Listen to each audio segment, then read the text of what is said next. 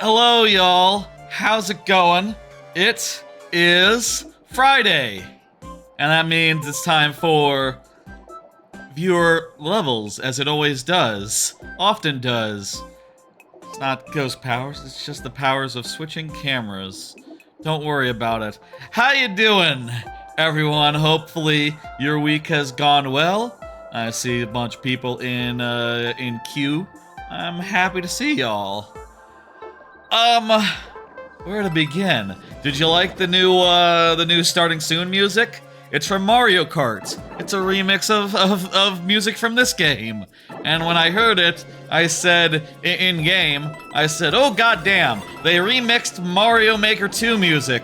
Well, if that's not a sign, you know what is. And I went and grabbed it, and now it's the Starting Soon music. So that's fun. What else is new? What else is new, folks? I'll say, you know, it's been a bit of a week. I have some things to talk about, as I mentioned on the Starting Soon screen. Including brand new channel trailer. That's right. By the way, anyone watching the archive, there are timestamps if you want to just, like, you know, skip to me playing levels or something. But let me say, as far as channel trailer goes, it's been a long time coming. The last time I made a new channel trailer was before the YouTube was a thing. Before I streamed on YouTube or even posted VODs on YouTube. And suffice to say, it was way out of date. You know, I used an older capture card. An even older capture card than the one I have now. The first capture card I ever got. It was before I got Blue Yetis, which... One second. It was before I got Blue Yetis, which meant that the audio quality was a lot lower than it is now. It was before I got these nice cameras, so it didn't look as good. Me didn't look as good. And also, it was before I got LASIK, which was just a couple weeks ago, and that was the straw that broke the camel's back as far as the necessity of a new trailer goes, because now I don't wear glasses anymore, and the farther out we get from there, the weirder it is for me to look at myself from a month ago and go, oh wow, there's just constantly glasses on face. Looks increasingly awkward, just, I don't know what it is, just, I've looked that way for years and years and years, and now it looks wrong. But we're gonna have to deal with it because, you know, a lot of the stuff I draw short-form content from is still older streams, so, you know, I'm gonna have to get used to it. Anyway, let me show y'all the trailer that I made. And, y'all can, judge for yourself. Yeah, let's just go ahead and play the trailer. It'll be a minute long because that's how long a trailer can be on Twitch. And, you know, act it accordingly. Here it is. Hey y'all, I'm the Master DS, a Mario Maker streamer full of bad ideas, and this is an introduction trailer. Short version, I like to sit on my couch, play games, and talk about stuff, sometimes using colorful language. Watch out for that. My main thing is Mario Maker 2 viewer levels on Fridays, and my signature gimmick there is the lightning round. Starting midway into those streams, I only have 5 to 7 lives to beat each level that comes my way. Refreshing at checkpoints, keeps things moving, and adds a lot of fun tension. I also do other streams other days, including full playthroughs, randomizers, trying games for the first time, thumbnails, one-off high-concept streams, whatever's fun. I've done a lot of streams, will continue to do a lot more. By the way, I just got LASIK. Older content and short-form content, sourced from older content, has me in these glasses. Don't worry about that. It's not a big deal. That about covers it. Like, follow, subscribe, both YouTube and Twitch. I appreciate all of y'all.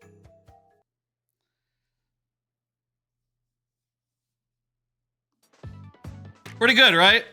Wanted to sort of emphasize a couple things with that. So went with a monologue with some visual illustrations. Basically, I started by recording all the video and the audio, and then I thought, like, I should probably have, like, a list of stuff. Specifically, like, specific things I like to talk about. And then later I had the idea for the thumbnail scroll, which helps to illustrate, like... I'm hoping the thumbnail scroll helps to illustrate, like, the variety and breadth of stream that I've done in the past. And also, you know, you can see a couple of them sound pretty cool. Like, you know, you know, hopefully you see like, oh, you know, what's that? Donkey Kong Country, Return to Tropical Freeze, switching games every 5 lives. What's that about? And it's like, yeah, it's a good one. There's some fun high concept streams I've done, as well as fun low concept streams, like just playing a game, you know, and then that's fun as well. And also the lightning round felt like that was an important thing to put in there because it's sort of like, you know, a very cool part of what makes this channel, I think, and what's great about it. You know, feel like that's like a big selling point as far as the viewer level content goes, and very unique as well. I don't know anyone else does it like we do. If anyone does, tell me. Like, what the fuck? I'm curious about these things. I'd like to know. What do you think? That look good? I've seen people comment and like it on the YouTube side, which indicates that yeah, people think it looks good. Wait, what the hell? Oh, 1 second. I forgot to pin the message on the Twitch side properly. Manually unpinned. Thank you very much. Okay, perfect. All right, that took a couple of kind of took a while to come together. I recorded it like right after I got LASIK, before I could even really see straight, and then made the various parts of it, like the stuff scroll and the thumbnail scroll and all that, over the last couple weeks, and then I just sort of put it together live. Didn't use a video editing software. I used OBS and just hit buttons to play the pre-record part, hit the button to make the stuff scroll appear, hit the button to make the lightning round appear, and hit a button to make the thumbnail thing appear, which is very goofy and probably not the way to do it, but it's what I know. It's easier to me to do that than to get editing chops down.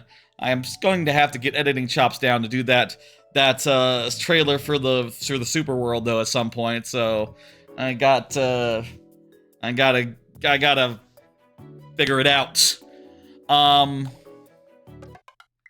There we go. That's happy. I'm happy. Hopefully, like, people coming to the channel in the future will see that and know what's up. And hopefully maybe want to check out some of those nice videos that were in thumbnail form. We've had some I've had some good thumbnails, I'll say. It was interesting. I don't have like this prepared or anything, but when I was setting up that new video, I did notice like the original video had a thumbnail, right? The original trailer had like a really terrible thumbnail, which is because I made it like when I was just starting YouTube stuff, and looking back at it, it's like, oh crap, it's just the screen cap with some text over it very awkwardly, like not even well positioned, not even really that legible. I did not know what I was doing for a bit, and slowly figured things out over time, as you do. Anyway, folks, let's get into things. Let's get into this. It's time now for the viewer levels. Starting out with 06I, who is here. Let me explain to y'all how exactly this works for anyone who needs a reminder, anyone who isn't familiar, whatever reason may be. When your level comes up, I will give it, if you are here, I will give it the full time of day, which outside the lightning round means 12 minutes plus 5 last tries if that's not enough. If you are not here, I will still play a level, but I will do so in very nearly, but not quite sudden death, which means 2 tries to beat the level, refreshing at checkpoints, just 2. That's my compromise between playing more levels, which is fun, and prioritizing the people who are present. I'll say we have a lot to talk about tonight, but let's play a level, let's get into things nice and good, And we'll talk about things as we talk about things, you know, as the night goes on. There's no reason to, like, say too much about it, you know? Like, we'll get to a lot of these things when we get to them. Like anime. You might have seen at the top, a lot of anime ended this week. Later tonight, like around the halfway mark, around the lightning round, I bet, is when we'll just jam through all the anime 3 at a time. And it'll go, it won't last that long. 3 at a time, that's like 5 levels. And there's like 14 of them. That's for the lightning round. That's for later. Don't worry about that now. Just relax and watch me play 8 Star. The last level of World 8 of this collaborative super world. Excellent. Let's do it. Let's go. Here we go. Here we are doing it.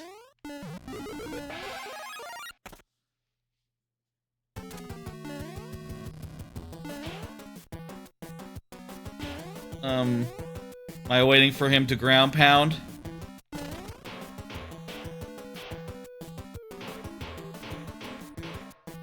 This ain't right.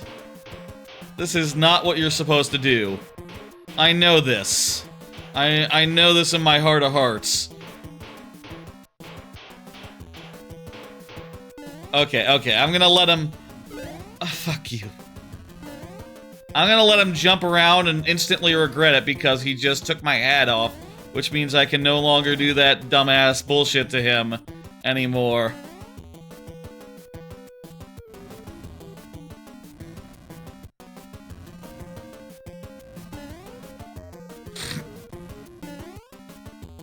Okay, come on, dude. You gotta jump towards me. You can't jump away. My...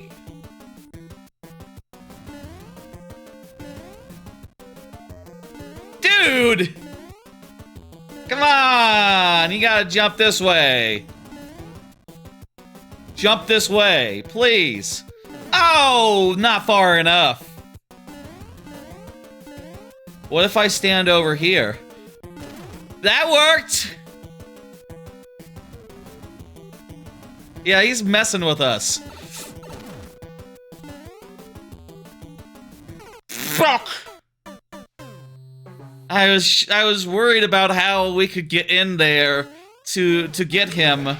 I was so worried I forgot to dodge fireballs. Yeah, that's karma. I'll admit that's karma. That's how karma works. These are not great first bits. Here. Right here.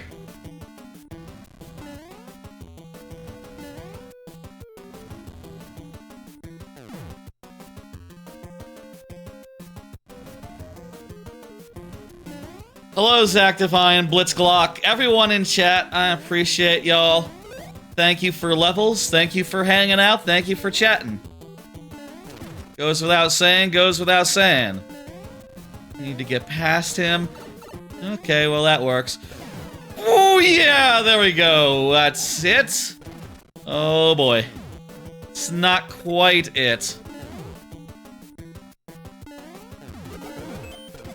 Whoa! That's a cool transforming boss fight right there. I did not expect that. Beautiful. One more round of that, I reckon. One more round, I reckon.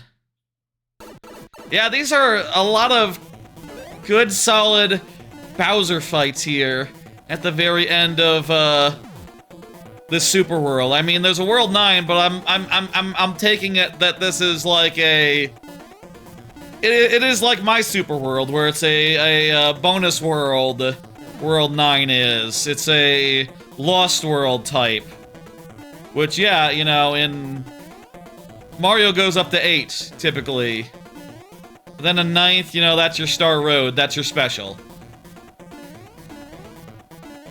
Am I understanding this right? Is this how you get him to... This can't be right. This... Well, that's definitely not right. Oh, well.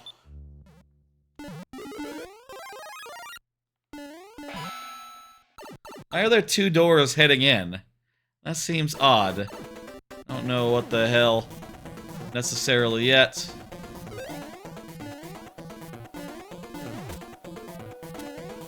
Okay, let's stop and think. It's gotta be Fireball up, right? Oh yeah. That's gotta be it. It's just wait and get a high Fireball.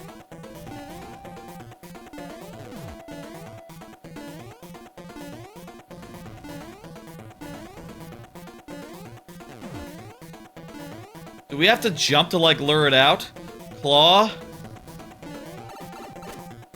I mean, there is the claw, but won't he be firing balling the wrong way? Like, if I stand in the claw... I'll... Oh! I see. I got it. I can get him into the claw, and then he... will, fireball the wrong way, or he'll be up there. So what I need to do here is stand over here and wait for him to jump up into there, and then haha, now he's in a hook, and he doesn't quite know what to do. We're getting it. We're getting it, folks.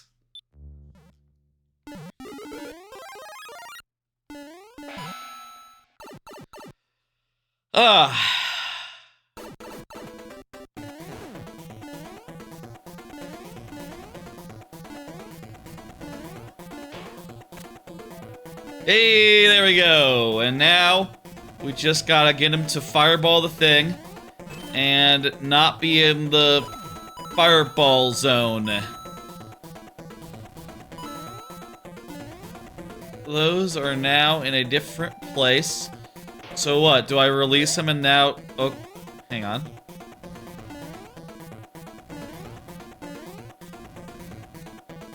This might have been incorrect.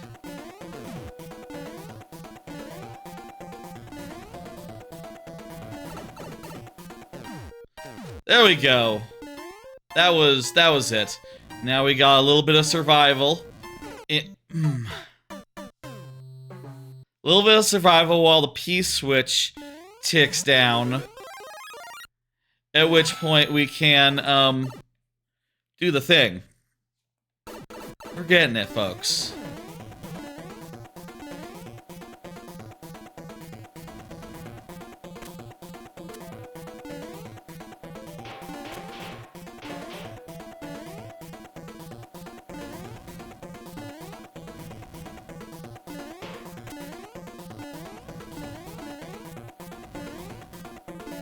Ooh.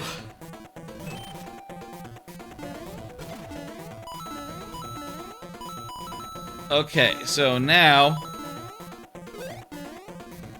we need to get him to jump up into the thing in the middle and not die.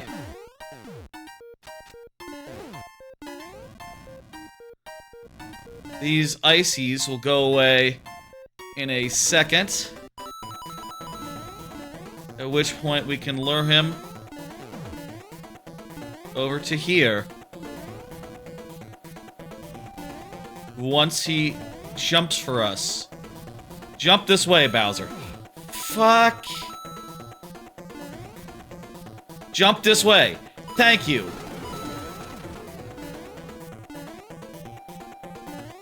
Oh, we can't get those fire flowers, nor these ones. We can't get a mushroom, though.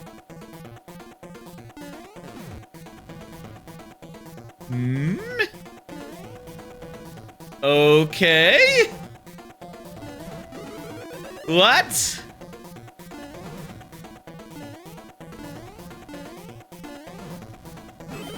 Ah, there we go.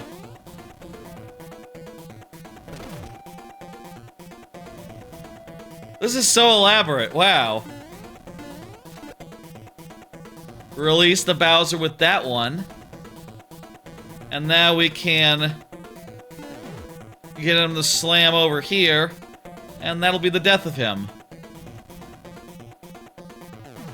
Jump this way, please! Jump this way, Bowser. I didn't... I wasn't ready for him to... It's fine. We're at a checkpoint.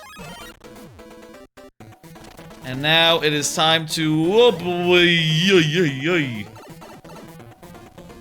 I should just die.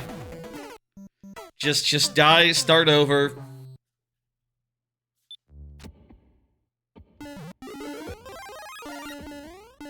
Fresh, Mario. Fresh life.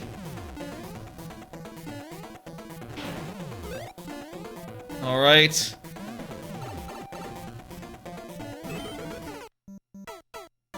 Hey, Nico, 2DS. Hello, everyone, again. I'll always say hello, people. Appreciate all y'all getting those levels in. It's good. I like to see it. We got a good amount of levels in queue tonight. As we do most nights. I mean, most stream nights. We don't have levels in queue when there's no stream. When there's no Mario Maker stream.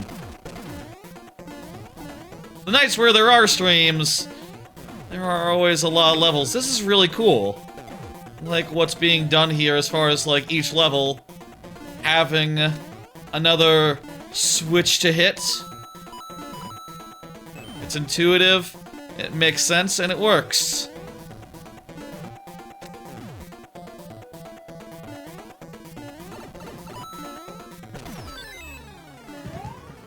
Sick! We finally drowned Bowser in the lava. And that means, that it's done. Means that it's done. Means that it's done! It's done, there's no more Bowser!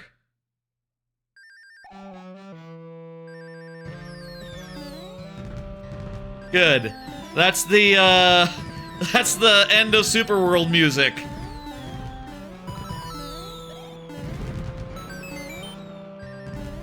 The end! That's right.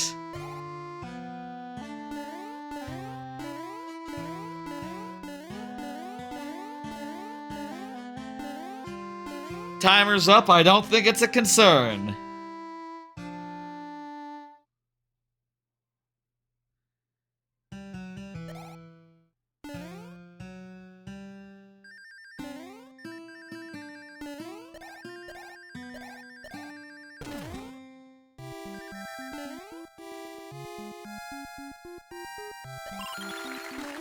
I was a little worried there might be like one last Bowser or something, but nah, that's the end. Beautiful. Great level, great super world that you found for us, 06i. Thought that was lovely, the whole thing. And there's still how many levels left, so, you know, continue submitting them until we're all through, and then I'm sure you'll have something else to submit as you do. Oh, there's like 9 more levels left. Super world-wise. Perfect. Good. Oh, that might, hey, thank you for the follow, Aaron Movement. Hello, hello. Hey, that'll probably do us for another, like, 3 weeks or something until we're all the way through with that, huh? Maybe another 2 weeks? I don't know. We'll see. I mean, I'll say, like, first up, let me just say, for the record, the next 2 weeks are gonna be on a different day than usual.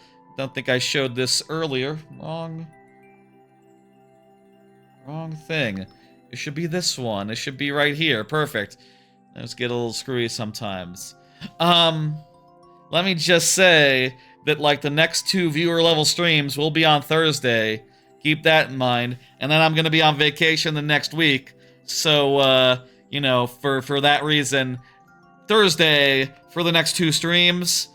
So I'll see you then for both of those. One of those will be before the July 4th, so that'll be, people will have the day off. It'll be the start of a 3-day weekend.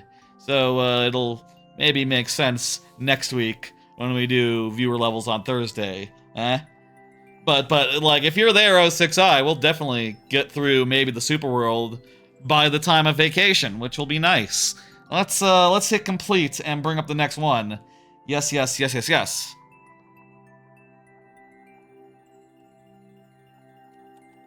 Rock Party is up next. Rock Party, go ahead and confirm for me. Rock Party says Pipers. Excellent. Let's start doing some cards. I have cards here with stuff on them that I want to talk about. And the first order of business is I need to spin the random rareware playthrough wheel. So, as has been established on previous streams, on Tuesdays, though not like in the next couple weeks, like actually, I'm just realizing this is not the updated version of the calendar. God damn it. Let me check that real fast. What the hell? That should be a slightly different version. So, as I've been doing for the last couple months, is I've had a gimmick where I play random rareware playthroughs, right? Random rareware playthroughs. And I do them in random order. I'm just realizing I can't just check those one-off images. One second. I'm going to go to another screen. I'm going to stop the recording for a second to fix this. Okay, that'll do.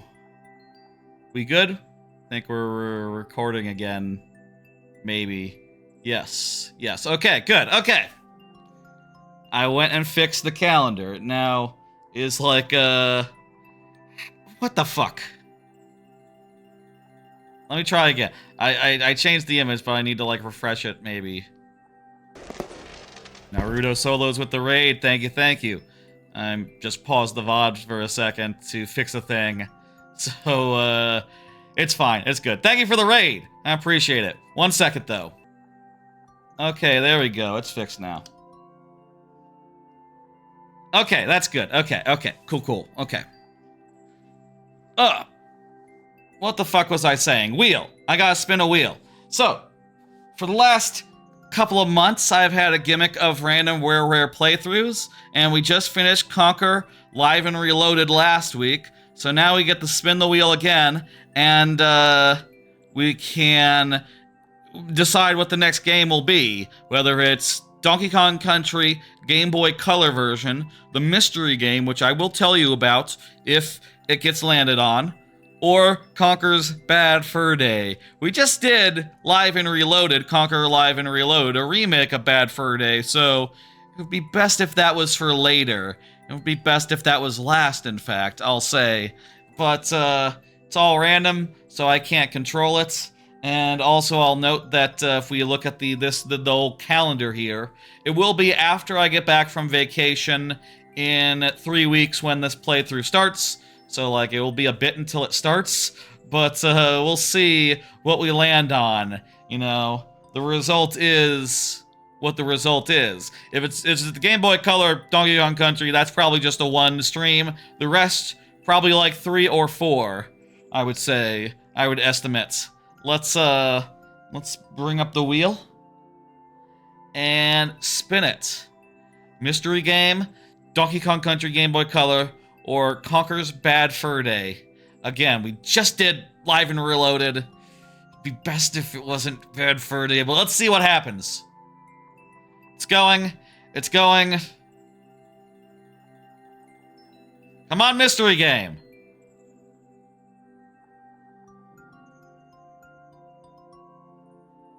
It is the mystery game. Well, what do you know? Finally, I get to reveal what the mystery game is. Folks, the mystery game is a game that I played on stream before. I played it in full before, but there's a twist this time. The mystery rareware game is what I will be calling Super Banjo-Tooie, which is to say it's Banjo-Tooie, but I'm using the Super Banjo cheat code to double Banjo's speed. It's sort of an odd thing. In the Xbox version of Banjo-Tooie, if you use that code, it disabled your ability to save. So I couldn't mess around with it or play a playthrough with it since, that was my only version for a while, the Xbox version. That was my main version. But now, it's on Nintendo 64 Online, or Nintendo 64 Classics Edition, so I can now just use that cheat code and play through the entire game that way, which is what we will be doing in a couple weeks' time. Super Banjo-Tooie, that's what it's going to be called. That's what the thumbnail is going to say. And hopefully people, they'll tune in and they'll be like, what is this? And then they'll be explained by things. Ow! Ow! Ah! Ah! It'll be explained by, it'll be explained. Does that sound fun? I'm looking forward to it. I think I played that way before as a kid once or twice, and it was fun. And at some point with the Xbox version, I was wanting to do it, but you couldn't unless you did it in one session, which is, kind of impractical for reasons. Kind of mean that they disabled it just because they had leaderboard stuff going on. That was a weird thing to do on the Xbox version, but no matter. It is going to be good and fun for this new version, for this, it's going to be a fun bit, I'm thinking. I'm excited. That's in a couple weeks. Let's go. That was what I was hoping for. Honestly, I'm surprised matter of chance that it didn't turn up earlier, but I was totally expecting it to be like the first or the second one. That's just RNG, though. What happens, what doesn't happen. When it's random, it's random. What can I say? Anyway, that's fun. Looking forward to seeing that come to fruition. I hope y'all like Banjo-Tooie. I love Banjo-Tooie. And, of these games that have been, Rareware games, again, that'll be starting, I guess, on the 22nd of July. So, after a fashion, but, vacation and all. Makes scheduling it a little bit awkward. A lot of these have been a little mixed when we've gotten to them, Grunty's Revenge isn't the perfect Banjo game. Star Fox Adventures has all sorts of issues. There are annoying parts in Cameo. The minigames are not great in the DKC GBA versions. And there's parts of Conquer that don't hold up, but Banjo-Tooie is fantastic. Other than Canary Mary. I'm not committing to beating Canary Mary, I don't think. Am I committing to beating Canary Mary? I don't know. I did last time I played through Tooie on stream. Canary Mary is hard. I don't know what the hell, how to reliably beat Canary Mary, but we'll see what happens. Let's do this. That's the Rareware randomization thing. That's done. Do you guys like to see this randomization happen on stream? I'll say we have, just one more random Rareware wheel spin left, because, there's 2 of them left, and the last one will be the last one, The last one will be the last one, which is cool and all. Exciting, And I think it's best... I would like to do them here, because I know here is, there's advantages to doing it here versus, originally when we started this, the wheel was spun at the beginning of the first stream of each playthrough, which meant that, on the VOD, there was no suspense, because the VODs were labeled with the game that they were. And also, it's relying on people who get in early, and, on those streams, you don't necessarily know what you're tuning in for, so... I don't know, is that what we want? I will say, there's only one more of those, but I am planning, after all these playthroughs are complete, I'm gonna do some randomizers, and I'm gonna do them in random order as well, so it'll be another wheel spin situation where there'll be like a dozen, 2 dozen randomizers on the wheel, and that'll determine like what our Tuesday randomizer will be for a while. We're gonna do randomizers on Tuesday for a while. Been too long since we did a whole bunch of randomizers, I've decided. I love randomizers after all, but you know, when I'm doing 2 streams a week and Tuesday is the playthrough and Friday is the viewer levels, you know, I have to make time for it. So instead I'm gonna make Tuesday randomizer time pretty soon here after we get through these, and that'll be fun. And there'll be more playthroughs eventually, but gotta get some randomizers in. Been too long since we really did a whole bunch of randomizers. Randomizers are fun. Ugh.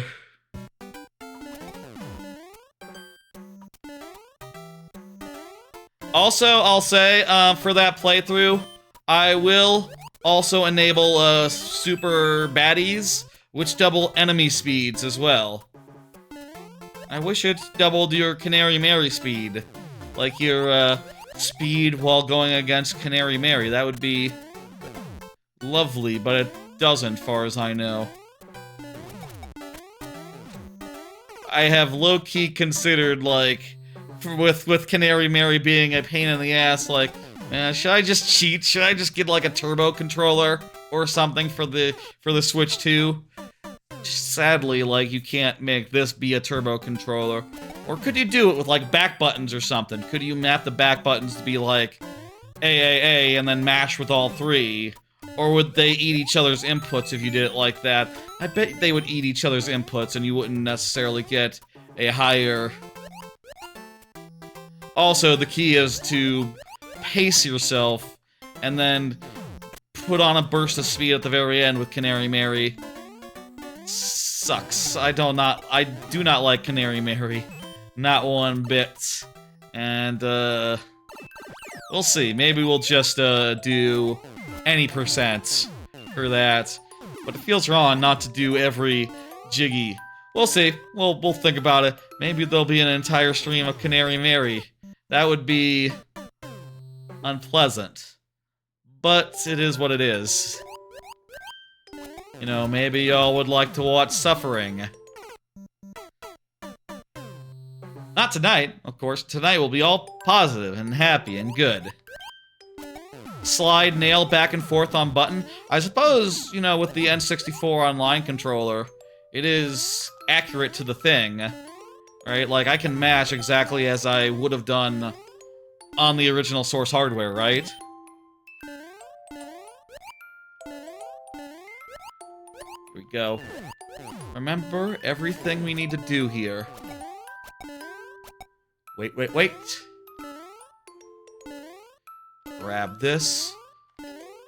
Do over this, under... Whoa, whoa, whoa, whoa, whoa. Okay, good. Hey, we still got this. We still am able to get to that point in the level. One day we'll see. Is there a 3rd segment to this level?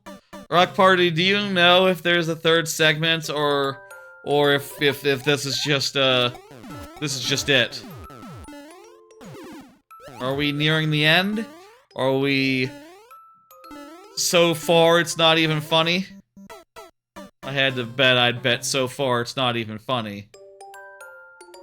But, who knows? No idea? Gotcha. Been fun. You know, one day, we'll beat the level. One day.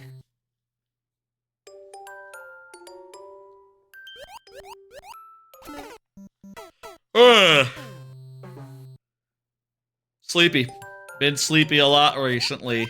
Need to get, better sleep. At, more regular times. I got a card to discuss that later, but I'll say right now, like, you know, it's just a bad habit that I have of just trying to get as much out of every day as possible. And it's boring, too, because, like, look, when no one's awake at, like, 3 a.m., There's no one to talk to. At least on the Discords I'm on, you know. Oh, 6i, you're kind of up a lot at late hours. So there's you. How's the vision? It's recovering. Slowly. Slowly and surely. I got a doctor's appointment next Tuesday to, like, do the 6-week check-in. So that'll be nice. And I'll find out, like, when I'm going off the medication. You know, all the way or whatever, or take it down to a trickle.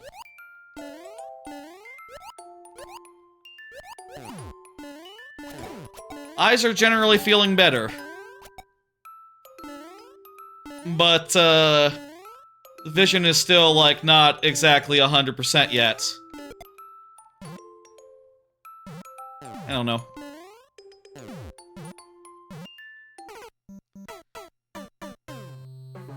You see your clipping notifications? Clipping notifications. Ugh. Yeah, I do those late at night sometimes, yeah. You don't have to look at those Twitch clips. A lot of those are just, you know, for the sake of completion, I feel like. You know, when I clip up a random stream, a lot of that is just you know, because I believe there's good content there, and it can be turned into good shorts, and, you know, it always eventually is, on a long enough time scale. Though, whether YouTube can really do something with, you know, whether the algorithm knows what to do with a short of, like, Splitgate or, you know, Glover, that remains to be seen, which is a shame, because it's like, oh, well, I kinda liked this bit of me playing Glover. Thought this bit was good. But, algorithm looks at that and goes like, what? It's 60 seconds of Glover that's lightly comedic? Who should I show this to? It's like, okay, well, that's fair. I don't know that there's people going around going like, oh, my thing is Glover. I love Glover videos.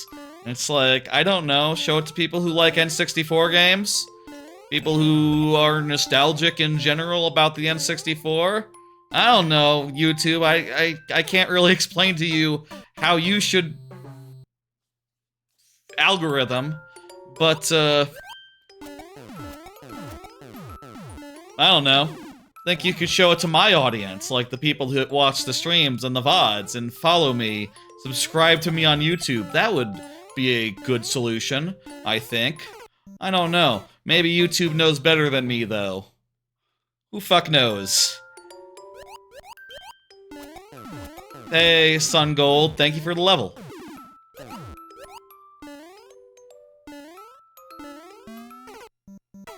I hope that, like, I know, one of the parts of, you know, there's a lot of parts of, like, channel, stream, business that I do like to talk about because it takes a lot of time and I spend time working on it. And it's like, okay, well, it's kind of a lot of what I've done this week is try to make sure that we're, that the content keeps going and that there's a steady stream of relevant shorts to put up. I don't know. I don't know. It's a weird,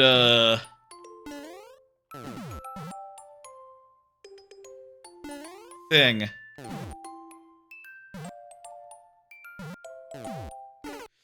Okay. That low is enough to trigger the guy, so I should just pop off. Still not sure, like, what the timing is to get on top of that guy, rather than just avoiding him. That's, like, the next big thing to figure out in this level.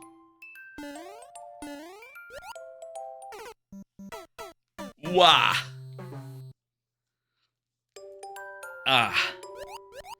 We'll figure it out in time. I am sure about it. Really, I wish I could, the Twitch clipping could be up to date. You know, I wish that every Twitch stream that I've done could have clips for it, but the reality is that, you know, games come out, I have other stuff going on, I don't have the energy necessarily to just, you know, streaming is easy. It's easy for me to do and fun as well. It's every week I feel very encouraged and very able to spend at least 2 days streaming. Some exceptions might apply. But the busy work of streaming, that can be a little bit more of a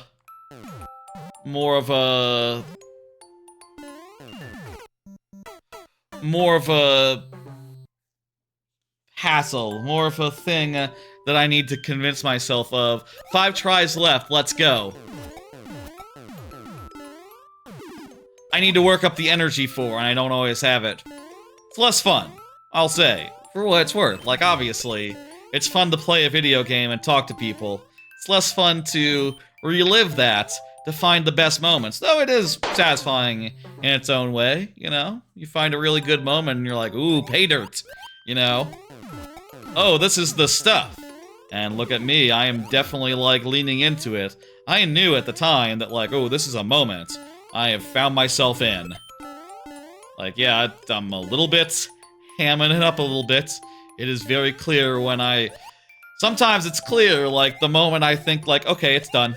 I'll turn it off for a second, you know. You know what I mean? Like, oh, that's...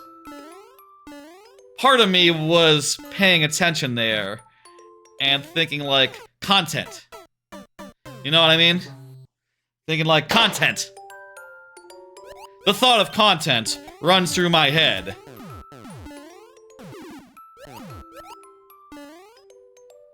Oftentimes.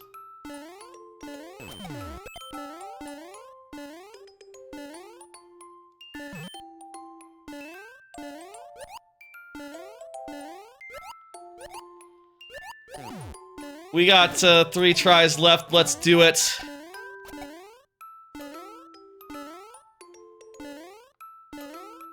We're getting to this part really consistently. Reasonably consistently.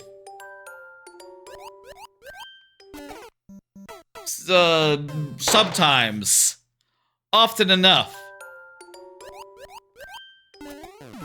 Didn't say always.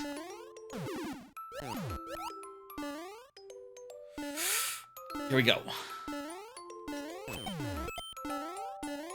Is this the run? This is the last try. So, if any run is to be the run, it'd be nice if it was this one, because there's no further left until Rock Party, should Rock Party submit again, till Rock Party goes around the queue again.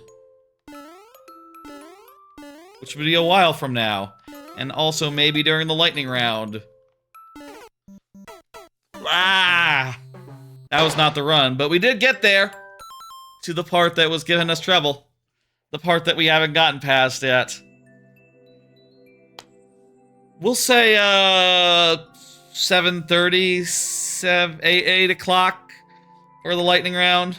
We'll say, like, 8 o'clock for the lightning round. So about an hour from now. Very good. Thank you, Rock Party, for the level. Let me go ahead and hit dismiss and bring up the next one.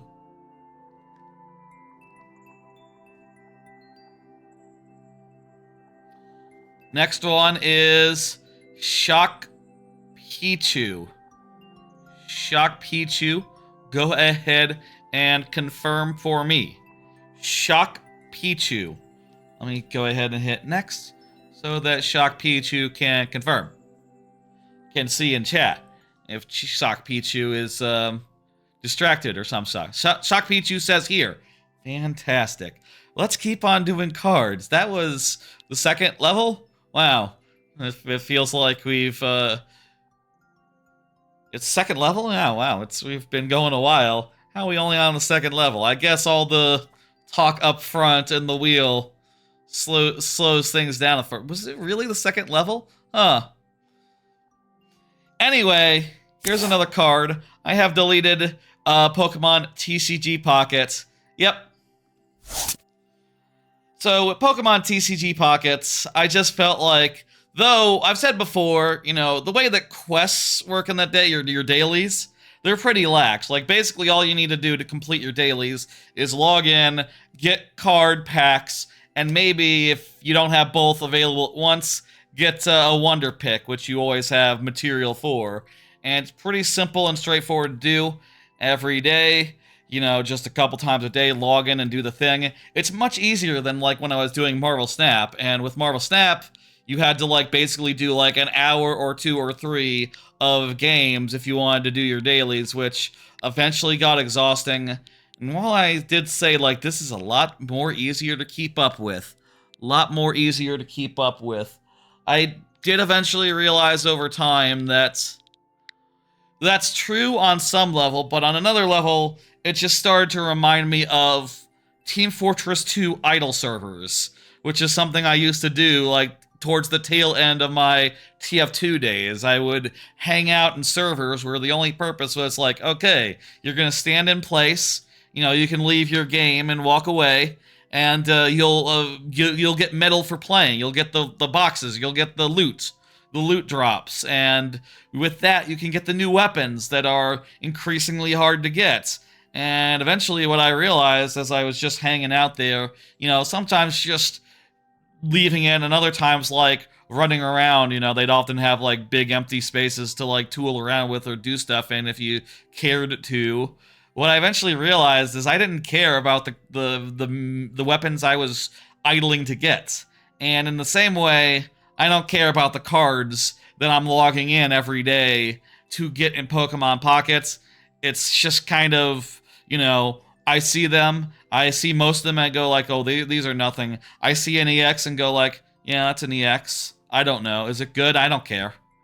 I feel nothing anymore, and that's as good a sign of as good a reason as any to, like, say, like, hey, you know, just like with TF2, there's no point in spending even a couple minutes a day just getting stuff you don't care about. There's no reason for it.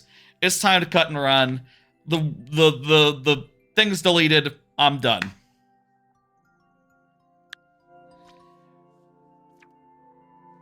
So that's fun. That's good. Feels like a good step forward. I don't know. It's probably a good thing to do to realize, like, okay, I'm just wasting my time now. I don't care anymore. That's always a hard part in every live game, especially if, you know, like with TF2, there is very little barrier to just continuing on. But, you know, you gotta make the call. You gotta say, like, okay, it's time to move on. And it was time to move on. Anyone here, like, not at that point yet? I've talked around in some Discords, and I have heard a lot of people say, like, oh yeah, you know, I haven't checked several times the last couple of weeks. I haven't checked my my things, and I have let my daily packs just get to 2, where they just sit and waste card juice. And I've basically had the same experience, just like, yeah, no, I haven't been unpacking religiously. I have let some days just, oh, crap, I didn't check, you know. Admittedly, some amount of that was surgery stuff, you know. I just got surgery for the eyes, the LASIK, and during that whole process, I was like, oh, I forgot to do the fucking dumbass Pokemon stuff. First try, let's go. I forgot to do the dumbass Pokemon stuff while I was recovering from surgery. I think my light got a little bit turned around at some point. And a little more light on this side now that I turned it around. Very good. Something got screwy. So, and like, I was ready to end, you know? Ready to be done. And now I'm done. And now I'm happy. And it's good. Yay! That's about all I have to say about that. Good level. Let me hit complete. Thank you, Shock Pichu. Feel free to get in another one. Everyone should always feel free to get in more if their levels get cleared or not. It's always a good time to get in more levels. That is correct. Mint Muffin? That's a fun name. Mint Muffin. When did Mint Muffin get theirs in? Mint Muffin, you are up. That's a really fun name, Mint Muffin. Go ahead and confirm for me in the chat. Mint Muffin, Mint Muffin. I don't recall seeing... Oh, that was real early on, huh? Mint Muffin. Must have been pretty early on. Wait, I thought Shock Pichu... Oh, Mint Muffin was in the YouTube chat. That's right. The next level is a castle and made by me. Thanks for playing. Excellent. Can't wait to see it. Another card? Another card while I'm entering this in. Time for top 10 movies of 21st century. Y'all see this this trending thing? New York Times did like a whole thing where they did like a poll of like people to put in their top 10 movies of the 21st century. That is from the year 2000 on, last 25 years, a little bit more really because it includes the year 2000. And I did not vote myself because I don't have a New York Times account, and like I don't give a fuck what New York Times thinks the best movies are of the year of the century. But I got in on the trend and made my own list, and you know, posted it some places, and here it is. Here's the movies this century list. They are unordered. It's an unordered list, unranked list. I put on there Anchorman, MacGruber, Kung Fu Panda, Rascal Does Not Dream of a Dreaming Girl, Guardians of the Galaxy, Serenity 2005, the Firefly movie, you know. I put on V for Vendetta, which I was big into when I was a teenager. Haven't seen in many, many years, but I'm sure it holds up and it's just as great. Your Name, Inglourious Bastards, and Coco. That's the list. Hard list to come up with, hard list to put together. It's hard narrowing it down to 10. I'm curious what y'all think of my list, if you like it. I'll say there were a lot that just nearly made the cut. The one that I was struggling with, the number 11. You know, everything else maybe is spiritual number 12, but number 11 would have been The Martian. The Martian was very close. It was between The Martian and, like, Coco, I think. I could have seen Inglourious Bastards. I think I could have traded The Martian for Inglourious Bastards. You know, this list, I feel really strongly about every movie on here, wherein I just, like, you know, love each one of them. Memento, Live, Die, Repeat was on the short list. The Founder was on the short list. Is The Founder an odd one? I really enjoyed The Founder, and I find it quite fascinating, the backstory of McDonald's Man.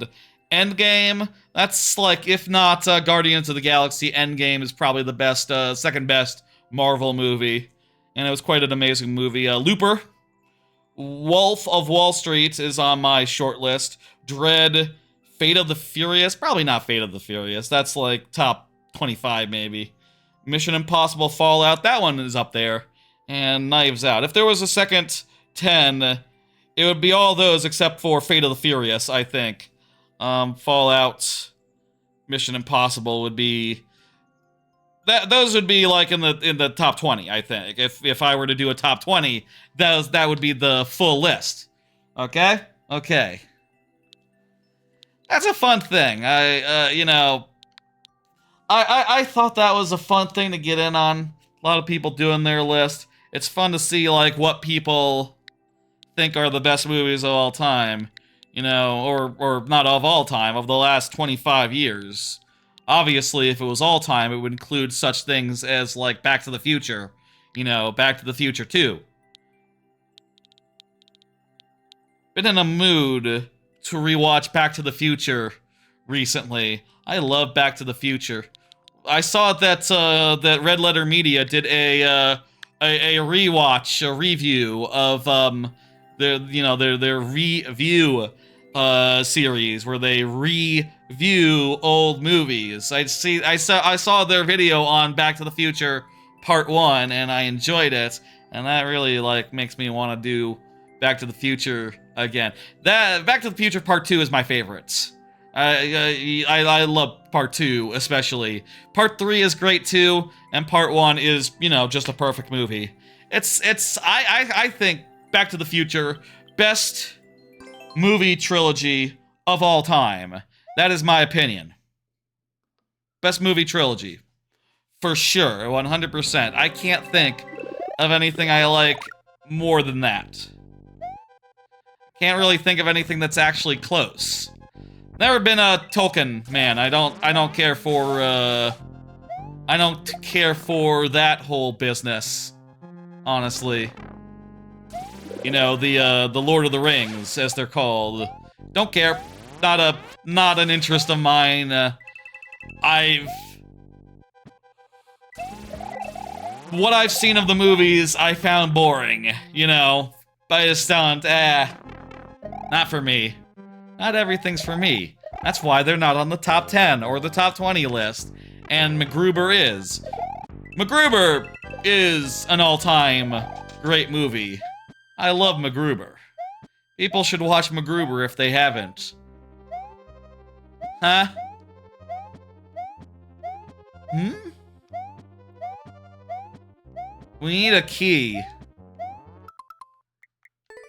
Okay. I'm curious if, like, we missed something. Maybe there's a way... There's a key door there as well. I wonder if that's where that leads. There's a P-switch door here.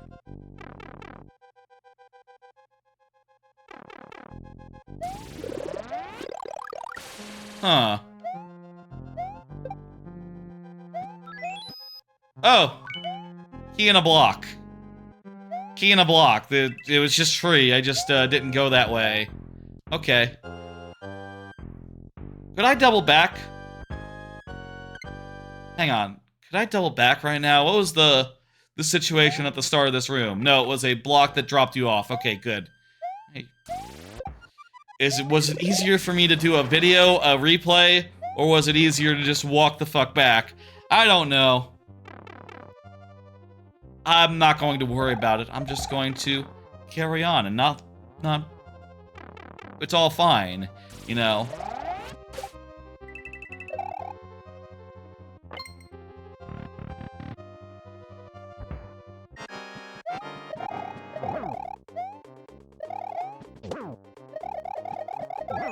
I'll say, like, top 25 movies of the century. That's a good bit of content, you know. I feel like the New York Times can be proud of themselves for coming up with something that really makes people want to engage, you know? Like, that is, just gold standard content. That is just, yeah, no, you got something. It's hard for people to give a fuck about the New York Times on account of, like, who gives a fuck about the New York Times, right?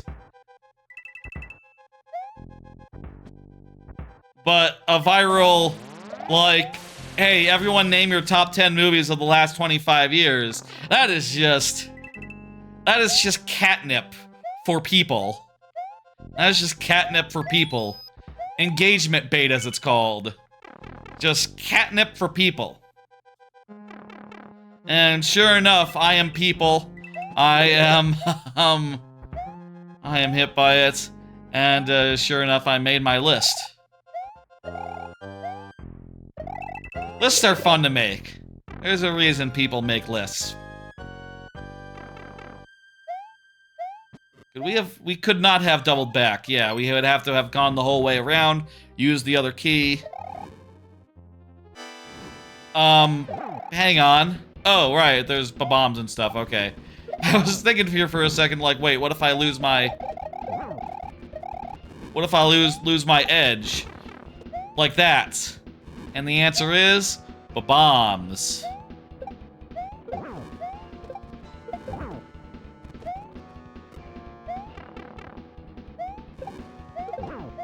Wait, there hasn't been a checkpoint, has there?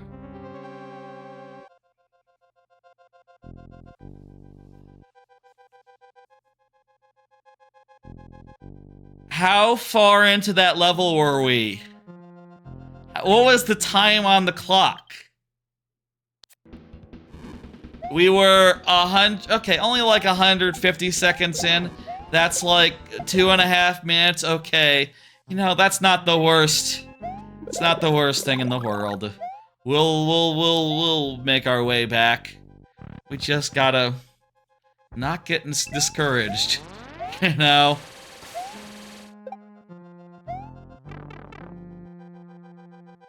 Anyone make that list? Anyone make their list? Anyone, you know, whether or not you voted or not, anyone get one in? I didn't make mine a ranked list because I didn't care. I'll say, like, typically I often don't like necessarily making a ranked list just because I do feel like it's hard to compare, you know, things from that far apart, right? Like, how can I say that, like, you know, you get two perfect movies, right? How can I say that, like, one is any better than another one, you know? If it's on the list, it's on the list, is often my feeling. But then also, you know, at the end of the year, other such times, then you gotta rank, and you gotta pick number 1 and number 2 and number 3. You gotta, like, actually say, like, okay, this is number 1, this is better than that one. I guess with movies, it's actually more easy to compare them, considering that, like, there haven't been, like, that many... There hasn't been, like, that much improvement in film for the last 30 years, you know? It's not like you go and watch a movie today, and it's better than a movie 20 years ago. Maybe your animated movies are like that. Though then again, you know, I do feel like most of the best animated movies, yeah, it varies. Coco is probably my favorite of Pixar's stuff. Though then again, you know, how does it compare to, like, earlier stuff? I will say, I did make a list. I was, like, looking at, like, okay, 20th century. How about that? And I didn't, make a card for it because I thought, like, that's not the trend. That, is just something I did extra. Eh? What? What? Where's...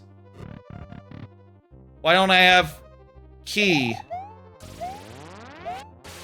Huh? I missed key at some point. Hey, pitch shifter. I was just talking about the, top 25 movies of the 21st century. You know, that whole thing? Y'all have a list. If y'all have lists, post them into chat. You know, I would love to see them. Though, maybe not everyone got in on it. Felt like everyone was getting in on it. On the old... internet. Maybe that wasn't really the case. Do I need to, like, kill a guy or something?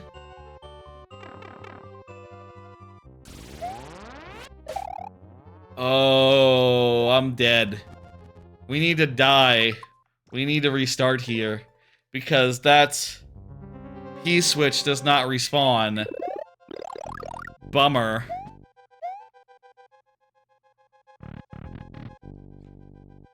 Let me see, 1 second here.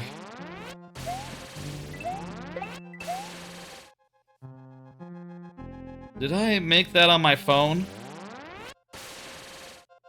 Thought I made a list of other stuff list, more games, more notes. I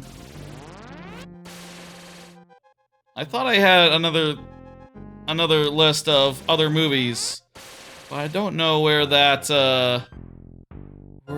was exactly. Can't find it right now. I was making some extra list of 20th century, but I don't know where it is. You haven't watched that many movies in the 21st century? I mean, I feel like I watch a lot fewer than most people do. Insofar as, like, for me, it's hard to make a top 5 list of any given year at the end of the year, considering, like, oh, I feel like I watched, like, 8 movies. And, you know, if we're not counting ones that are a little bit older because I didn't go out in the theater and watch them. Honestly, if you ask me, I would say, like, movies feel like they haven't had much going on for a while. It feels to me like there haven't been that many amazing movies this last 5 years or so. Like, what's the best movie of the last 5 years? Was one of my movies from the last 5 years? Oh, well, the anime movie, Rascal Does Not Dream of a Dreaming Girl. That one is, that one was like a couple of years old. That's up there, that's up there. Yeah, Rascal was definitely... I'll say I think that Rascal was like one of the best movie-going experiences I ever had. Like, coming out of that film, I was just so jazzed. I struck up a random conversation with another dude that came out of that theater and was just like, that was really good, wasn't it? Yeah. We just came out of the same theater, right? Yeah. It's like, okay, good. I haven't gotten a... I haven't gotten a key. Okay, this room will have a key for us. I hope. That's why it's on the list. Your Name, also just an amazing experience. Like, just... I like that gimmick of, like, body swapping, at least in anime. I didn't ever... I'll say, like, I never liked that movie, where the mother and the daughter switch places, but I think it is fun every time when two people of the same age switch places. Like, that's a little less cringe, and I don't know why that is. You know, just... And also you got, like, the, you know, the, romantic angle there, which is interesting and good and fun. I just think of the repeated joke of,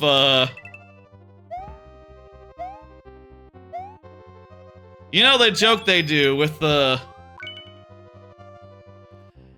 That's a great gag, quality gag, and the last time that it happens, if people who know Your Name probably know maybe what I'm talking about, probably remember it. The last time that it happens at the, like, arc of the sad, of, like, at, like, the end of a whole bunch of stuff happening after so much drama and action and so much just trying to get back, you know, just to do that shit again, just killed me. My God. Your Name was great. I could talk about more movies. I don't know that I could list 100 movies, like, from this century, like they did on The Thing. I don't think I could, like, I don't think I have that many. If you started including, like, Marvel movies, I probably could get up there, I don't know. But also, like, yeah, a lot of Marvel movies are pretty mid, honestly. You wouldn't want them on your list. At least I wouldn't. A lot of them. Some I would. Spider-Man. Yeah, maybe I could get up to 100. I don't know. I don't have a letterbox. I don't keep track of movies the same way I keep track of anime and games. I just feel like with that, you know, it's too late, right? Like, well, I can't start a letterbox now. It's too late for me. I already have, like, too many things I need to get around to. I can't re-review every movie I've ever seen before. You know what? I guess including, like, bad movies I probably watched, like, through watch parties and things like that. I probably watched 100 films from this century.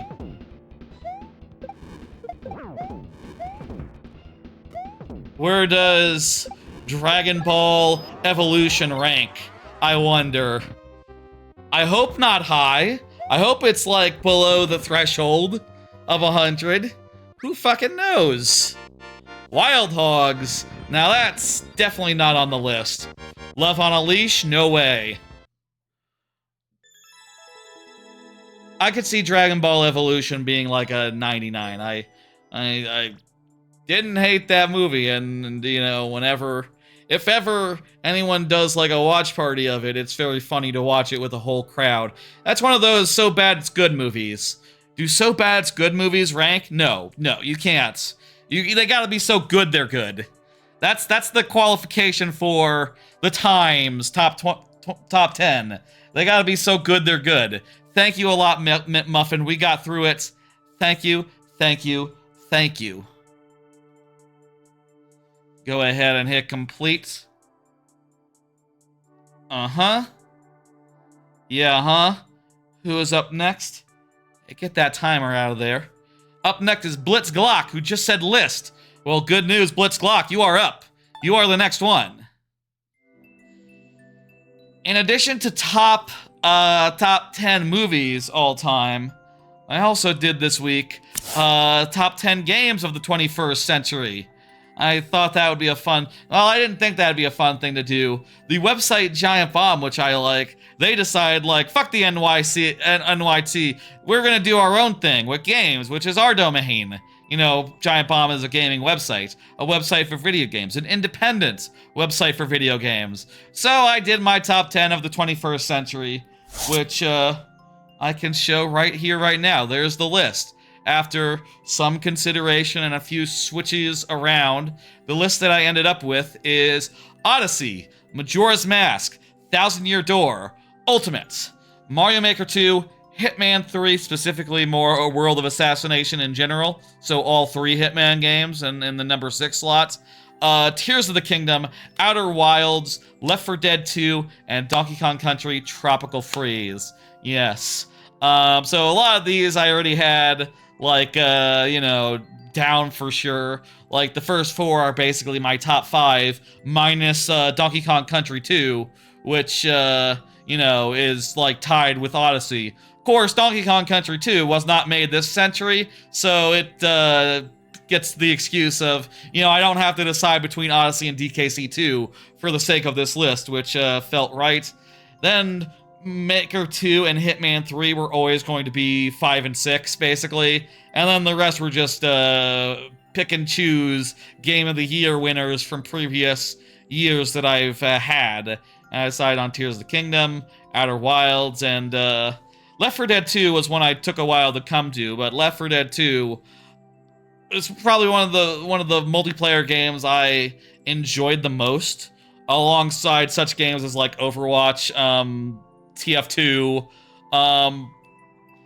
Heroes of the Storm. A lot of those games were also very much considered for the bottom of the list, including Heroes of the Storm, but I decided, like, okay, if there's any multiplayer game I would go back to right now and play and have just as good of time as I did in the day, it'd be Left 4 Dead 2. I think I could have exactly as good a time with Left 4 Dead 2 if I played it today. If then, you know, which does make me think, remind me, Left 4 Dead 2 stream? Sometime? We should do some Left 4 Dead 2 at some point. Maybe that could be a collab. That'd be fun. I haven't played Left 4 Dead 2 in years, and I don't think I've ever streamed it. Outer Wilds, it makes sense I've never streamed, because that's the kind of game you play once. Also, I might have had it on stream briefly at one point, just for shits and giggles or something, or to test something. I don't know. But, yeah, there's the list. Tropical Freeze makes it as well, because Tropical Freeze rules. I love Tropical Freeze. And also, people in chat were saying they didn't expect Thousand Year Door. I have always been vocal of my love of Thousand Year Door. I love Thousand Year Door. I replayed it last year on the thing, on the Switch version. Shame. I don't think I ever streamed any of that because, you know, I've already done a full playthrough of it, the original game, on the channel, on the stream. It already exists. Is it archived? I think so. I think that was, like, after I started archiving things. So, like, it is known that I love Thousand Year Door, but, you know, it's right up there. Honestly, I could switch Thousand Year Door and Majora's Mask. Thousand Year Door is really close to number 2. Those two are interchangeable for me. Let's, go ahead and take that down, that image. That's the list. I don't have a list of, like, previous century games, though I feel like it would be pretty... Honestly, like, 20th century games are a lot easier of a list to come up with. It's just like, oh yeah, Donkey Kong Country 2, Banjo-Kazooie, Diddy Kong Racing. Just start naming rare Nintendo games, and you pretty much got a list. Chrono Trigger. Yeah, you could come up with a list real fast. I'll be honest, like, I feel like most of the games I love are made after 1995 or so, 1994 or so. Like, there's only a few that I would consider for the list before 1994. Like, what would I consider even? Was Chrono Trigger before then? Chrono Trigger, sure, that'll make the list. Would I put Excite Bike or Mario 3 or World? Probably not, no. I probably would just put all 3 Donkey Kong countries on it. See, it's not as good a list. It's not as interesting a list as the 21st century one, You'll put your ID in after you make it. Excellent, Eds. Put it in whatever you want, but know that it will be first come, first served. You can put in a placeholder and replace it later if you want. There's kind of a lot of levels in queue, so you will be waiting a fair bit for your level to come up. You will be, there is a bit of a wait tonight, I'll say.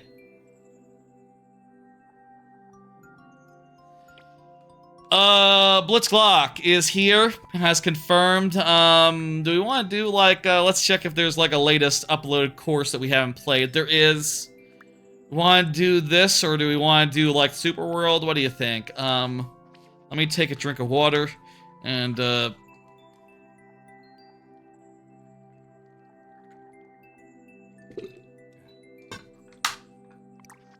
I'm in the mood for a Super World. We haven't had a Super World this stream. Blitzglock says your choice. Excellent. Let's play your Super World then. Let's go. 12 minutes on the clock. Here we go. This will be short. Your top of games you played, not in order, are Left 4 Dead 2, Killing Floor 1, Mario 3, Mario 64, Doom on Earth, Doom 2 Hell on Earth, Paper Mario 64, Killer Instinct Gold, Subterraria, Halo, CE, and Quake 1. That's a list. A lot of people have different lists than mine. It's curious to see, like, what games people put on top.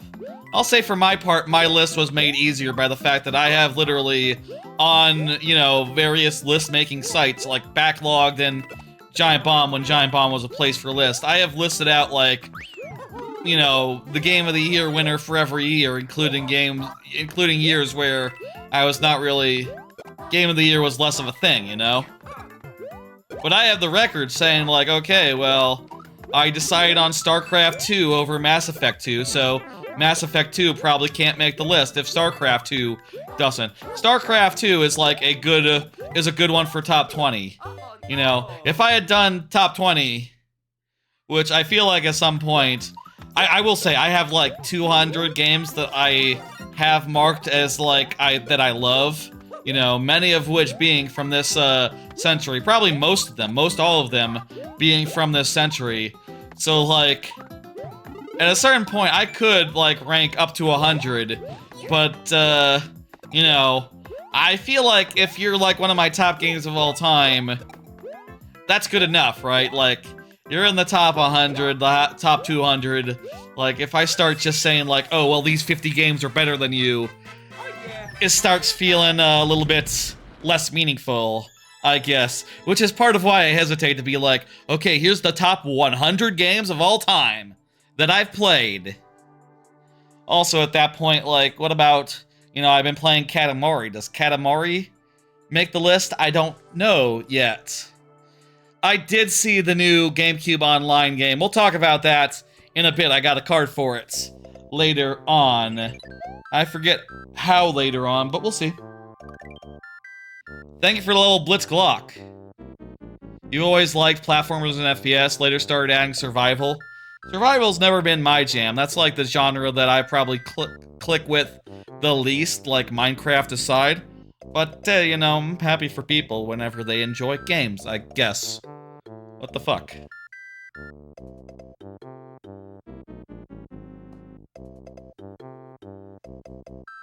Let's go ahead and hit 1 and bring up the next one, which I was a little slow on. It's Fry.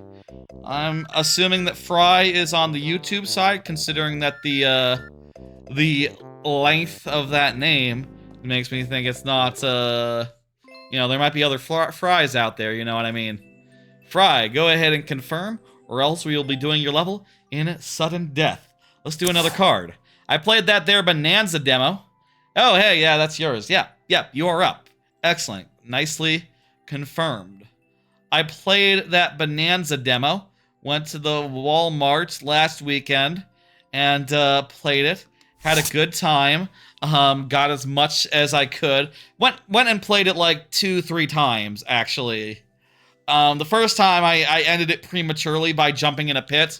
You know, jumping in like oh, you go to the next layer pit, and that ends the demo.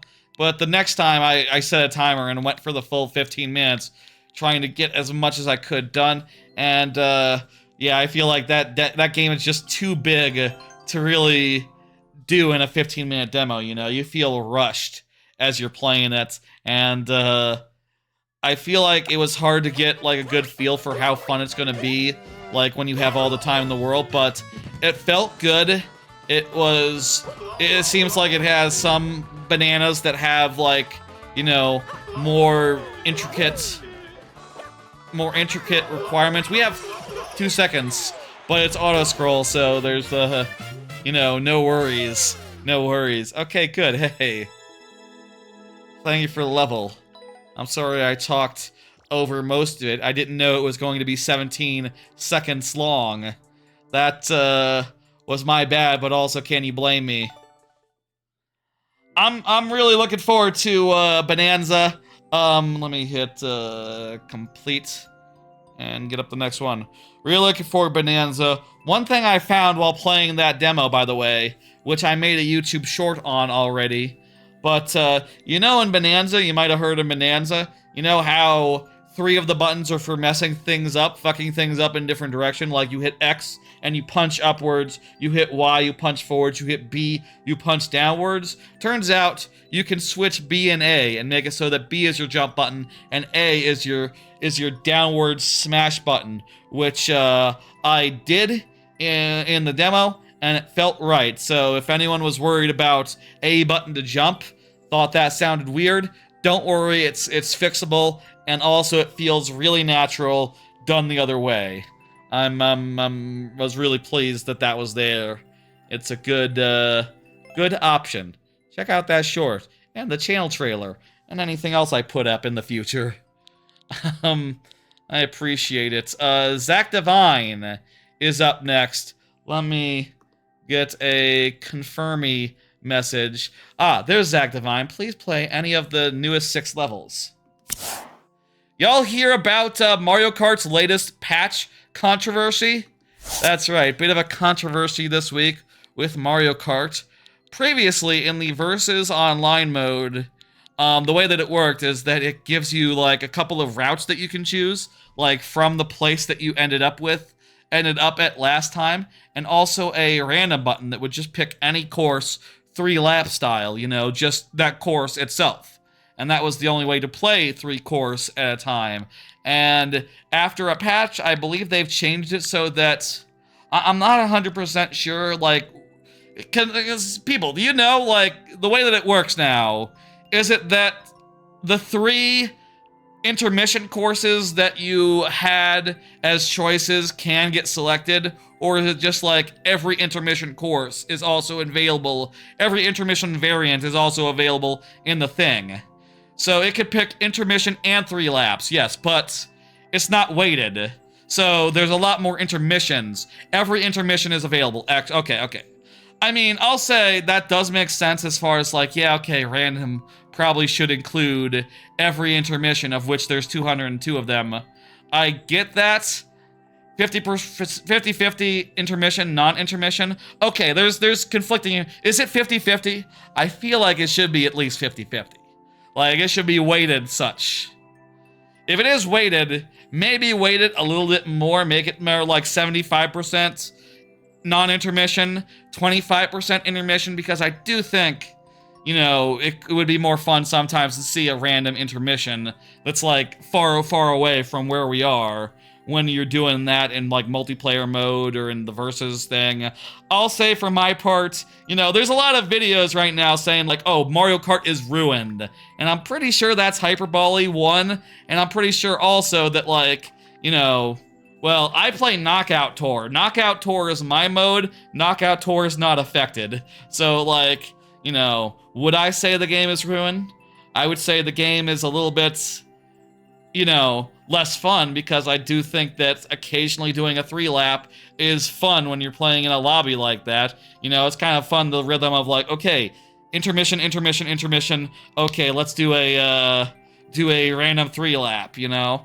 I feel like you could weight it insofar as like, oh, if you've done like a bunch of intermissions in a row, maybe it should be a 3-lap, versus if it's like, okay, you're just doing random, random, random. Okay, let's get weird. Let's have in some intermissions included. Maybe also there should be an option for like a 3-lap that isn't a tour, you know, like just in addition to the 3 intermission ones, maybe they should throw in like 1 or 2 3-laps on the screen. So if people want a 3-lap, they could pick a 3-lap.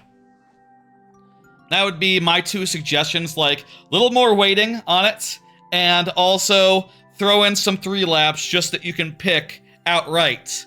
That would be cool, because 3-laps are cool too. I feel like if they had just one, anyone who was looking for a 3-lap would pick that one. So maybe pick 3 so that the vote is divided, and you know, it's a little more random. I think that'd be cool. I ain't playing till they fix it, either new mode where it's all 3 laps or add back 100% guaranteed. Yeah, Mario Kart is big enough where it can support, like, did you say, what did Zach Devine say? Just latest 3, right? Any of the latest 6, gotcha. Shell shooting shooter then, yeah. Let's go. Mario Kart is big enough where they could support, like, different hoppers for intermission versus not intermission. I think, though... I think, though, this is solvable. I think that, you know, certainly they probably have not missed the backlash.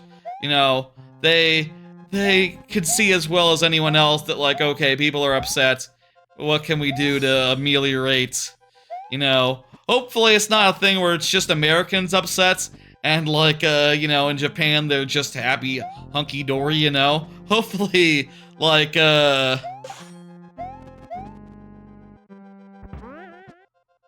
interesting. There we go. Huh. Hopefully that, like, Nintendo is on the ball and, you know... I gotta imagine we'll see a patch to revert it or to otherwise, like, tweak it. Like I said, I think that with some more weighting, it would be good, but I'll also say, like, the thing is about this is that no one knows what the fuck is going on. Like, if you just looked at the YouTube videos that came out, like, immediately, and the thumbnails, more importantly, the thumbnails, you would think that, like, oh, it's just all intermissions all the time now. No more 3 courses, and, you know, the reality is you could still get them, apparently, and it's 50-50? Seriously, 50-50? Which is a lot better than I thought it was, honestly.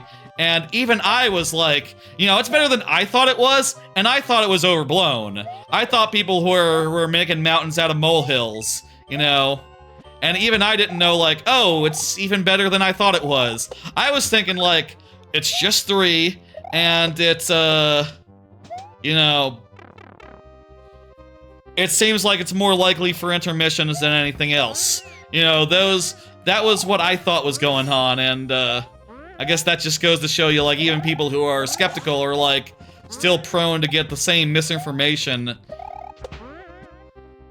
And just have that be their working assumption, like, oh, you know, it's gotta be really bad. I'll say, obviously, yes, it is not an improvement. It is a bad change. And, you know, when I first played Mario Kart Tour World, when I first played World, I played the versus mode on stream, and I realized, like, how that worked. You know, like, oh, random picks a random course. Okay, that's perfect. And you get a 3-lap. Okay, so, you know, occasionally you'll get a 3-lap. Most of the time, the non-randoms will win out, it seems, because people usually pick non-randoms. That's, like, the weirdest... I'll say, like, that's the weirdest part of this to me, is that, like, people online don't pick random. Most people pick one of the 3. And then, like, random is, like, maybe 1 in 6. 1 in 6 tracks, maybe. Most people pick random in higher rooms. Oh, so it's like a skill bracketing thing. Oh, that explains it. I have only played the versus mode enough to... I haven't played the versus mode that much, honestly. Around 8,000 points. I'm around 8,000 in Knockout Tour. I'm probably around 3,000 or 4,000 in versus, just because preference. I do pretty well, though, I'll say. Like, I've done some multiplayer lobbies with some discords, and I've cleaned up. I've done pretty good in the Knockout Tours and stuff. As well as the, you know, the cups that they do. I like Knockout Tours a lot. I love Knockout Tours. Intermissions have gathered a reputation of requiring no skill. That's silly. I think the intermissions are pretty great. I like it a lot. I'm a big fan of what they've done, honestly, with the game in general. And I guess you could say that by, like, my preference of Knockout Tour. You know, Knockout Tour doesn't have any of the tracks until the end game, until the last one. In which case, it gives you, like, a full track to end with.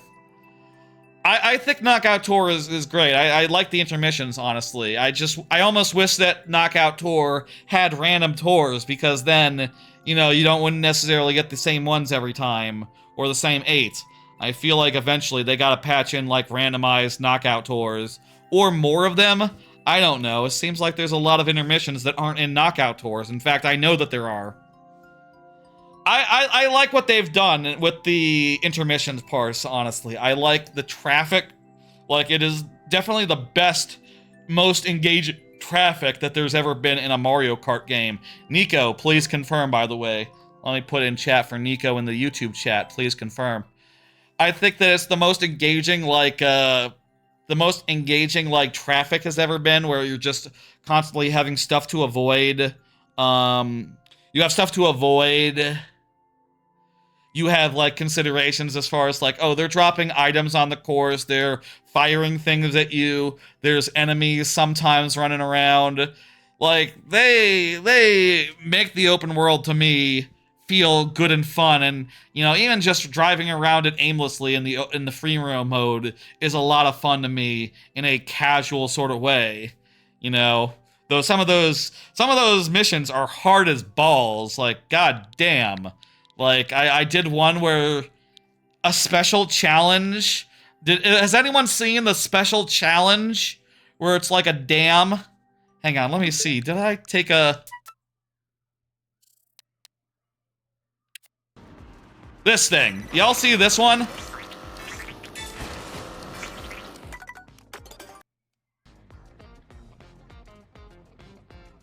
Special test of skill. I did that one. That took me a while to figure out, to get down. It's so fucking hard. That was not it. Didn't that look like it should have been it, though? Look at that. Madness. I didn't capture it when I actually did it, though. There's good intermissions, but there's a lot of ones that feel the same, I guess. I watched a good video that was like the top 14 intermissions, and that's very interesting to me. I want to see, like, which ones are the best. I want to know, like, okay, tier list. I want to see a tier list. Though I also saw someone going like, oh, one of the ones in the ocean were some of the worst ones, and it's like, I don't know. Some of those ocean bits are fun. How often do you drive in the ocean? There's a good 2 or 3 you've seen that you like? Dang, that's a low hit rate because there's like 201. I like them. I like them. I like Mario Kart Tour World a lot. It's an S tier game to me, and I can't wait to see it improve. Crown Bridge is amazing. Yeah, there's some good bits. That's probably one of the better ones, isn't it? Like the thing. I like the Koopa Troopa Beach. That's fun. That's a just straight up this game's baby park. Hell yeah. I wonder if they'll add, you know, in DLC, I'm wondering if they're gonna add like more existing parks or more existing courses, or if they're gonna be like, you know, maybe the key would be like a hybrid. Like, okay, we're adding like a theme park area. Here's a theme park now in the map. And of course, yes, you have Baby Park there, but also you have like a new course that's like a roller coaster. And you have like another new course, which is like a haunted house. Would that be weird? There's already haunted houses. What would be if you had to have 4 courses themed to a theme park, what would you put in? Let that be the question as we play Nico's level, which Nico has not confirmed, so let's go with sudden death for Nico. Like the one that goes through Daisy's palace? Oh, you mean like in the desert area somewhere? Daisy's palace? Yeah, like a roller coaster. That's something you would see in a theme park. It's from some track to Shy Guy Bazaar. Interesting. It's not in the bazaar. Is it in the bazaar? Huh. I didn't know about that. That's cool. There's some stuff. I like the classic tracks in there that they snuck in. That's really very fun. Right out the bazaar? Gotcha. That's cool. Let's do latest. I don't know. I'm not feeling like thinking that much. And latest is good. I don't want to scroll all the way down to the... We'll do the first level of World 7. How about that? That's perfect. Do a 7-1. The last lap, you go through a small part of the bazaar, but it's mostly in a different area that you don't usually play through. Yeah, I've heard that. Yeah, I've heard that a couple of the intermissions have, like, bespoke areas. What the hell? What the hell? I got a coin. Oh, haha. There's a way under there. I didn't realize for a second. Okay. That's not solid. Okay. I've heard there's a couple intermissions like that. Anyway, I do think there's room for improvement and room for more patches, and I think they'll get there.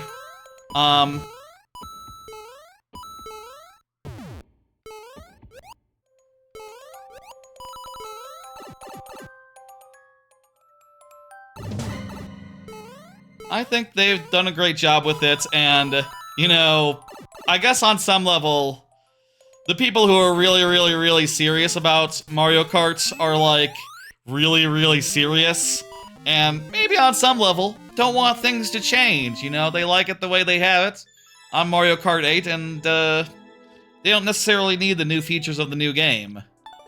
Which, fine and all, but, like, I think get used to it to a certain degree, right? Like, yeah, no, intermissions are a big part of this new game that you're playing and you paid money for. You should try to get into them. I don't know. I heard that, competitive Mario Kart is only now just trying out. You know, they only recently had, like, their first, like, okay, 24 players? Are we doing 24 players? I don't know about this. And it's just like, yeah, dude, that's the number of players that this game has. Get used to it. Whenever you play online, you're going to be playing with that many players, so get used to it. Get good. I don't know, man. It's a new game. Get used to it. Though, I do think they'll improve the... They'll make it so that you can, you know, they'll adjust the numbers on the random thing. Like I said, I think it was better when it was how you got your 3 laps in. But I also think you should occasionally do an intermission. You know, whether it should be its own mode, maybe, I guess, that's fine. You know, I guess people could take it seriously, they could take it less seriously. Maybe if they take it seriously, they want to see more 3 laps. That's fair. That's fair. The stages are good. They're really good, so makes more sense to want to spend more time in them. You disagree, Zach Divine? I get you. What are you gonna do? Anyway, we completed it. Let me hit complete and bring up the next level. Zoran, Speaking of Zoran, please confirm, by the way. Let me put in chat for you. Zoran. Hearing a clicking in my ears, it's really annoying me. I should probably see an ear doctor about that, get like an ear cleaning before I go vacation.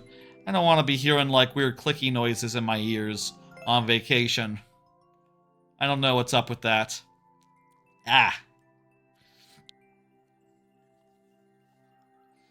Zoran, please confirm. Got another card here. Another controversy. Y'all hear about that Switch 2 screen nonsense? This has been a thing that's come out this last week. Digital Foundry and other places completed their, very elaborate tests where they test the Switch 2 screen using slow motion cameras and magnifying glasses and other things of that nature. And they concluded that the stats are not great. As far as the, hey Zoran, perfect. As far as the refresh rate goes, like the time it takes for one pixel to become another pixel, given 2 pixels of like the farthest, like bright white and bright black. There's a little bit of a delay there, and I'll say I have not noticed it. I've been playing mostly in online, in like tablet mode when I'm not on stream, and no one else pretty much noticed it until Digital Foundry figured it out, and now everyone's mad about it. That's been a fun thing the last week. Talked about the Mario Kart stuff seeming a little bit overblown to me. I'll say, like, this is entirely overblown. What did I type in wrong there? Oh, it's a J, not a 3. There we go. I think that this much is, like, entirely overblown. Like, I cannot even see the damn issue with my naked eyes. I don't think a lot of people can. Maybe it depends on the game. 3D games like Mario Kart, you're not going to experience any issue because it's too complicated. 2D games, I tried with DKC. No issues there. I played a little bit of, played a bunch of games on there. And I was like, I don't see an issue. No, just fine to me. Looks good. Still looks good to me. And, like, that's just, it is what it is, right? Like, I understand that, like, statistically it does suck that, like, oh, wow, it's worse on this one metric that people probably really haven't heard of before when you get right down to it. That is a bummer, but it is also worth noting it is a bigger screen than it's ever had. It is a wider resolution screen that they've ever had. The Switch 1 was 720, this is 1080, and also there are other metrics on which it's better than like your average LCD, though arguably not better than an OLED in ways like the black levels. But it is a very bright, very vibrant screen, and like to say it's a bad screen is like, come on, that's just a bit of an exaggeration. I've been playing games on it, and I feel like it's probably the most beautiful screen on a handheld device that I have, and I have iPhones, Like, I'm really smitten with the way games look on there, on the screen. Like, I don't know.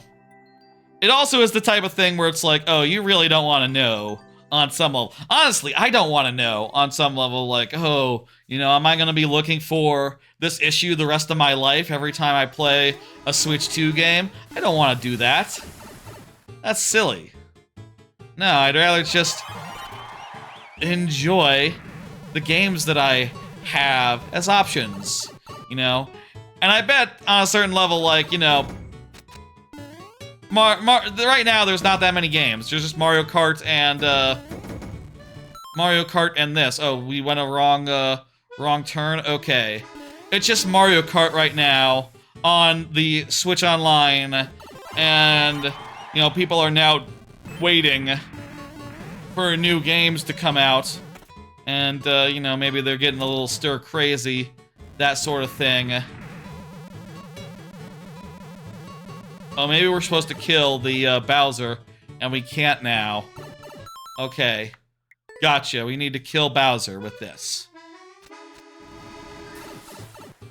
People getting a little stir-crazy, I think, is the thing, you know? And also, you know, I do gotta say, like, yeah, this is not the biggest issue that there's ever been for a device, you know? This is clearly not as big a deal as, like, the controllers breaking. Like, everyone's controllers breaking and needing to be replaced. Joy-Cons, anyway. This is not as big a deal as, like, the constant bullshit of the Red Ring of Death, which everyone totally forgot about, you know, 10 years later. Like, no one remembers or really thinks about the Red Ring of Death. There was not rage bait at that time. It's so weird to think back on the Red Ring of Death and just realize, like, yeah, no one was really complaining about that in the ways they complain about this stuff now. You know what I mean? Wait, what happened? There was no... Huh? How come the way forward is locked?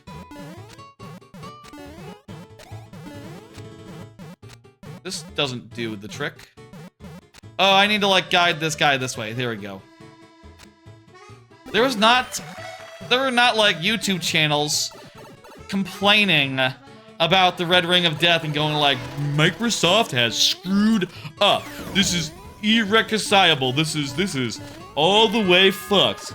You know, there just wasn't that industry. There wasn't that like rage machine at that point in time. It didn't exist. Like, the worst that you got were people talking about it on forums, you know, and maybe like fanboys being fanboys, which, you know, everyone knew to fucking disregard, you know, or like anyone reasonable knew to disregard, like, okay, fanboys be fanboys, you know, one way or the other, right? Whereas nowadays, it's just like, your algorithm will serve you up rage and people being mad and I don't care for it. I don't care to see it.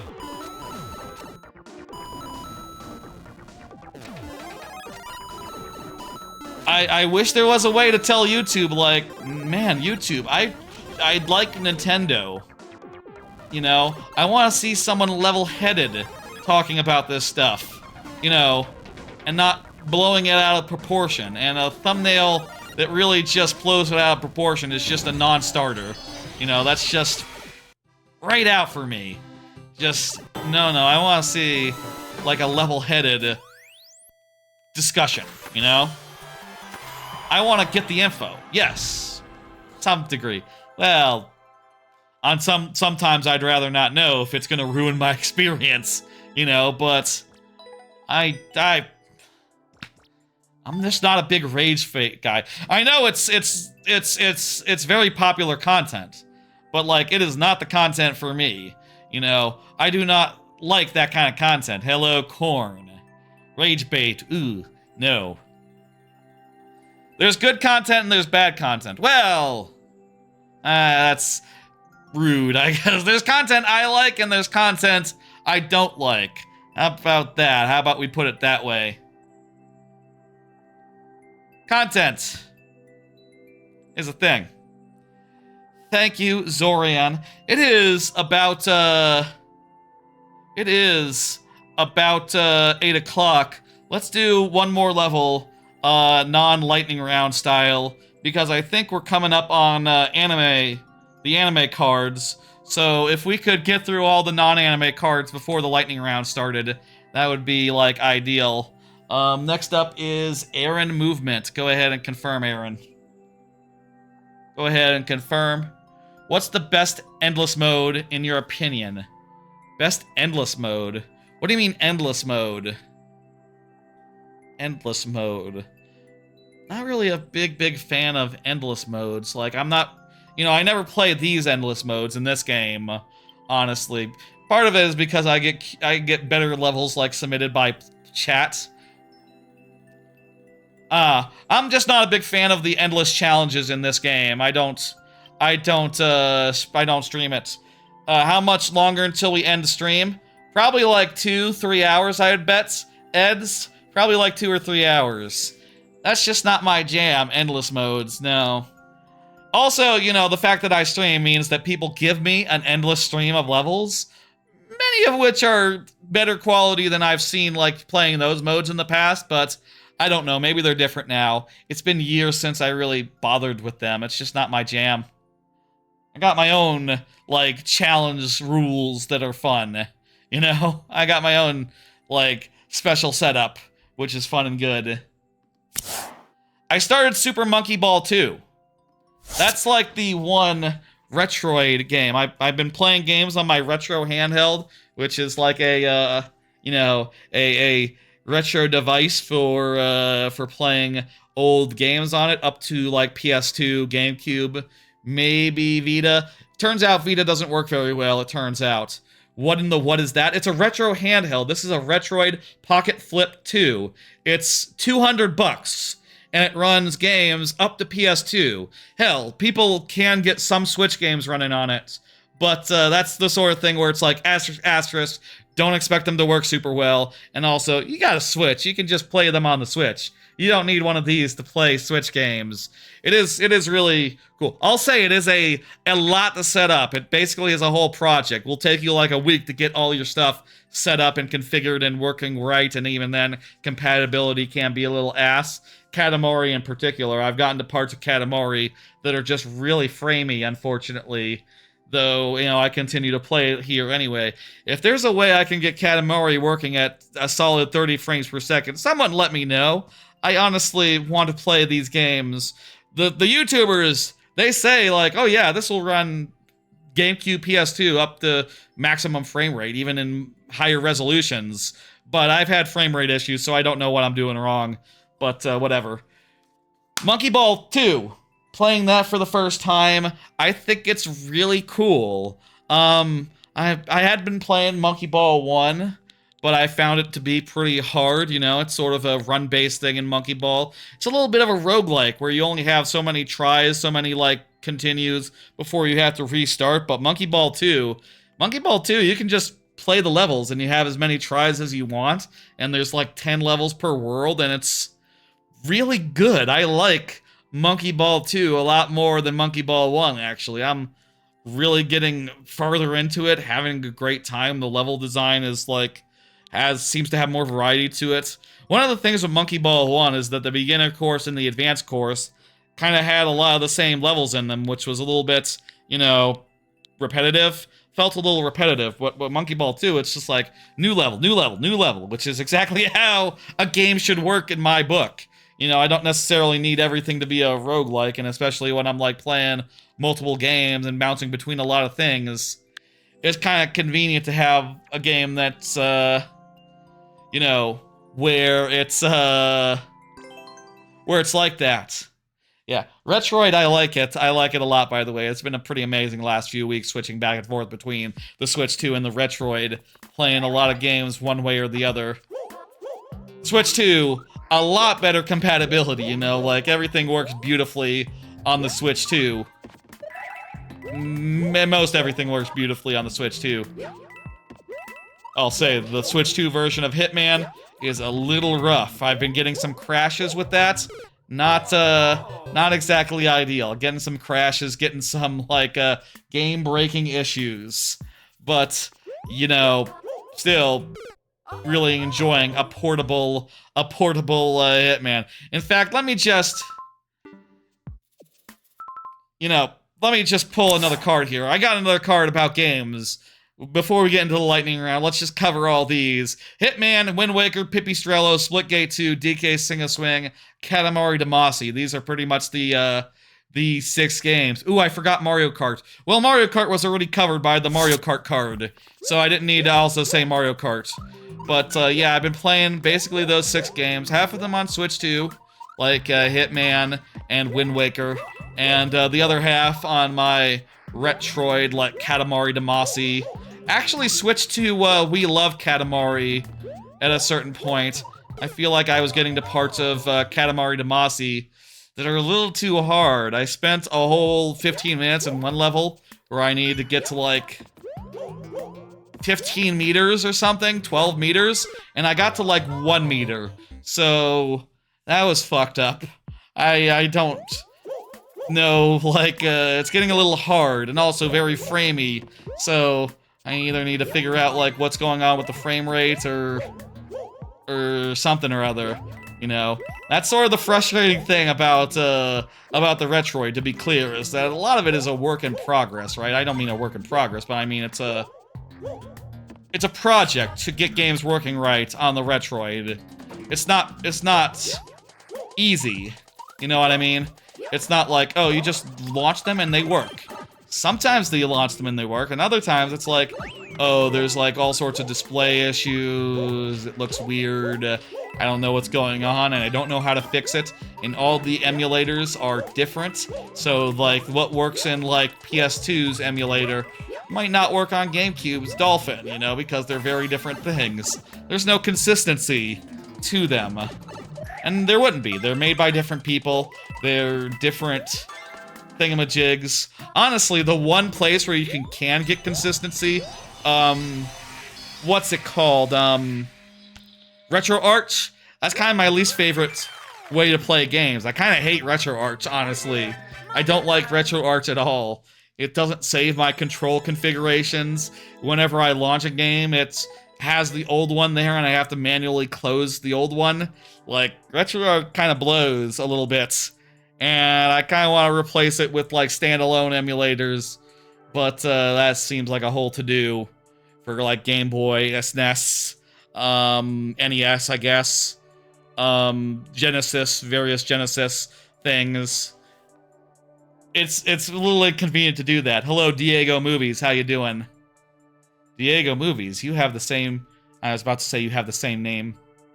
Wind Waker, I'm at the Earth or the Wind dungeon. I'm just at that point, so I got 2 dungeons left in Wind Waker. Two major dungeons, you know, other than the last dungeon. What else is going on with games? Like I said, Hitman's been giving me some issues, but I've been continuing playing that. I just did the bank, and I skipped over Maldives, which I guess they added to Hitman 2's, like, in the middle of Hitman 2, despite being the latest level to be released, which is a little bit weird. It was crashing on me, Maldives was, or the islands, the island one. Whatever that one is. The Maldives is actually the next one I have to do. Whatever. And Katamari continues to be fun. Been playing a little bit of Shadow of the Colossus. Any other Retroid games to note before we go into, like, anime time? Let me open this sumbitch up and look at recent games real fast. I think I pretty much covered it all. King of Swing is like a fun little Game Boy Advance game. It's got basic gameplay issues, but I like it nonetheless, because it's a Donkey Kong game, you know? And Jungle Climber is a lot better. It's like an order of magnitude more improved because they made it so that you attack by just hitting a button rather than attacking by, like, holding down 2 buttons and charging up an attack slowly. Like, that kind of sucks that it works like that in the original game. Does Korean count as anime? Maybe to some people, but I don't watch anything that's not Japanese, no. When I'm looking for new anime, I strictly stick to the ones that are Japanese. People do include, on, like, websites and stuff, Chinese ones as well, but I stick to the Japanese. That's what I'm looking for, honestly. Made in Japanese voice acting, that's kind of what I'm looking for. One last thing to note before we move on. Wind Waker. I saw a great video of Linkus, a Wind Waker speedrunner. Apparently, Wind Waker speedrunning has been blown open by the GameCube Classics version of Wind Waker, because apparently it has a point where in the original game it would crash, and in the new game it doesn't crash. Basically, they get out of bounds and they play a song on a chest that is not loaded in, and instead of crashing now, it doesn't crash, and then it loads up the room, and they can use that to skip around and beat dungeons in mere minutes now. Some dungeons in mere minutes now, which is really, really cool. Your internet is acting up? Is anyone else's internet acting up? Yeah, big I'm not seeing any drop frames, so I think we're good. Yeah, big changes in the Wind Waker front. And I'm very happy for Linkus and other Wind Waker speedrunners. I hope, I guess I hope that, like, when TTYD comes to Switch Online, its speedrun is similarly improved. You know what? I don't think I've seen a Thousand Year Door remake speedrun. Has that been at GDQ? I don't think that's at GDQ this year. That should be at GDQ. I want to see, like, what big improvements that, what skips that version has. I wonder if that version even has, like, maybe that version's just a lot less broken or something. I don't know. But it's funny that it hasn't been at events and stuff, considering. I'm always curious about that stuff, and I like to hear about Wind Waker developments. And honestly, just Zelda speedruns are just very interesting in general. The way they're routed, the glitches, all that. They're always very interesting. Let's start the lightning round. You stream every Friday? That's right. Friday, typically. I'll say, before we get into the lightning round, I'll just say before.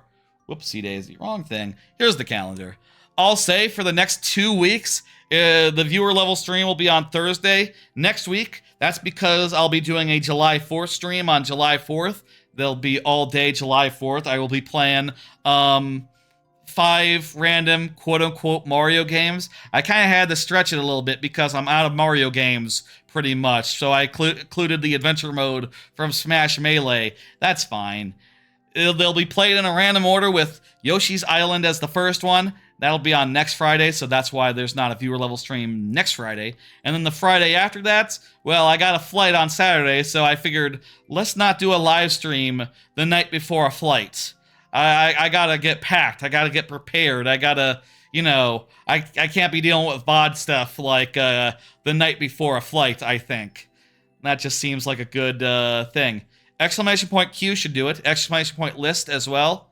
Or just exclamation point Q, like the letter Q, will also do it.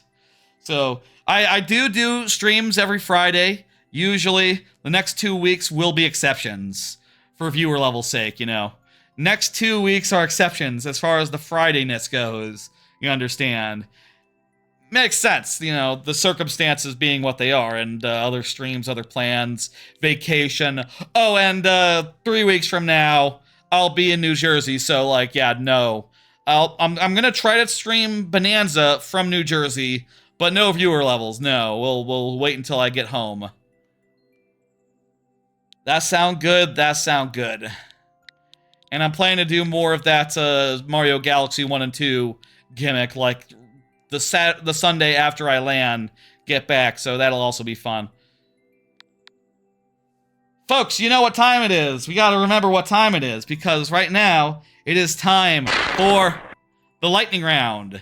It is time for the lightning round, and what that means, for those who don't know, is that from here on out, we are in the lightning round. We will have 5 to 7 tries to beat every level that comes our way.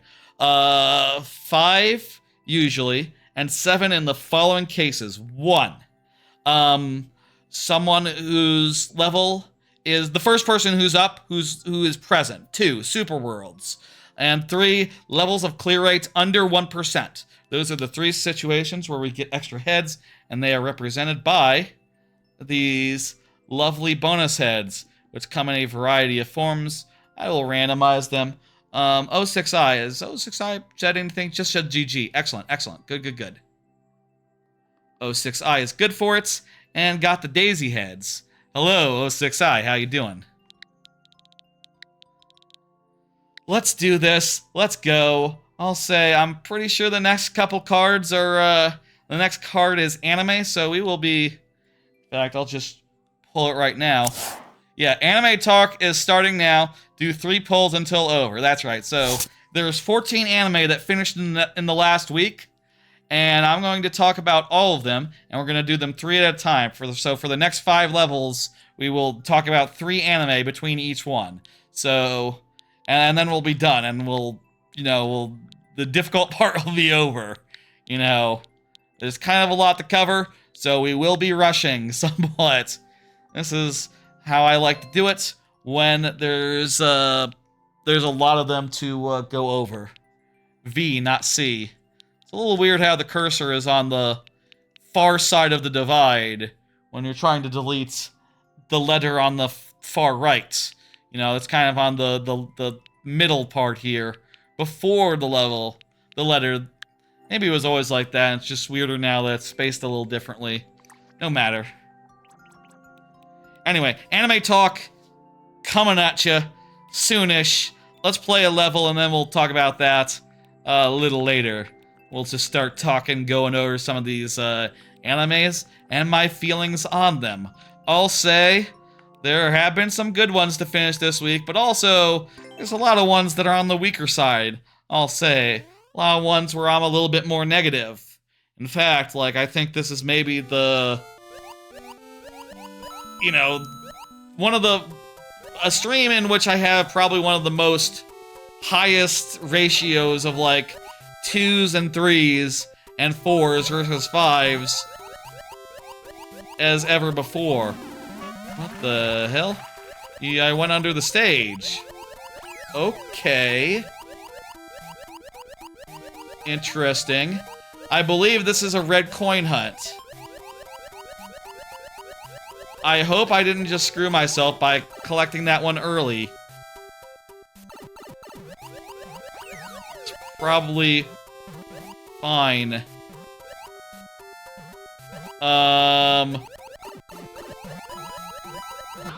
This is a really interesting one. It's very different from the previous levels of the Super World, where all those were like, you know, regular traditional ass stuff, where this is like a straight up red coin hunt.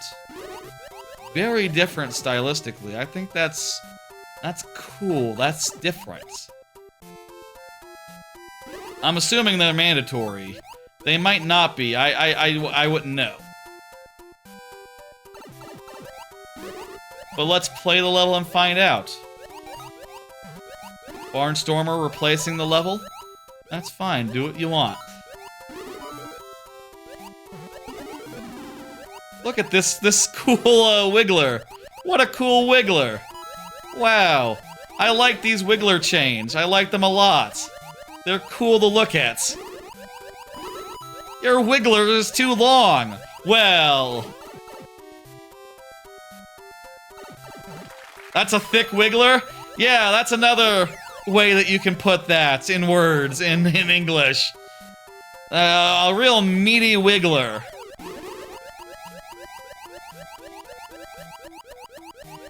Now this is a more regular wiggler, you know, a regular size wiggler, longer than a driveway. I was definitely going blue with that in my head, to be clear. You know, wiggler length as a metaphor for penis length. That sort of junk. You don't have to think about it that way. You don't have to look at these guys and think like, wangs. In fact, it's probably better if you don't. Clean mind, says Preamble Pikmin. Yes, let's keep it clean. We should keep it clean. I don't know, when you see a wiggler that long... When I see a wiggler that long, I think about things. I don't know. Throwing up my hands here. I'm guessing through that pipe.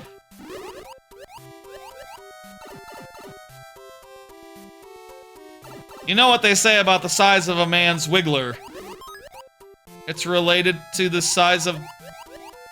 In this telling, is the wiggler a penis or is the wiggler the foot? You know that's the thing people say about like the size of foot size, right? Or is it hand size? I don't know. I don't think about that much. I don't know. What the fuck? Think it's hand size? Surely it would be both, right? I don't know. You know, gorillas have very small penises, but they have very big hands. Makes you think. So, how true can that be? Hello, Jose. How you doing? I'm just talking about, best not to worry about it, because it's anime time. Let me hit complete and, pull up the next level there. Sun Gold. Sun Gold, you are up. Let me go ahead and hit next for Sun Gold to confirm. Meanwhile, let's go ahead and start pulling some of these big old cards. These sets of 3. Okay. I have finished... What the fuck? That's not the...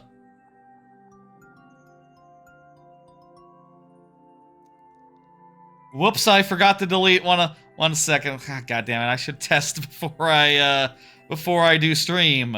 Huh. I should test before I do stream. Whatever, it's fine. You know, we'll make it a little more even. Because the last... Let me fix. Give me a minute.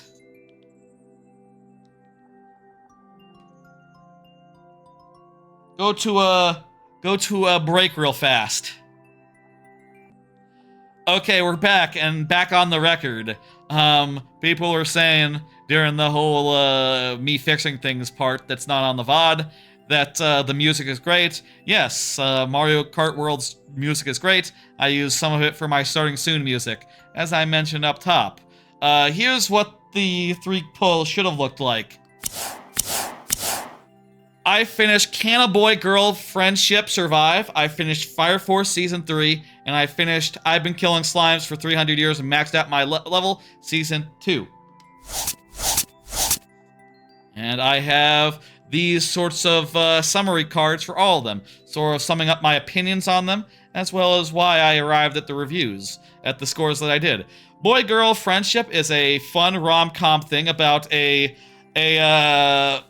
boy who is into, like, basically his #1 ambition is to make, like, an Etsy shop, and I found to be a bit of fun. I like the main character, and I like his main girl, who is, like, you know, a really outgoing gremlin type, who sort of models for him, and as, like, a romantic rival appears, you know, it suddenly becomes less of a friendship and more of something else, which is good crap. Good, interesting, romantic junk. It's a little bit messy. I felt like anytime it needed to, like, have plot happen, it sort of just introduced new characters to be like, oh, hey, let's do something weird, or, you know, or like, it wasn't really justifiable a lot of the time when there were, like, threats that threatened the relationship other than outside the main 3 characters and their interweaving stuff, but it was fun, and it was good characters. I give it a 4 out of 5. Meanwhile, Fire Force Season 3 is shonen about guys who fight fires using fire. Magic fire, you know, though it's gone in some good direction since the first season. Spoilers for Season 2 and stuff if you read the description, I'm sure, but it was a solid season. It had big moments that really went off, and some good silly bits. And I did think, like, you know, the thing about it is that it's just getting started. You know, like, it's not concluding yet. It's very much just like, oh, here's the first core of the final season. Things are ramping up to the end, but they're not there yet. The climax has not arrived yet, and for that, you know, it's not like an S tier thing, but it is like a 5 out of 5 for me, for sure. It was definitely a great season, and when it did, like, go swing for the fences, like, it did do some amazing stuff. And finally, I've Been Killing Slimes for 300 Years, Season 2, which is a cute slice-of-life romp thing about a isekai type thing, where, like, the main character is really strong and immortal because she was sort of isekai'd that way, and in the first season, she gained a whole found family of cute characters to hang out with, and in the new season, she continues to meet new cute girls, and a couple of them even join the family as, like, major characters, sort of. It's just lovely. It's just fun. I really enjoyed every episode, the hell out of every episode, and, you know, I saw no reason not to give it the same score I gave the original season. 5 out of 5 with a heart. That is to say S tier. It's damn good. Slime 300 is, like, some of the best, laid-back, good vibes, animes that there are. It's a lovely good time. The thing is, with the original season, is that she died of overwork, so when she gets into this universe, she's very much just like, oh, I'm never going to work hard again, which is just a very nice thing for a character to be like, you know? And, does the heart good to watch that show and to see cute girls doing stuff. And it had some cute bits as well. Shout out to that part. I think my favorite part of the season... I liked, it's not really a spoil, I'm just gonna say, like, without context. I like Fighty's gimmick with the low kick. That was a funny bit. I liked that bit. I also thought the Egyptian lady had a lot of good energy to her, I guess. Is that a way to put that? I liked her bit, her routine. Even if it's just, like, literally a, you know, those two are doing a very common comedy routine in Japan, basically. Of, like, oh, you know, one of them is outrageous and the other one's a straight man. That's pretty normal, but I liked those two. A bit. G, not C. Lowercase is hard on the preview monitor. G kind of looks like a C. I don't see Sun Gold, so it's going to be sudden death. Let's go ahead and play one. Okay, easy road to experience, hard for a thing. Okay, so let's do this one then. And we have 2 tries to do it, as is the case when someone isn't here. Suppose it's worth noting that we do have subscriber incentives as well. There are subscriber incentives for 2 of them. 2 things that they can do. Ego's next. Ego's next. Shock Pichu is next, looks like. Who's next? Shock Pichu is next. Let's go hard. We have a life to burn. Let's go the hard route, and then if that fails, we'll go the easy route. So far, we're having trouble getting into the hard route, so maybe we'll see how this goes.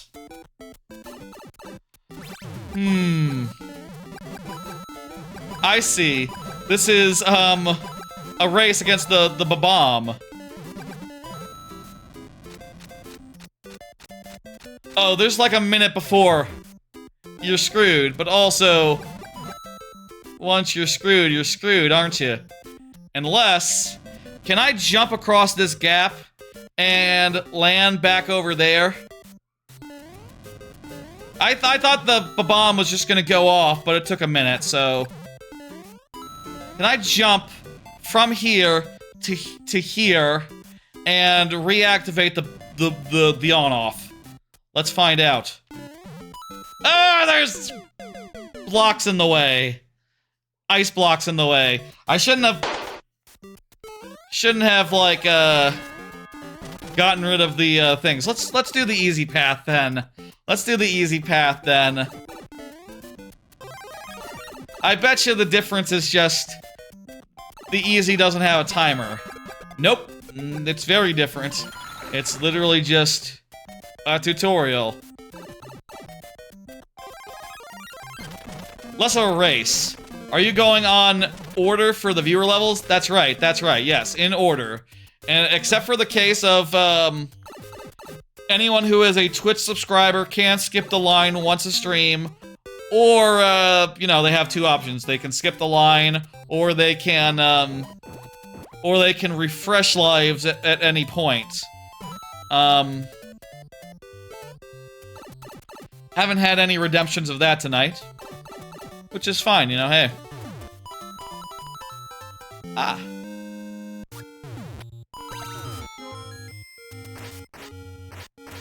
This is indeed very easy. We're gonna get through it.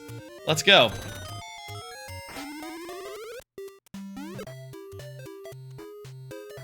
Hope y'all are doing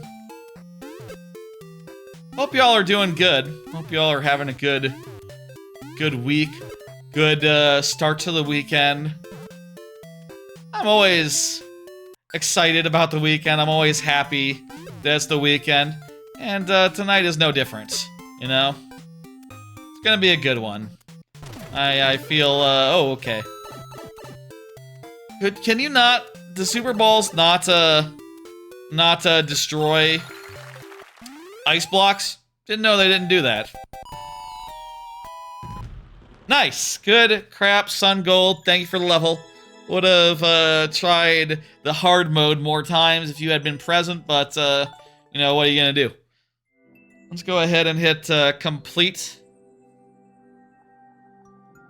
Let's go ahead and hit complete, and, bring up the next one, which is Shock Pichu. Shock Pichu, go ahead and confirm. While Shock Pichu is confirming, let me do another 3 cards. We'll do another 3 anime real fast here. I finished from Old Country Bumpkin to Master Swordsman. I finished the Gorilla God's Go-To Girl, and I also finished Makina-san's A Love Bot. My god, this is probably the lowest rated group of 3 pulls that we've ever done on this channel. A 3, a 2, and a 3. That's, yee. Just how it happened to happen. Just how it happened to be. The good shows didn't finish last weekend. Only the bad shows did.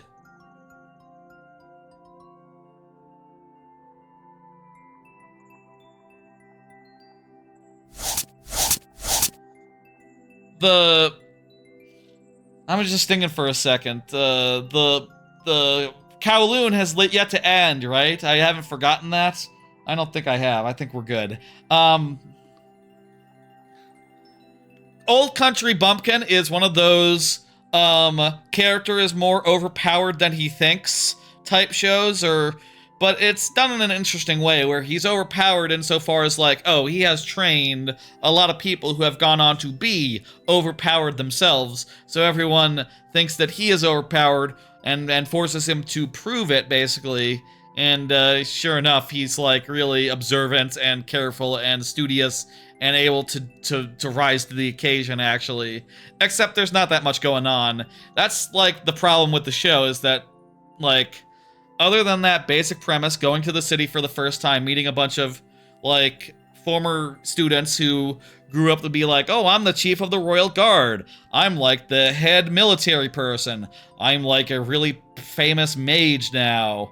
Mage? I didn't teach you. I taught your swords, though. Whatever. It's fine. You can be overpowered in multiple ways. After that, sword dries up. The only thing it has is a followership arc, which is pretty good, honestly. Pretty good and wholesome. But other than that, it's just like, I guess you could fight some guys. And it's just like, kind of boring. Which is why it gets a 3 out of 5. Gorilla God's Go-To Girl, 2 out of 5. Gorilla God's Go-To Girl is about sort of a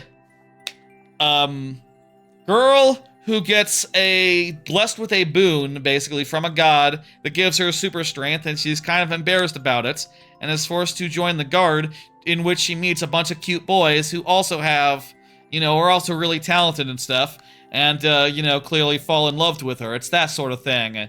The plot was cliched, you know, full of, like, all sorts of, like, villainous slash, like, that sort of high society, medieval type school for ladies type cliches, you know.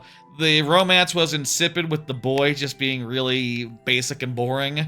The power system was half-baked, and also the only way most characters got depth, basically like, oh, what god blessed you? And it wasn't really that deep. It's just like, oh, I got blessed by a dog, so I am loyal. And it's like, oh, is that all your character is? Okay, whatever. I got blessed by a squirrel, so I'm embarrassed. Okay, well, I'd appreciate if you had more stuff, more to you. And the action was mediocre on top of that all. You know, I'll say, like, the Gorilla God bit of her just going like, oh, I'm kind of ashamed, I'm kind of embarrassed, I have a really strong power. That was pretty good. That's all there is, and the rest is pretty crap poo-poo garbage. Mediocre, less than mediocre, give it a 2 out of 5. And finally I have Mikina-san is a love bot, which is ecchi slop. but at least it has, like, some shadow of an idea where, like, oh, the main character is a robot, she needs repairs, and, you know, sometimes he's, like, disassembling her, you know, taking her legs or heads off, or head off, and it's all, you know, they are able to have some more interesting, ecchi scenarios than, like, bog standard ecchi goes, but also at the same time, there are just scenes where it's like, oh, hey, she's just gonna throw herself all over boy, just for no reason other than like, oh, we need to have some horny business right here, and, you know, we haven't met our quota yet, because this is an ecchi show. It's mostly slop. It's not bad, but it's like, yeah, very much just run-of-the-mill ecchi slop. Maybe a tiny bit better, but a tiny bit worse at the same time. It all is a wash. It's a 3 out of 5. That's probably the worst set of anime we'll have to talk about tonight. I mean, I think it's pretty much guaranteed. There were some good shows this week. There are some damn good shows this week, which we will talk to, between this and the next level. The next level and, the level after that. Shock Pichu has confirmed. Excellent. Let me put in the code. And we'll, was this the... Let's see now. What are we doing here, Shock Pichu? Just anything? Pick out a level I haven't played before, maybe? Let's go with,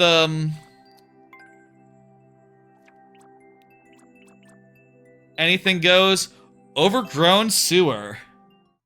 Clear rate is, well above 1%. We get 5 lives. Let's do it.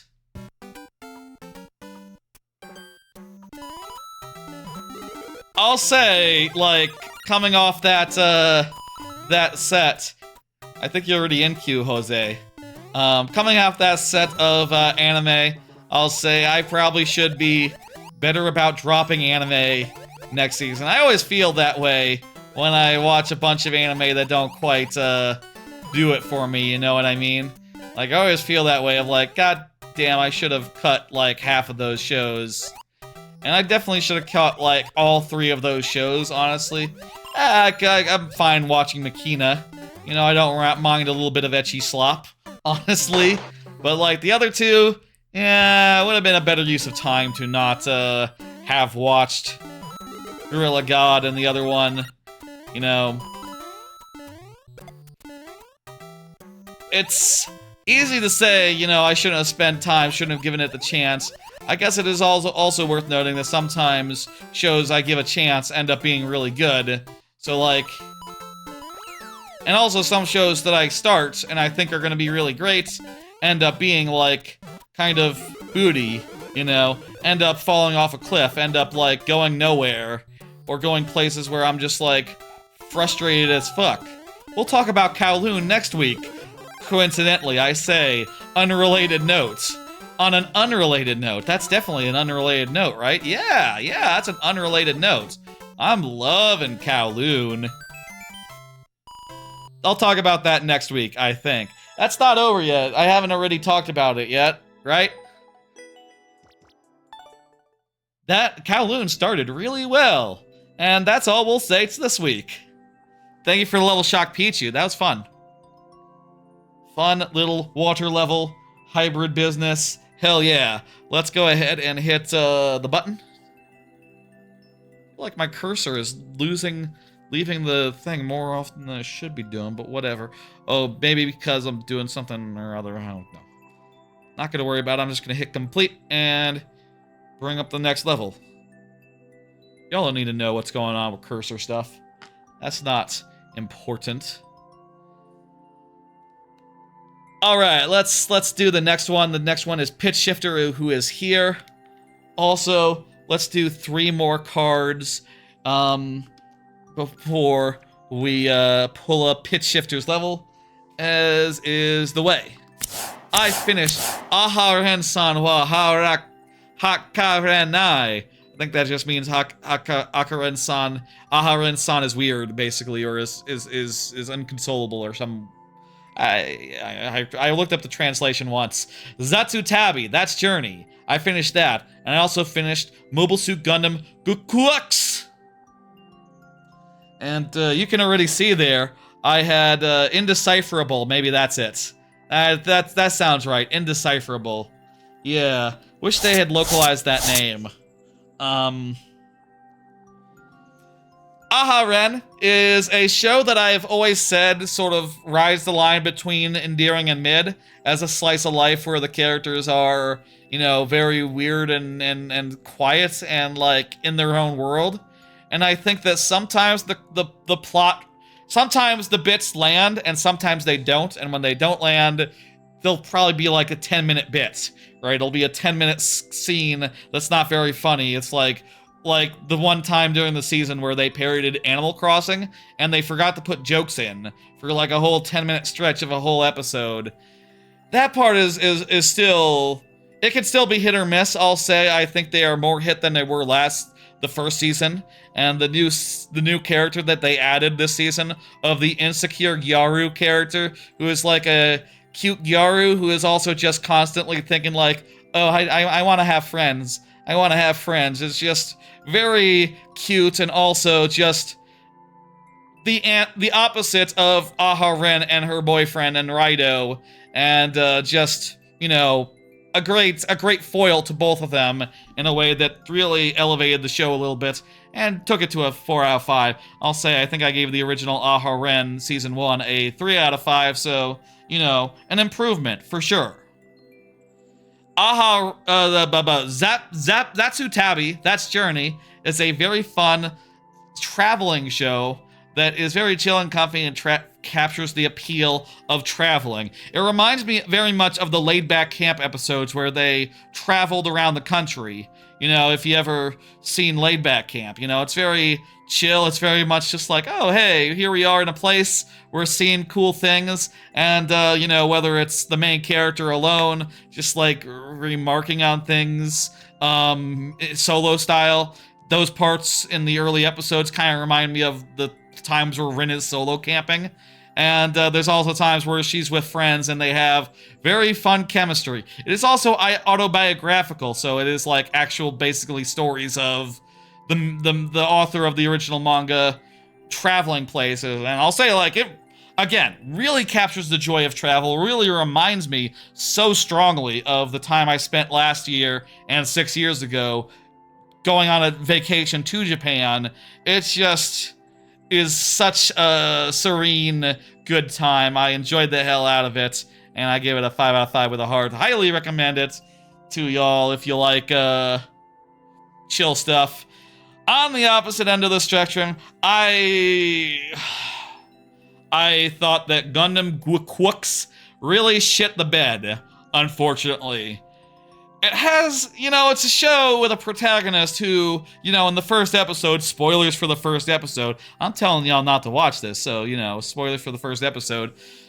The first episode has a high school girl who is just so audacious, she steals a tank, or steals a Gundam, just because she has the opportunity to, barely the opportunity to, and it's like so amazing and audacious, but it's not about her. Instead, the show has a hard-on for this guy called Char Aznable, and the show is really about him, even though he's not fucking in it. Like, you know, mostly. It's so distracted with Char Aznable, it can't give this high school girl who is just so audacious a good plot line. You know, the first half of the show kind of manages it well enough, but like after that, I have only seen like Descents into Madness as bad as like Wonder Egg Priority. Like, it is that much of a bed shitter.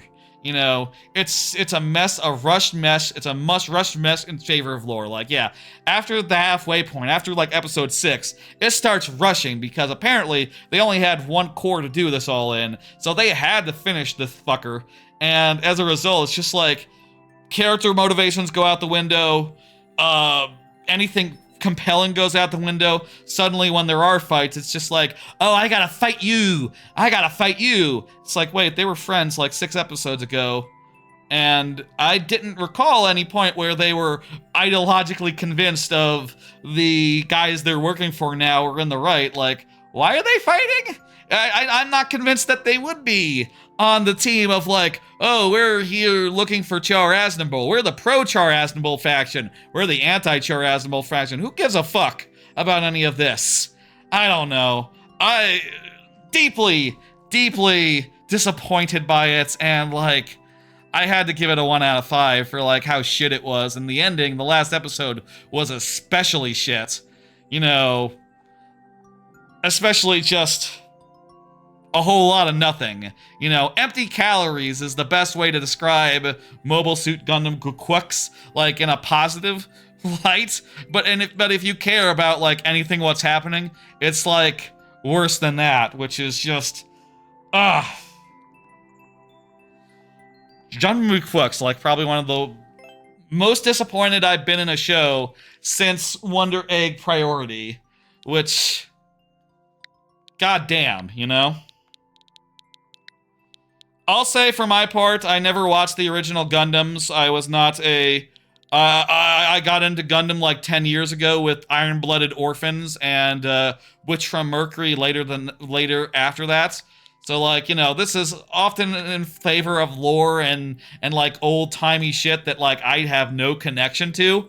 So it just sort of misses me entirely. I do not care about the flashback of like, oh, here's how the timeline started with Char Aznable doing a thing. And it's like, I don't give a single shit or fuck about this. Show me the high school girls who are cool, who are doing like illegal mech battling. That's cool. This is not cool. I don't give a fuck. Anyway, really strongly disliked it. What else? You know, let's just play it. Time to play the level. Pitch shifter confirmed, so is good. Yeah.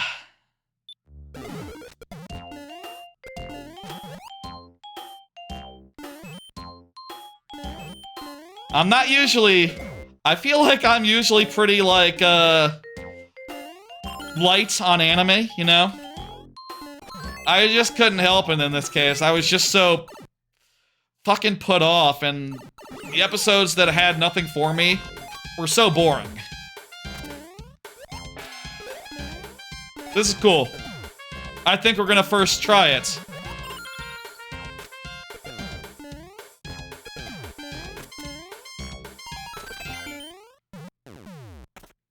Sick!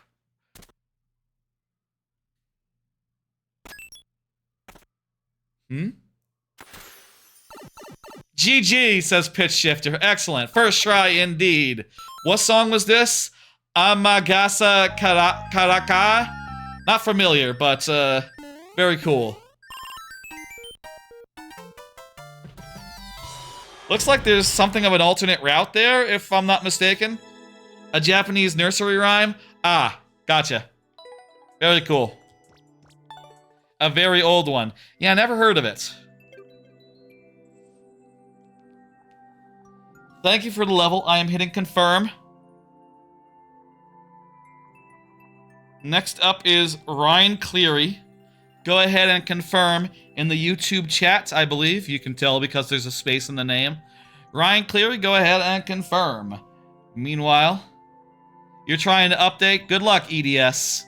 I'll say, like, I have cards after the anime cards, but how many? Not that many. We'll close the queue and go to last calls, like, soon after we finish with anime talk. I bet even Japanese players can't recognize it. So it's like more of a feudal type thing. More of like a, you know, 500 years ago type thing. Maybe, question mark. Here's 3 more anime that I finished this week. Let me go ahead and pop it. Maybe 3. We might be at the end of it. Yeah, 3 more, and then there's 2 more after this. Perfect, okay. I finished the Shuinji Family Children, I finished Apocalypse Hotel, and I finished A Ninja and Assassin Under One Roof.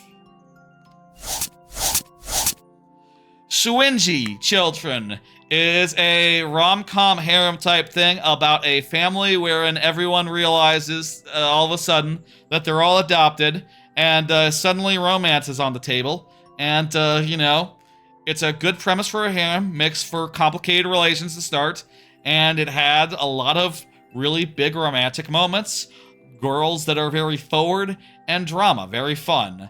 I thought the basic premise, I thought, really makes for something more believable than a lot of harem animes of the sort where it's like, yeah, there's indecision for a very clear reason, because the relationships are messy going in, because they don't start, they've been the siblings for like 15 years or so, you know, the rest of their life, so there is a lot of like second guessing, a lot of like, oh, this, what the fuck?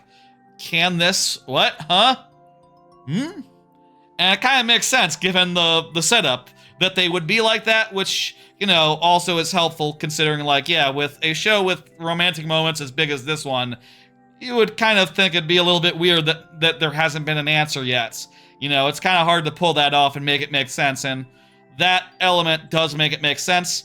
I also thought the characters were very fun. Again, big romantic moments. The girls oftentimes were very forward and very, you know, move things forward in big ways. Apparently, I did hear at some point that this was the same mangaka as Rent-A-Girlfriend, which I'll say, like, I think this is off to a much better start.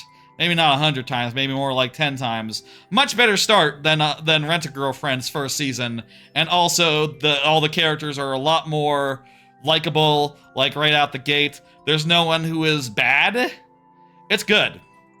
Yeah, I do got this. Recommend Shuinji Family Children. I think it's solid.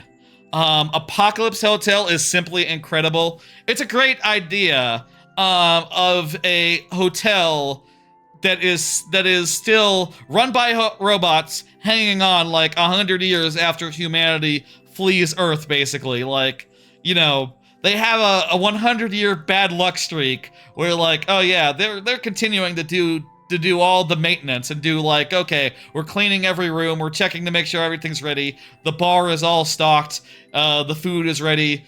If a guest shows up today, we got this. Oh, okay, just like the last 100 years, no more guests. It takes swings, it gets weird as hell with that basic premise. It is deeply hilarious, it is delicious, and, like, you know, this sadness and, like, it's admirable, them, like, maintaining over the years, right? Over the centuries. It's also very sad, in a way of deeply tragic, deeply hilarious, them just going, like, you know, a great example from the first episode is like, oh, we ran out of shower caps. We need shower caps. And what's more, we need them to come from the local artisans. We need them to come from bespoke local artisans. That's the only shower caps that we can stock in this hotel. It is tradition. And it's like, there hasn't been a human on planet Earth in 100 years. So, you know, these robots are getting a little ahead of themselves. And it grows in some amazing directions, you know. I don't know if it's much of a spoiler. You can see in the thumbnail, there are some aliens in there. But it grows into a successful hotel, and there are amazing swings and weird business going on in the Apocalypse Hotel, and I just love the hell out of it. Like, every episode was super funny, the characters were wonderful, and yeah, huge swings, weird as hell, like, plot points, world building, etc. My God, I loved the Apocalypse Hotel. Yeah, the episode where she was just walking around having a day off, that was amazing, you know? There's some stuff in there about, like, what is, you know, the humanity of these robots who have been around hundreds of years, like, maintaining in the face of no humanity. The last episode is also phenomenal. The last episode was so good. You know, you might have a guess of what happens, and I had a guess going into the last episode what should be the last episode, and I was correct, and it was amazing, and my God, just so good. Speaking of so good, a ninja and assassin under one roof, perfectly executed show about a assassin who is just, like, perfectly cold, perfectly, like, psychopathic, nonchalant, low-key psychopathic, basically, and a ninja runaway girl who, her gimmick is that she's cute and airheaded, a little bit lightheaded. She always has a positive attitude on things, and she's good at housework and turning dead bodies into leaves. And this show is very, like, one of the best, like, black comedies I've seen in a while insofar as, like, how ready to kill people it is. Like, my god. You know, the basic premise is that she is being pursued by ninja pursuers from her village, and every time one of them shows up, they're, like, really well designed. They're, like, really well animated. They have, like, distinct fighting styles and personalities and voice actors, like, real genuine voice actors behind them. Like, you know, one of them even was like, oh, you know, the one that looked like Haruka from Fooly Cooly, they got the same voice actor as her from Fooly Cooly, and it's just like, oh shit, y'all are really going for it. But at the same time, every time someone appears, every time a ninja pursuer appears, it's just like, they are instantly murdered and just dead. And it is funny every time, just like, my god, they're just dead. Oh, they're dead.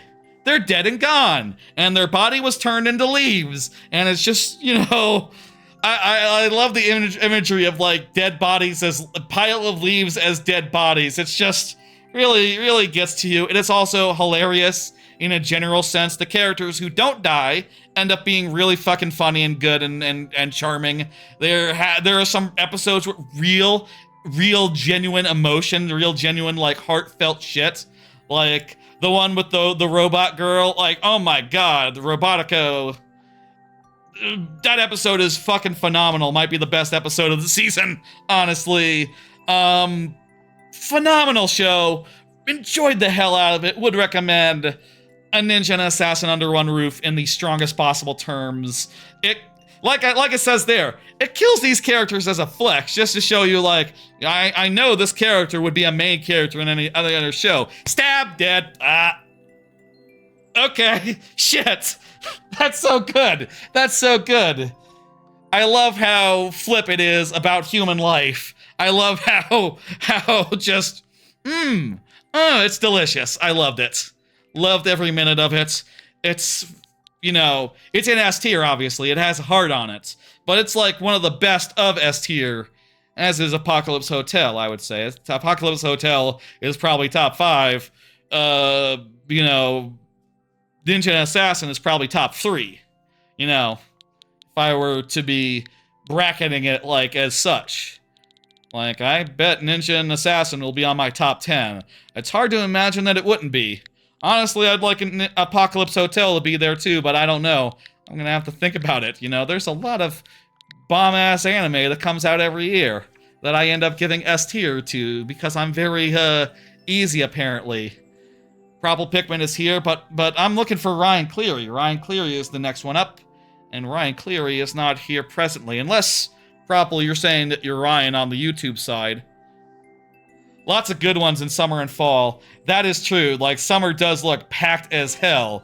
There's, like, 10 shows coming back that have been universally, like, S tier their entire runtime. Previous season have been entirely S tier.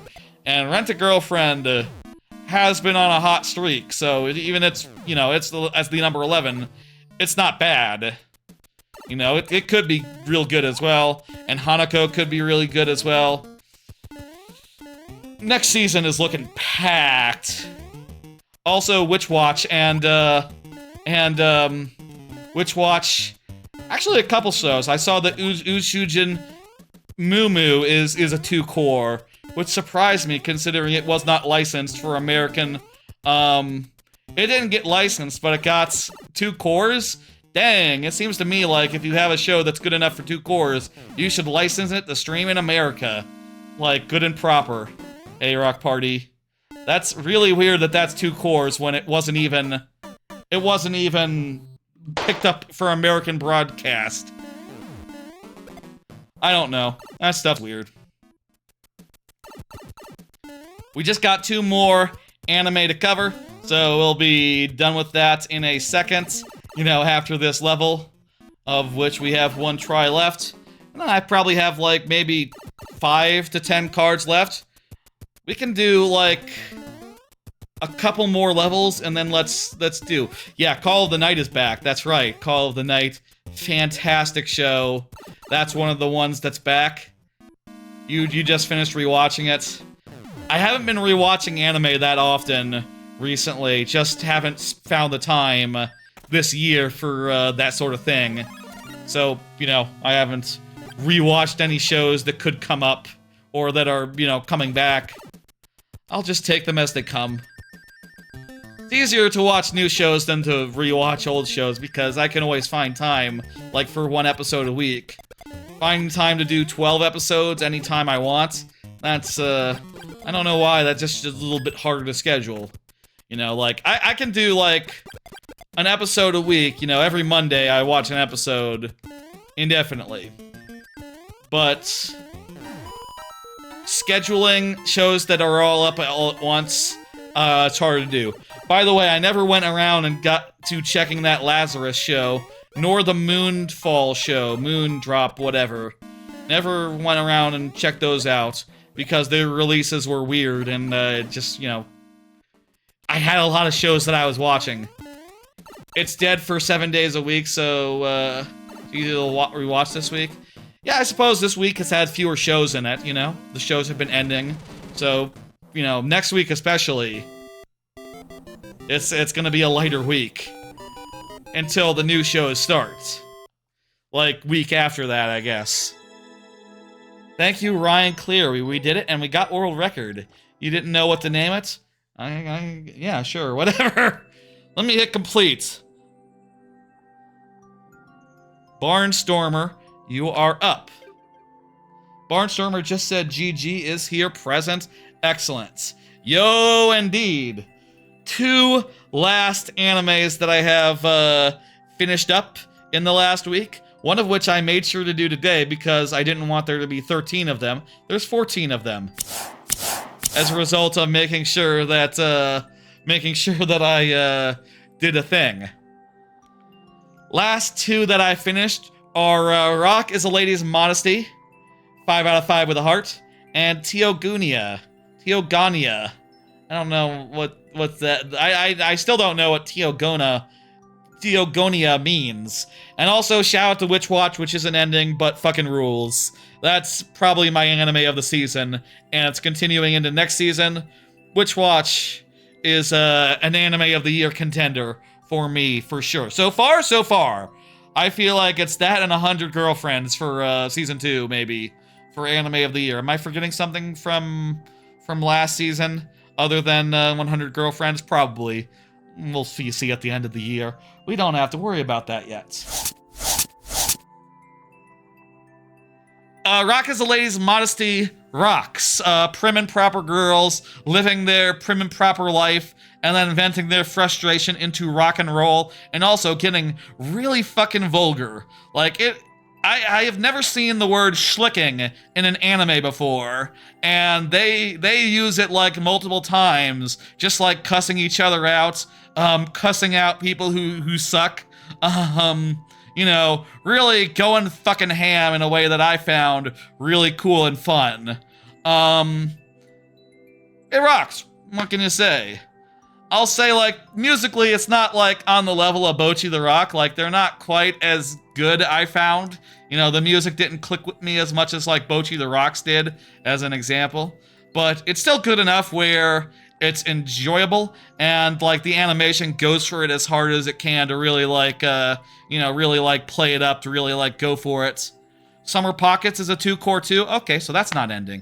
That makes sense, because it's really only halfway done with all the characters it has to do, probably. I was kind of hoping that was a 2-core, actually. It's good to know. Any others that are 2-core? I feel like there's 1 or 2 more that are like... And after that, there's Teogania, which ended today. Sort of a weird fantasy adventure thing about it's sort of an isekai, but sort of not really. I'll say, like, the part where it's an isekai is probably, like, the most cringe part of it for me, where the guy is occasionally like, oh, I remember Japan, I remember vaguely rice balls. What's a rice ball? Suddenly the word rice ball popped into my head, and it's just like, ah! You know, the only thing that serves to do is make me roll my eyes. Yeah, I think Sword Hunter is as well. Yeah, I'm pretty sure that was announced as one, right?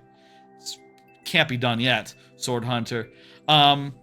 Only thing it makes me do is roll my eyes on when the isekai stuff is brought up, but other than that, the world is pretty original. There's a lot of like warring races, weird blessing system, and they imbibe like fluid from a organ called a godstone to like gain the strength of their enemies, which is a weird thing. Main character becomes very strong because he invents magic, and then he gets a really good god to be his benefactor, and then a whole bunch of pretty original stuff happens. I'll say, I think it is pretty messy, and the action is pretty mid, but it's cool. It was cool watching him grow. I think that's enough to take it into a 4 out of 5 territory, and also it is very original, and I think that counts for something. It's not bad, it's just, you know, 4 out of 5. I'm 4 out of 5, like, feeling it. You know, that's how much I'm feeling that show. Let me see. Let's do Barnstormer's level. We'll look at the... You know, I can look at my phone and pull up the thing if there's any other anime. I can give an opinion on, like, the anime that aren't ending as well if we want to... Let's do that after the next level, and then we'll do one more level after that, and then we'll close the queue. How about that? And we'll have this lightning round first segment before last call be pretty much all anime all the time. And then if people, you know, they're watching the VOD, they know which part to skip. Or which part to watch specifically if they really love anime and want to know what I think.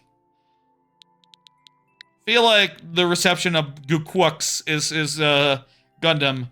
I'm not on an island here all alone. A lot of people were disappointed, put off, alienated, disappointed by it.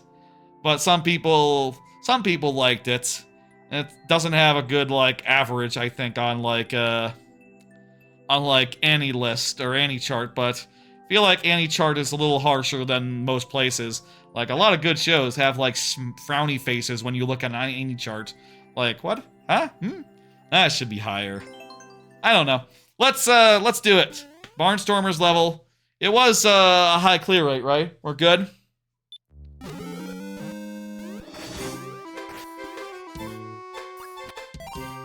Do we have to get the red coins? This is interesting. A slow-paced music level. I think we have to get the coins, so let's... Coins optional. I still will get them because what else do I have to do?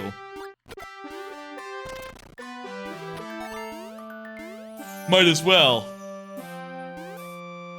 Really well done, you know, Hyrule theme. Hyrule Field? Hyrule Field reprise, yes.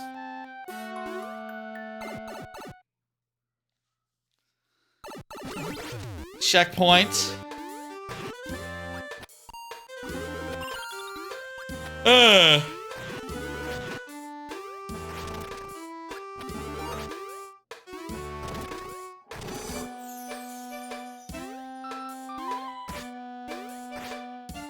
Oop, okay, there we go.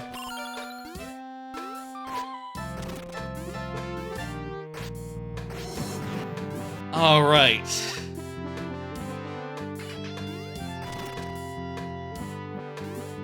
Three more is the amount of red coins that we don't got, so probably still a bit left.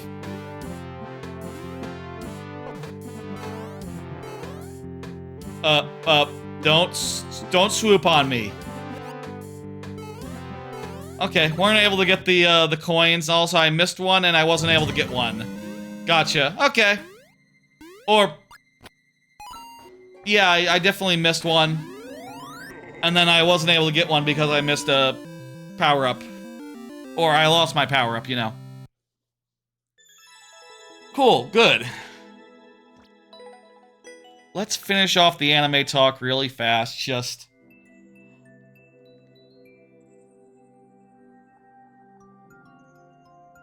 Thank you for the level. I'm gonna go ahead and hit, complete. And then bring up the next one. Chemist. This will be the last before we do last call. Tell you what, we'll do this one and then Propple Pikmin's level. I would like to give Propple Pikmin a chance to get a second level in. That sounds like a good, that sounds like a cool thing to do. I mean, I can't do that, like, infinite number of times, but let's do it. Let's do one more after this next one by the chemist. Chemist, please confirm you know what to do. So yeah, let's see. There's not that many shows left this season now. Like, I mean, I say there's not, but there's Apothecary Diaries, 2 more episodes left of that. There's Anne Shirley, which is continuing. Witch Watch is continuing. Kowloon ends tomorrow. Una Musume ends on Sunday. Una Musume has been going great. Mono is ending over the weekend. Mono is fucking fantastic. Food for the Soul ending this weekend. Fucking fantastic. Loser Ranger. Pretty fucking good. Vigilantes has been fun. Summer Pockets is continuing. I think Sword of the Demon Hunter is continuing. Uchujin Mumu, I think is continuing. Yeah, by this time next Friday, we should have seen... By this time next Friday, the last of the shows will be ended. I will not be doing a stream, a viewer-level stream next Friday, though, because that's the 4th of July. I'll be doing something else. So, we'll have to cover, you know, Apothecary Diaries. I guess that's the last one. Unless... No, it's not two-parter. It's not over yet, right? Apothecary Diaries is ending next week. Yeah, so Apothecary Diaries will be the last strangler. When is, Annie chart/airing? I hope nothing was untoward in those search suggestions, haha. When's the first thing starting next season? 3 days. Okay, shit. We got new shows on deck next week. We'll talk about 1, 2, 3, 4, 5, 6, 7, 8, 9, 10, 11, 12, 13. Is this one Friday? I think this one is Friday, so probably just like... Also, it'll be Thursday, so probably like 10 or so. Right, so not the ones in 5 days, right? Am I doing this math right? It'll be like 10 of them by next Thursday. Cool, good. I like it when there's new anime. I need to make sure I add those to, like, make sure those are all filed away. Vending Machine is starting. Dan to Dan Season 2 is starting. A bunch of stuff is starting, like, right off, huh? That's great. Can't wait to see it. Call of the Night will be starting soon after that. Some good crap incoming. Hell yeah. Alright, so yeah, you know, that's anime talk. Still a lot more anime talk next week, and then probably a lot more week after that. Hopefully, by the time I'm going on vacation, everything will have started. But, you know, we'll fucking see. You know, we'll fucking see how that goes. Things usually start over like a 2-3 week period, which is, you know, how it goes, how it is. I like to watch every first episode of every show, and then decide there if I want to watch it, like, for real. You know, I like to give shows a chance. I like to go in with no expectations. I like to be surprised. And, you know, I hope people enjoy me talking about it. You know, it's just, I spend a lot of time watching anime, so I like to talk about it when it's all said and done. I watch too many anime, so I like to talk about too many shows when all is said and done. Did the chemist confirm? Chemist. I don't see the chemist. Let's, go ahead and do sudden death then. Yep. 2 tries, refreshing at checkpoints. Let's go, let's do it. Oh, earlier, it just occurs to me, earlier... What the fuck is this? Good content, I hope. Let's... Please tell me I just got through it in one shot, and, it's now over. No, there's a little bit more. Is being big a liability here? Being big might be a liability here. Based on how it's giving me mushrooms.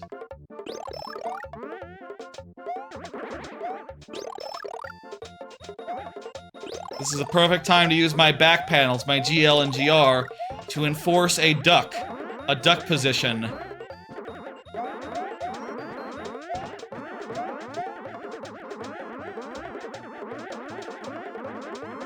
Come on! Yes! No! Yes! Yes, yes, yes! Yes, yes, yes, yes, yes! Yes, yes, yes, yes, yes, yes, maybe? Okay, now I need to do a P-switch thing. Yes, that was all good. Now I need to, like, race whilst avoiding these, bastards. Oh boy. It's a hell of a level.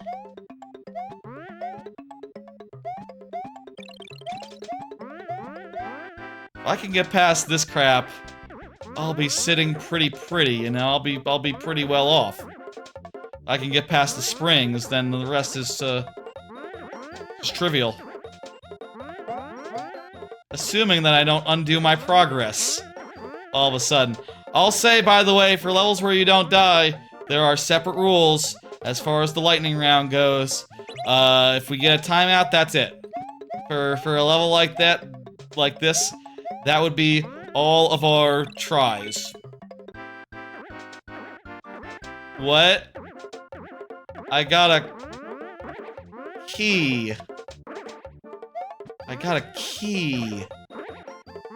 What? Yeah, there's some levels in queue. We need to go back how we came? Oh no.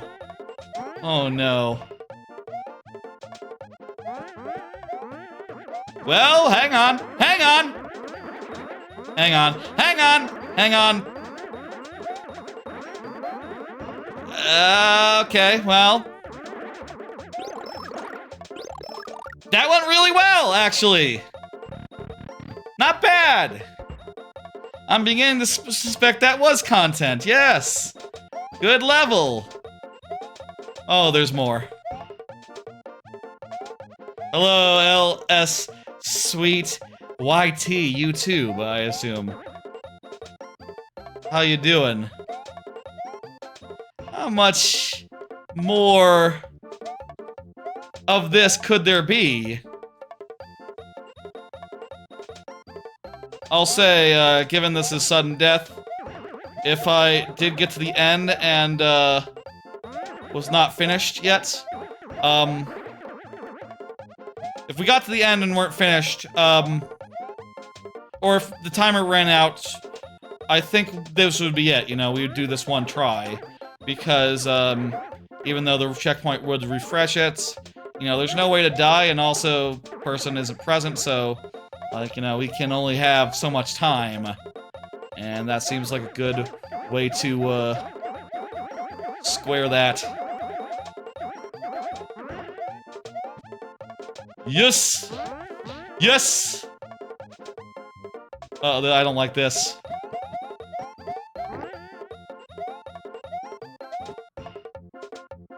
I don't like this.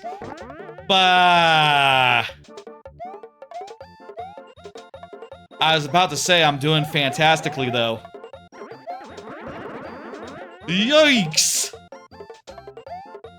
You gotta reminder to remove the YouTube from your name because you don't have a YouTube channel anymore? Just clogging up the username? Gotcha. I do have a YouTube channel, but my name is already a thing, you know. Also, the YouTube channel is kind of an extension. I gotcha. It's not that you don't have a YouTube channel anymore. Oh, okay. It's not that you don't have... Double negative, okay. Look, sometimes I'm playing a video game.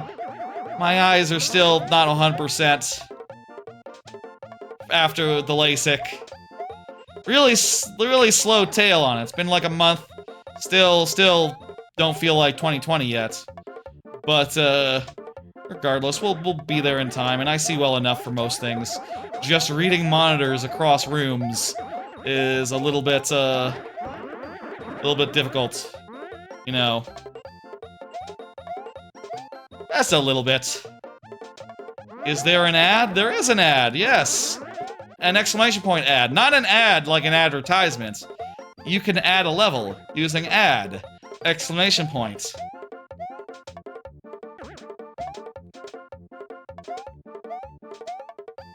I wish this was. I wish we were already done. I'm sad. That first half went real damn well. But, of course, there needs to be more. Fuck ass. There are ads. There are advertisements, as far as I'm aware. I mean, I don't have it set to, like, the maximum amount of ads. Like, there are fewer ads than you see on some channels. I feel like that's the least I can do. I don't know. I feel like it's just best... I feel like it's good policy to just... Like, yeah, no, advertisements, they barely make anything in the first place.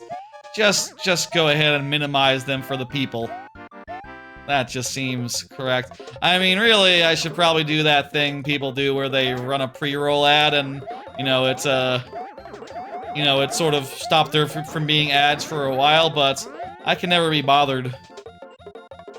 I should start having that be part of my, like, pre-roll process when I'm, like, doing stream notifications and stuff. I mean the kind where, like, you're on a break, so you might as well do one. You know what I mean? You're on a break, so you might as well roll an ad and get that taken care of so that people don't get. I guess the pre-roll ads are the ones that you negate by doing that. As well as other regularly scheduled ads.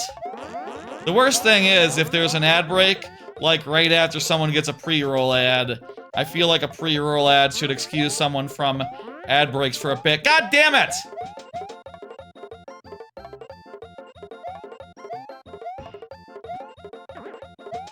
Glad there's someone at all who cares about other people. I mean, part of it is that this is not my full-time job, you know, and I have a full-time job that's, you know, I'm a software engineer. I do pretty well, honestly.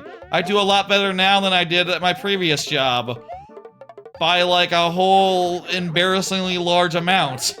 You know, like, I'm doing pretty fucking well as far as things go, so I don't really need ad revenue. It is also, again, I repeat, nearly nothing, so... Oh, also the checkpoint. I thought we got a checkpoint. No, we passed the checkpoint. We didn't see it, though. That's all we can do, Chemist. Thank you for the level. Bye-bye. And let's never do that super world again, unless specifically requested. Note to self, don't do that super world again. There are other uploaded courses here, I'm sure many of which are nice and cool. Springphobia, Jankularian, Springtulated, Toxic Jank. Well, maybe there aren't, maybe these are all some amount of, weird jank. Music to my ears, oh, this one's probably a nice one. There's probably nice ones to be had. Yeah, let's go ahead and hit dismiss. And, we'll do one more before last calls. Propple Pikmin, go ahead and confirm for me that you are here.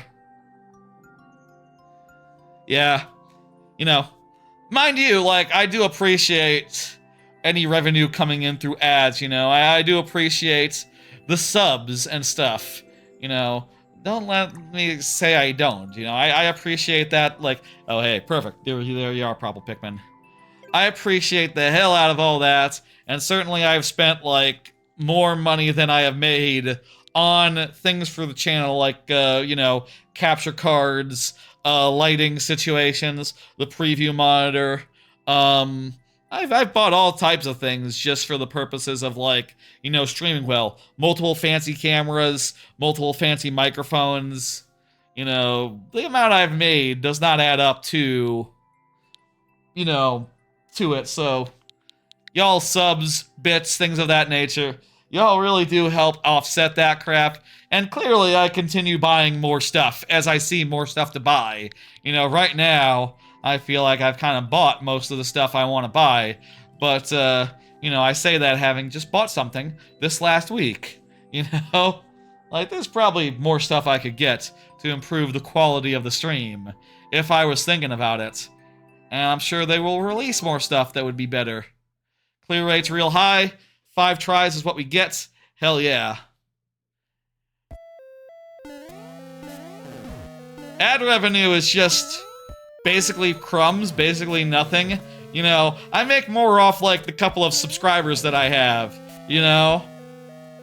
And I think I would do, even with, even if I was, like, really pushing it, you know? I kind of forget that people have to watch the ads, honestly. And forget that's a consideration. What is going on here? Did you watch the show? What show? I'm sorry. Oh, Squid Game. Oh, this is a reference to Squid Game. I see. Okay, okay. I didn't watch the show. This, red light, green lights? What is the boat? Just go down? Oh, okay. Since when was Squid Game an underwater adventure? You go into the water in Squid Game? You know, I've never seen Squid Game, so I don't know. Maybe, is that the thing? The rescue boat? Oh, so does Squid Game start with them, like, sinking a boat? Yeah, no, I've never seen Squid Game. I did not watch Squid Game. Actually, I don't watch a lot of live-action television. You might be surprised by the amount of anime that I watch, but, like, no, I mostly watch anime. I don't watch, like, most live-action shows. And thus, I'm pretty out of the loop as far as, like, things like Andor and Squid Game and, a bunch of other stuff is concerned. I probably watch, like, less than 5 live-action shows a year. Probably less than 3, really. Honestly. Meanwhile, I probably watch 100 anime per year. So, you know, they're shorter, they're 20 minutes, not 40 minutes. It's easier to fit a couple into a day. They're released on a weekly basis, so you don't have to binge them. You know, you just watch, you know, you watch an episode of this every Monday, you watch an episode of that every Sunday, you watch an episode of this these 3 every Saturday, and before you know it, you've watched a lot of shows. This is a maze.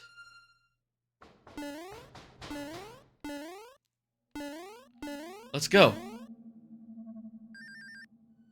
On an island and on a Houngs, trying to find the island, you get Yuan, who wants to stop the game, so he went back after winning last time. Gotcha. This would be the events of Season 2. I didn't see Season 1, also didn't see Season 2. I've seen a couple of YouTube videos talking about it. I feel like I watch more YouTube about television than, like, actual television. You know, like, more think pieces and things of that nature. I don't know. I like watching people appraise things and talk about, you know, what they liked, what they didn't like, that sort of thing. In some cases, more than I like actually watching the damn things, you know.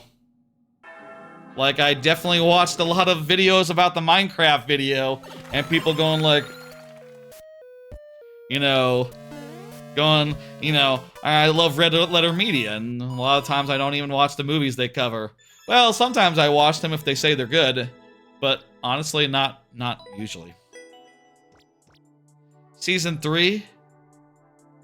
Oh, this is like a reference to a season that hasn't happened yet? Gotcha. Your last level, you added in more bonus, more info? Excellent. Okay, by the way, hey. Thank you for the level. Let me go ahead and hit complete.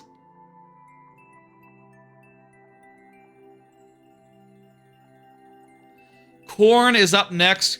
Corn, you went off 100% predictions. You don't know if it's right or not. Gotcha. So you're saying that this is what you think will happen next season. That gameplay that we did. Gotcha. Okay, I understand. Spoilers for... not really. Could be spoilers. Corn is here. Fantastic. You know what? We'll do one more. I'll give you one, Corn. I'll give you one level here, and then after this we will do last call and go to the thing. We don't have to close up shop right just now. We can play one more level. Actually, what? It's probably been like a half hour since the lightning round started, right? We can go a little bit longer. We got through the anime really fast, going 3 at a time. That was only 4 cards worth. If we hadn't done that, it'd be like 14 cards worth, which would be 5 cards worth, which would be much longer, much harder to get through. Would be a much longer chunk of the stream. Should I do a different level, Corn? Specify, please. Let's...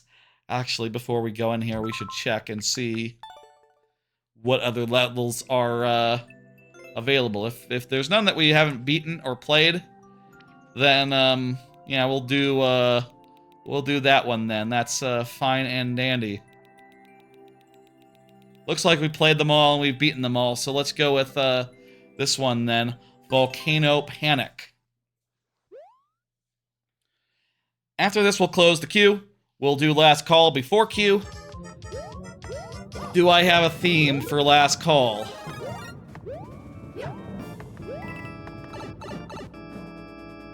I don't know. I don't really. Goombas? No. Goombrats? No. Say what you see. Vines. Sure, we can go with vines as a theme. That makes sense. Yeah, let's go with vine levels. Levels with vines. Levels with climbing. Let's go with patches of vines, specifically. And not like, one-off vines. Because there's kind of a lot of levels that I have with vines themselves. Like, if I'm just saying solo vines versus patches of vines. Actually, it's kind of solo vines kind of interests me more than, like, patches of vines.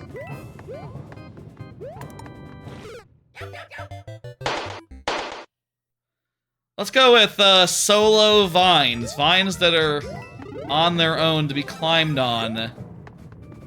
That sort of business. And then we'll do, like, patches of vines next time.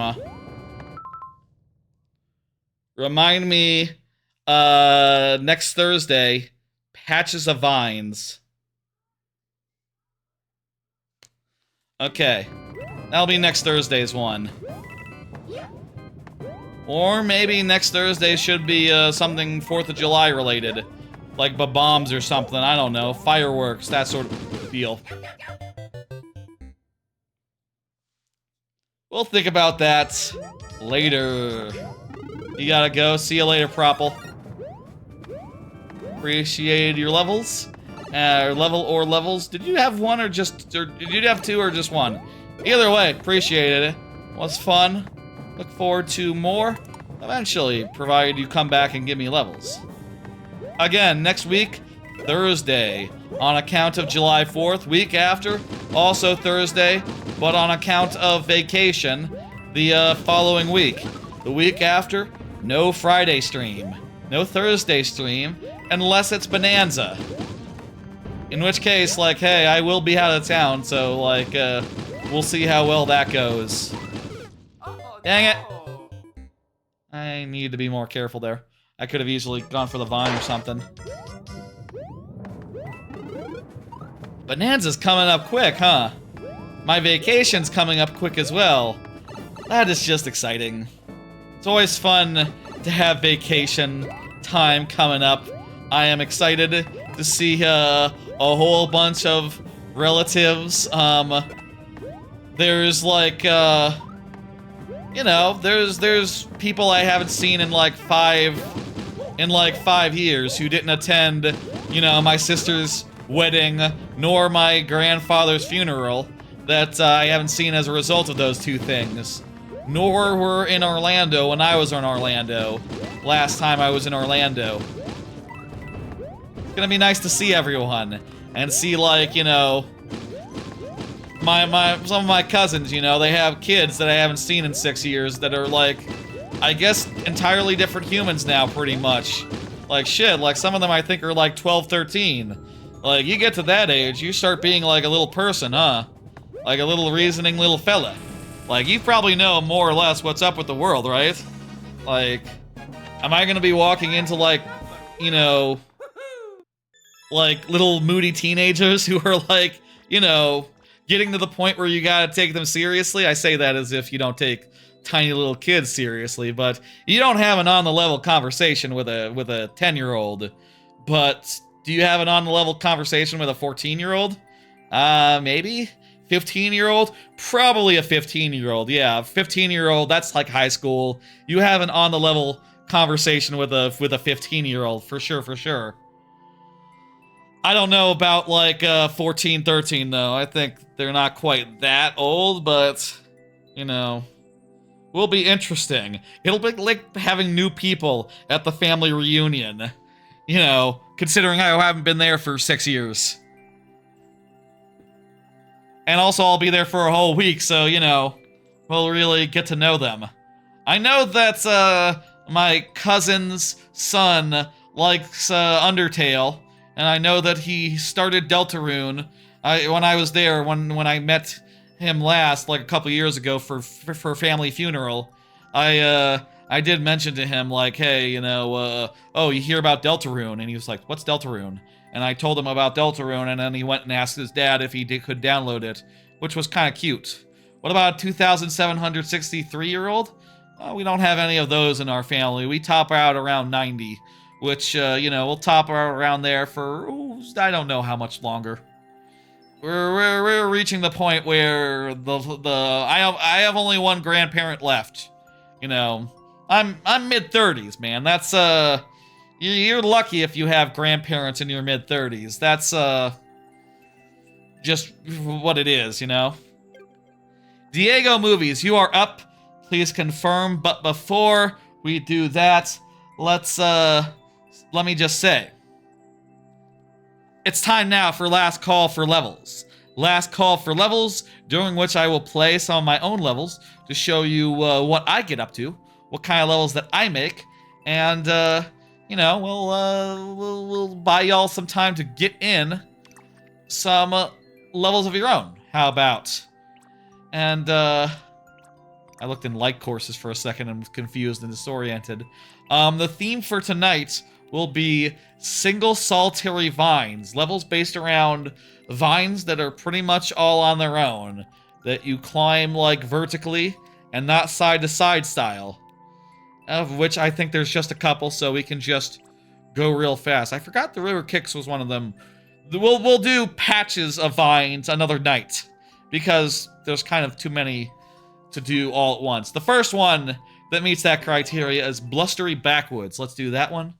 And we'll do a couple more after that. I think there's a couple more of that sort. Blustery Backwoods is a wind level, actually, where the vines sort of offer a nice break, because when you're hanging onto a vine, you are not affected by wind. So, you know, it's pretty nice. You can hold on there and wait for the opportunity to go. Also, that's why this level is so, like, opposed to, like, slopes. These all also offer natural breaks, these parts here. So you can go with the wind and just, like, jam it, or you can, like, take your time and, you know, take your time, take it easy, go at your own pace, and either way, it's fun and good. Let's just try jamming. Let's just try moving fast.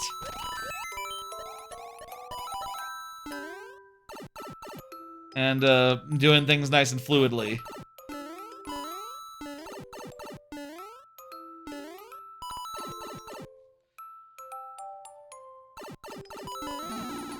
Ghost, Dry Bones, and these guys that are climbing the vines. Those guys were inspired by clingers from Donkey Kong Country 2, who climb up a vine or a rope and then drop all the way back down. Similar sort of motion, you know, slowly climbing up, quickly dropping down. That was the intent of those guys. Other vine-based levels, let's see. I don't think I did any before the Super World, so we can go right to the Super World. And the first vine-based level in there is Honeycomb Hollow, which is different from the last one that we showed, insofar as it's almost a separate, different kind of vine level, insofar as in this level, the vines are all against walls. My intent here was to sort of replicate the DKC2 honey wall situation, where you climbed on walls. Basically, these are climbable walls, in so much words.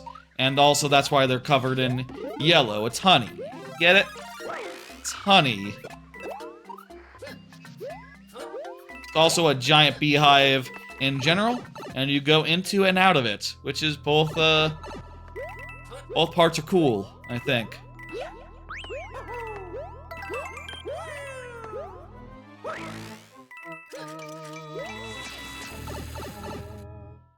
This one's really good. I'm sure for a lot, one of my driving forces making Mario levels, making Mario Maker, was to try to, like, cover as many DKC-type levels as I could. And making a beehive level was definitely on that list as a result, you know? And I was so glad I was able to do this. It's just as I was glad I was able to make many sorts of levels, to the point where by the end I feel like I was kind of out of, like, ones to get inspired by, and just at the point where it's like, okay, I gotta come up with my own ideas now. I say that as if these aren't my own ideas, but, you know, I wasn't making, like, oh, you know, this is a beehive level. This is my take on a beehive level. At some point it had to be like, this is just my own level. My own take on my own idea. This will be one of the group of vine levels we'll go to eventually, like next time, I guess. I think there's only like a couple of groups of vines levels. And really only a couple of, like, general vine levels. As I'm scrolling through, you'll notice that I'm not stopping anywhere until this point, which has another one of those wall vine situations. Cold Ice Comet is another one where I did the wall vine gimmick again. Does this suit? Did I have any vines, like regular ass vines, in the Super World? Oh, I think there is a level with some vines that we can show. I think there were vines in that level. There are certainly some vines that I used. Okay, this one has groups of vines. We'll just count it as single vines, though. Singleton vines. Are you gonna play the level? Yes, you're coming up, Jose. This is just last call. Last call is what I do before I close the queue. I play some of my own levels, and I give people the time to get in additional. Anyone who's already gotten one in, now's the time. I will say, for the guy who is still struggling to re-upload or something, recreate, I'll say it is possible. I don't mind reopening the queue for people who haven't gotten one in. So, you know, you could be accommodated. Just, you know, I would prefer it if it got in early. So the main hook of this level, or like the main inspiration for this level, was Rampage. Rampage, is that what that level's called? The DKC2 Beehive level, where you go up in the first half and down in the second half. Wanted to do a level where it was up vertically first half and down vertically in the second half, and I think it turned out quite well. Phenomenal, even. How much do you enjoy playing your own levels? They're good goddamn levels. I'm proud of my levels. I enjoy them. I think I've probably played my levels the most of anyone on Earth, I would have to imagine. I would hesitate to say that anyone's played my levels more than me, even outside of the testing process. I mean, mostly in the last couple years, it's just been in, like, last call for levels, You know, when they specifically get rolled out, it's like, hey, check these out. They're good. Try them out yourself, if you so please. Code is somewhere on the profile in every place. You all ready? I am ready too. Are there any other Vine levels? I don't think so. Not there, not there. Near-Do has groups of vines. That one doesn't have any. And that one doesn't as well. I think like the last one that has something. I think it only has a little bit, but let's do this one. I'm not sure like how much. I think it has some vines, but also there is a reality with vines that this level has to grapple with insofar as just, you know, this level uses some power-ups and has to abandon vines pretty quick-like. Oh, also, this is a group of vines, but no matter. There are some singles over here, see? Oh crap, it's a group. Well, never mind then. That goes under group. That goes under group.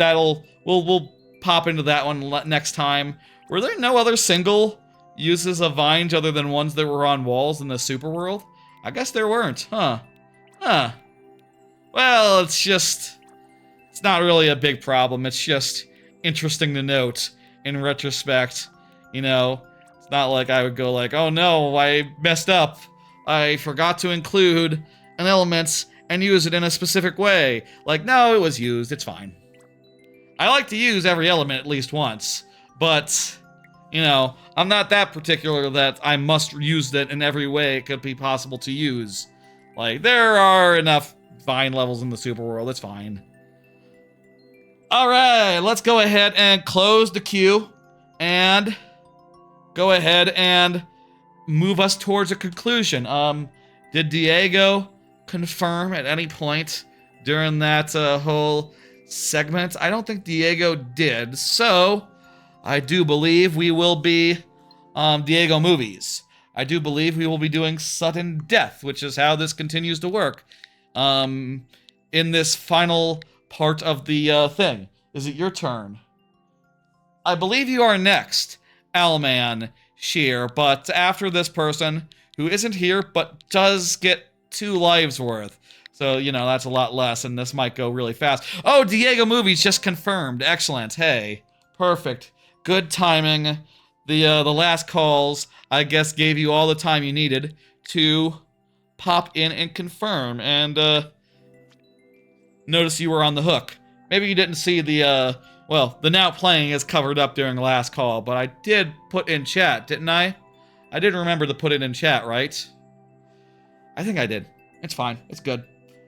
Alright, the clear rate is 10%. We get 5 lives. Let's do it. And Alman, you are next. And I think I have like 5-6 cards left, so we have, I do believe, just the right amount for the levels that we have remaining. I bet we'll get I wouldn't be surprised if we got some stragglers. We usually do. Okay. You know, it's not a big deal. It's just, I have to go around the horn again. It would be a big deal if I had to go around the horn a 3rd time, but it's really not. Even then. You know, it's just a power-up. We're not dead. We haven't died. Are coins optional or mandatory? I wonder. That's always the thing with coins that is hard to, like, red coins that is hard to convey. You know, important to convey, hard to convey, etc. The way I tend to do it is to run the player by the ending, or show them, like... Or no, that's how I do clear conditions. I should run them by the ending to show, like, hey, reminder, clear condition. The thing you can do, though, and the thing is, like, show the key door early, and then maybe, like, structure the level in a way that they can tell, like, oh, there's no 2 ways around this.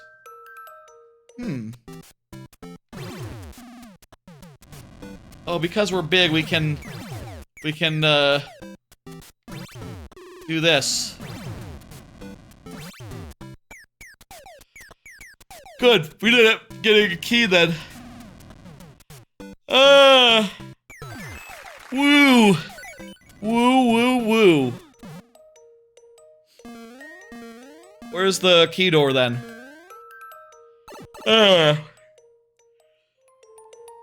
Yawn, yawn, yawn. Okay.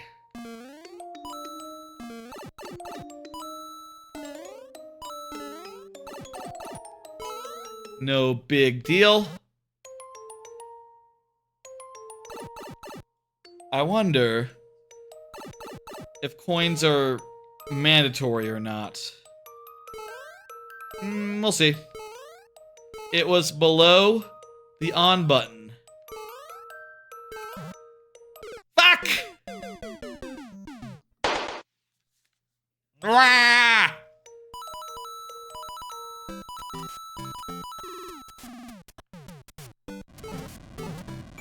Oh. Oh! There's a difference. I was so paying attention to like, oh, I can leave. I don't have to get trapped here. I can turn around and backtrack. I didn't even realize that there was the key door here that I was meant to use.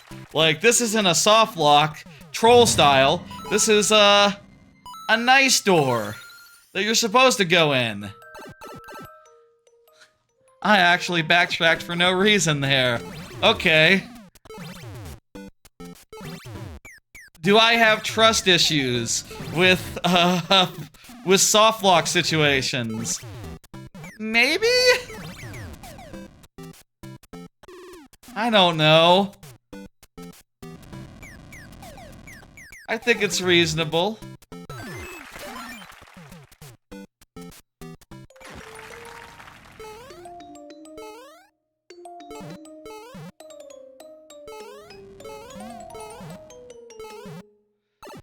Anyway. Whatever. Let's continue. And do a really good job, and then we'll finish the level. Oh.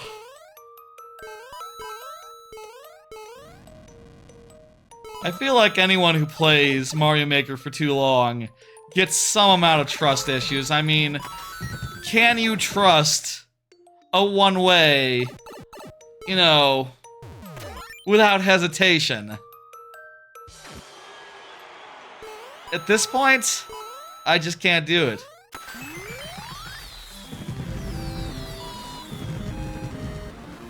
Whatever. Thank you for the level, Diego. You did damn good. Thank you, thank you. Was a little confused at that one part, but that was me overthinking it. Me getting a little bit too clever, getting a little bit too, you know, worried about options that I had, which I didn't need to be nearly as worried about. Let me hit complete and pull up the next. All Man just said GG is here, present, excellent. Let's do another card. I haven't done a card in a while since we finished with anime talk. My sleep schedule is pretty screwed up right now. Yeah, I've been staying up late and just catching naps and things of that nature whenever I can to like offset general sleepiness, you know, whether it's like, oh, you know, instead of having some lunch today, I'll just have like a nap, and that'll help, you know, and after work, just immediately like, oh, I need a nap right now. Before this stream, I had a nap. Before Tuesday's stream, I had a nap. And sometimes, you know, I'm like pushing through and trying to just like, okay, get to sleep at a regular time. But other times when I push through, it's just like, part of me just goes like, you know, I mentioned before the Retroid and how I've been playing a lot of games like that, and I've been playing a lot of games on this thing and also on the Switch too. Part of me just goes like, oh, but what if I got in like a level of Hitman, got in a knockout tour, got in some Katamari Damacy, got in some of this, got in some of that, and it's just goes right into the night as a result. And I need to stop. I need to like pull back from that. I need to like check that impulse before I just spend a whole night just staying up for no reason. It's especially just because, you know, there's not much to do at night. There's not people to talk to on Discords and stuff as often. It's kind of a boring time to be awake, and yet, you know, I'm out there and I'm looking for videos and, you know, and stuff to watch when I don't have anything particular I want to watch. You know, just like, oh, I'm browsing YouTube at 4 a.m. and going like, yeah, just like one more YouTube video would do me good. And, yeah, let me just do that, and I'll do a round of Katamari, and then I'll be off to bed after maybe one more YouTube video in bed. Just one final one, and let me find the right final one, too. I need to fucking get my head around that and then stop. You know, sort of been forever an issue for me, but right now, it's really not great. Especially considering I got a vacation in a week, during which, like, yeah, no, everyone there will be on daytime hours. In fact, they will be on Eastern Time daylight hours, so there's gonna be a little bit of jet lag, in addition to just, you know, sleep schedule being way off lag. You know what I need to do? I need to tomorrow just wake up at a normal time. What the fuck? That was too easy. Almond Chair, thank you for the level. I was kind of surprised how easy that was. I ended up accidentally talking over it. Talking about being tired. LL Sweet says, you sound almost exactly like me. Cool, great. I don't know who I sound like. If I sound like a celebrity or, you know, I don't know if there are celebrity, you know, that's the thing that I've been sort of curious about sometimes and thought about as I was growing up, right? Like, I don't know if there's anyone, I don't know anyone who really looks like me or anyone who really sounds like me. Hey, Xenorax, tell you what, let me let you in. Here you go. Get that in there. You got it. Thank you for the level, Almenashare. I appreciate it. Let me go ahead and hit complete. Thank you. Oh, what you described sound very similar? Gotcha, as far as sleep schedule stuff goes. Yeah, it's screwy. When I was like, there have been times when I've been like untethered from work and stuff, and my sleep schedule have been allowed to like drift all the way. And I've heard like other people have similar things going on, right? Where it's like, you know, you go all around the horn or something. Like, I think Glower says his sleep schedule is pretty much always like that. Almond Share, the queue is only open for people who haven't gotten in any levels previously. Specifically, in this case, Xenorax. Specifically in this case, Xenorax. Go ahead, Xenorax, get that in there. I'm gonna have to take you out, Almond Share, because you already got yours. You already, you know, you're already good for it.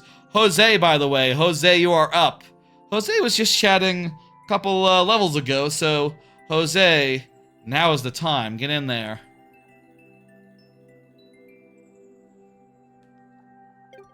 Yeah, it's screwy. I don't know. I have to work on it. Tomorrow, you know what? I'll set an alarm for... I think what I need to do is just set an alarm for 10 a.m. the next week or two, and even on weekdays, even on weekends, sorry, of course on weekdays I'm getting up by 10. Yes, I got meeting at 10. Work starts around, you know, our morning meetings are at 10 and my team. I gotta start getting up at 10 on the weekend, and hopefully that'll help straighten me out as far as that stuff goes by the time I'm going to thing. I see you're there. I said you're there. Let me say, Xenorax, let me know when you're ready to go. I'm gonna close it. Just say ready to submit, and I'll let you in then. I'll let you in then when the when you're ready to go. If you are at any point, just say the word, okay? Okay. You understand? I just don't want the queue to be open for too long if you know, no one is there, or no one is submitting.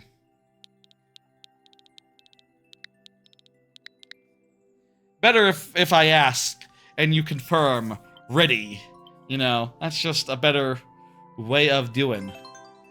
Let's play this level. Jose's 5 lives. Jose has confirmed. Let's go.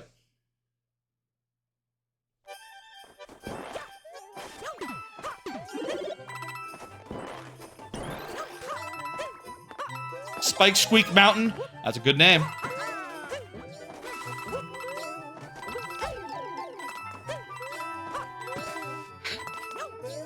I'm sorry, I'm just thinking now, you know, I've been kind of thinking low-key of this stream, as I'm thinking every stream, like, what's a good name for the stream, right? What's a good name for the stream?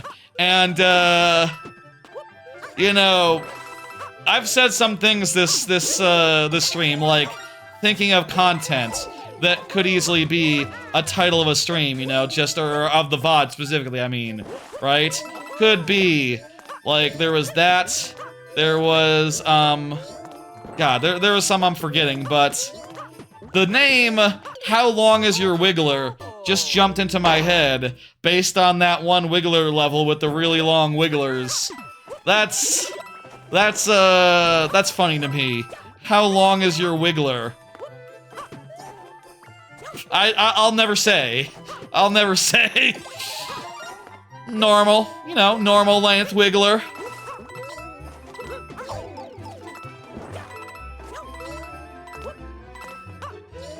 Fuck. That's just too good. That's just too good. Please, please. You know, I probably should not really be soliciting Wiggler length from the chat. No, that's, don't, joke. You know, the VOD title will actually have to include the words, do not answer in parentheses, do not answer. Don't really answer. Seriously though, don't really answer. This is not a question to be really answered. This is just funny to me. It's a rhetorical. It's a rhetorical. You know what a rhetorical is? It's when you really don't want to know. I asked, but do not tell. That's...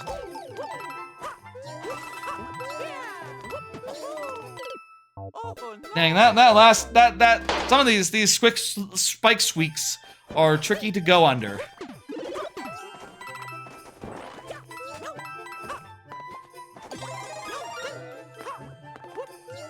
You know the one?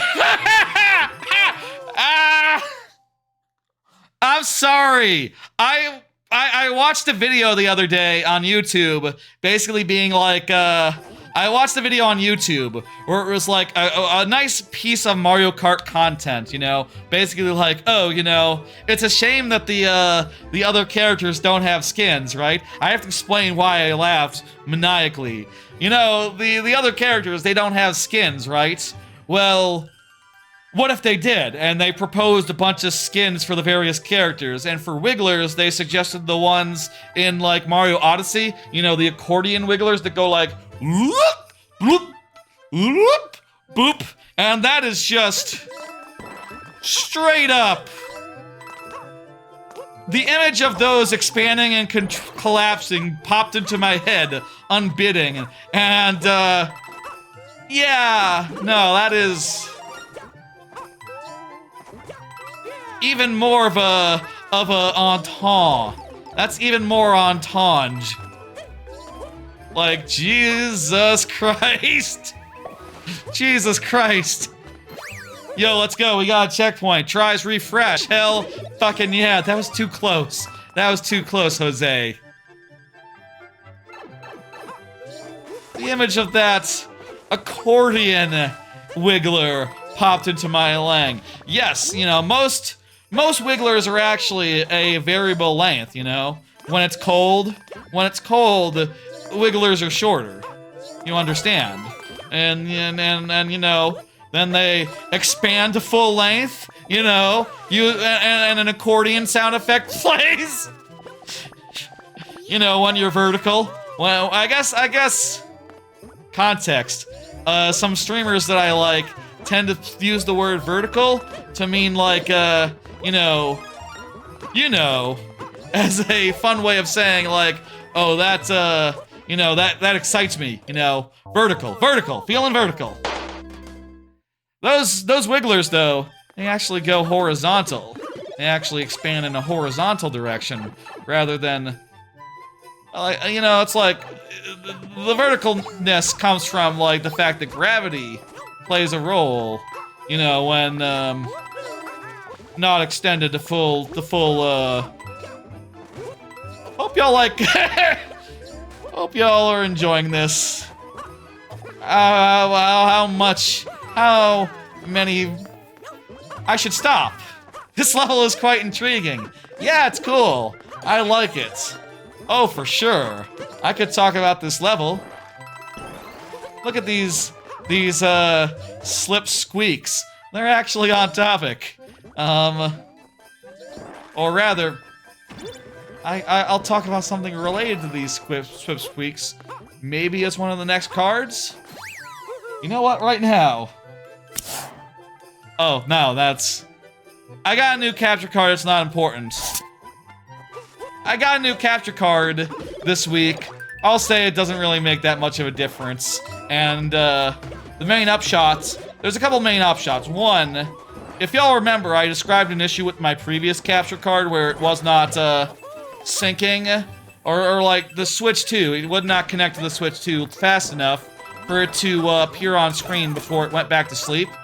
This new one connects a lot faster, and I do have time to turn it, to hit the button. And there was an area off to the side. It's cool. So I have that problem all sorted out now as a result of the new capture card, which is nice. It also is faster about switching inputs. So, like, if I'm switching to another input, I don't have to do any futzing around. I don't have to, like, turn it off and on, which I did in the case of the previous capture card. I had to turn it off and turn it on again, which was annoying. And that's all better now with the 40K X that I got. Also, I'm future-proofed if, like, 4K streaming becomes more of a thing, which it seems like it might be in the next couple years. I don't know. Other than that, it's pretty much the same. I did also learn that there are HDR options in, for these cards, but I think my last one did technically have that. It's just that it's kind of weird because if you want to use them... Shit. If you want to use the HDR... You can use HDR and make it so that it, like, tone maps to regular output. And I'll say for Mario Maker, it looked pretty good. I tested that, and then I tried Mario Kart World, and Mario Kart World, it looked less good, unfortunately. Like, the clouds were just kind of bright white. You know, just one color where, you know, it was kind of not great to look at, and that kind of makes me go like, hang on, well, okay, this isn't gonna work. This isn't gonna work. I shouldn't just go to HDR and, you know... Honestly, it would be kind of nice if I could use HDR while still having the stream look normal for normal televisions, and even ones with HDR, because it's not like you can stream your HDR information. But that's just currently not an option, and, you know, still a work in progress, it seems, as far as the algorithms go to, like, make it look right. I don't know if I've used HDR on the handheld, actually. It is a feature, right? Because I disable HDR for, like, the purposes of the stream, I think that's just disabled across the board, so I can't, try it out. I mean, I could, but I would have to, like, manually turn off the HDR every stream, and I'm not gonna do that, you know what I mean? Like, I'm not going to manually go like, okay, I'm starting the stream, HDR off. I'm not gonna go rooting around in menus every time. That's just not in the cards, you know? That's just not how I'd like to do things, you know? Maybe sometime, you know? I think those separate settings, really? I need to check that. I haven't noticed HDR in particular when in handheld mode, but maybe that's part of what's making the handheld mode look so damn good. Possible. Nice, we got through. Thank you, Jose. It's possible. I should look at that, but also, like, I'm about to go on vacation, so right now my priority is just to do the streams in which I have planned, and maybe eventually we'll do a tech stream where we try out a bunch of HDR stuff and see, like, okay, can we make this look good? Can we make this look comparable for non-HDR? Is this something that, like, we're happy with? And if not, you know, if it, like, ruins the look of Bonanza, for instance, hey, Nuggies, you're just getting there, so feel free to get one in, but let me late open for you. There you go. Put it in right now. Just for you. Thank you, Jose. Let me go ahead and hit complete. And, bring up the next one. System screen and TV screen and display are different. Okay, I'll look at that. I'll look at that off stream. And you know, I do play it in handheld mode most of the time, so that would be a big benefit actually if I could just, you know, enjoy the HDR in the portable mode. That's another thing, you know, people talking about the Switch 2 screen and how bad it is. A thing to note, it does have HDR. Like, my OLED didn't have HDR. This Retroid doesn't have HDR. There are some features that it has. 120, this doesn't have that. Neither does the original Switch 1. There's things that are, you know, good about the Switch 2 screen. For sure, for sure. Just at the bottom to turn HD output to off. Oh, I remember there being like 2 settings. Let me see. Okay, display. Oh, I see. I really didn't understand that. I was like, huh, I turned that off, but there's still HDR? I was confused because I see. So the system screen versus the TV screen. Okay. I was confused when I set this up because I was like, why are there 2 options for this? What? But I get it. This is for the handheld screen. I wouldn't call that system screen. I would call that handheld screen or something. Yeah. Pro tip, system screen means handheld screen. Turn that on. Get you some HDR in handheld mode. I guess most people aren't turning HDR off for the purposes of streaming, actually, so maybe this is a bug pro tip. This is a pro tip for anyone else who turns off HDR for the purposes of live streaming or capturing video. You can turn it off and you can turn it on for handheld mode. That's no problem at all. Very niche piece of advice. Very niche realization there. Whatever. 06 eyes here, by the way, so perfect. Confirm. And I do believe this will be another level from the Super World, so let's get up some bonus lives and start the thing. Did Nuggies get it in? Nuggies, did you get your level in? You gotta get it in there, Nuggies, if you want to be in there. Anything for Nuggies? You're oh, you're good. Okay, good. You're good. I see. Okay, let's go ahead and get that back closed then. Excellent. Let's do another card. I got more cards. Got a new mouse. That's right. I was sort of in the mood for a new mouse and decided to get one. And in particular, I got one I saw on YouTube that was sort of a... let me make myself bigger so you can see it better. Let's see now. Right here. There's it. I got a retro mouse, which sort of has like... the buttons are sort of like, you know, keyboard keys. They're sort of shaped like that and feel like that.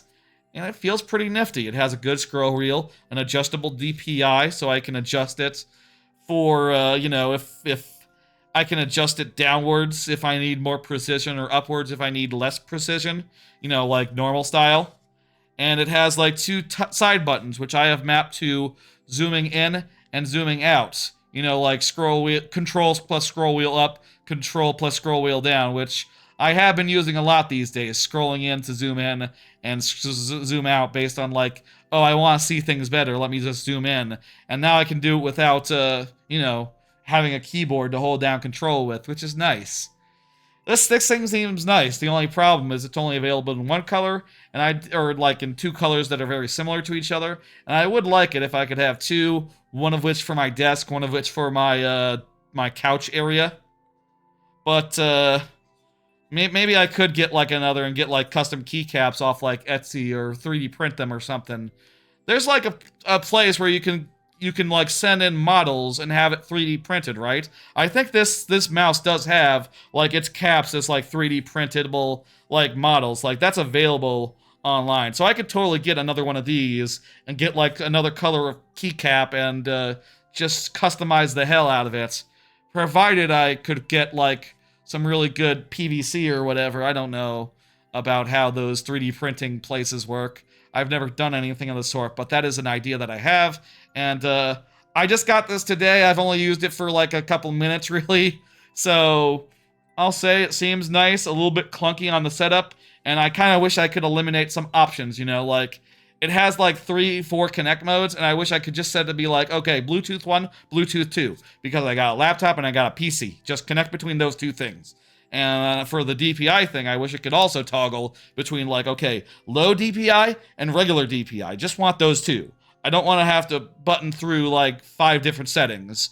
But other than those two minor things aside, seems pretty alright. Seems pretty good, and I like it. Minor quibbles aside, it's nice to have something new. And I like the mouse wheel. That's always a thing with mice for me, is like I like a mouse wheel that's a little bit soft on the click, you know? And because this mouse wheel is so big, it has a nice flat surface to press upon, and it doesn't like hurt my finger at all. It doesn't like press in too like sharply, which I like.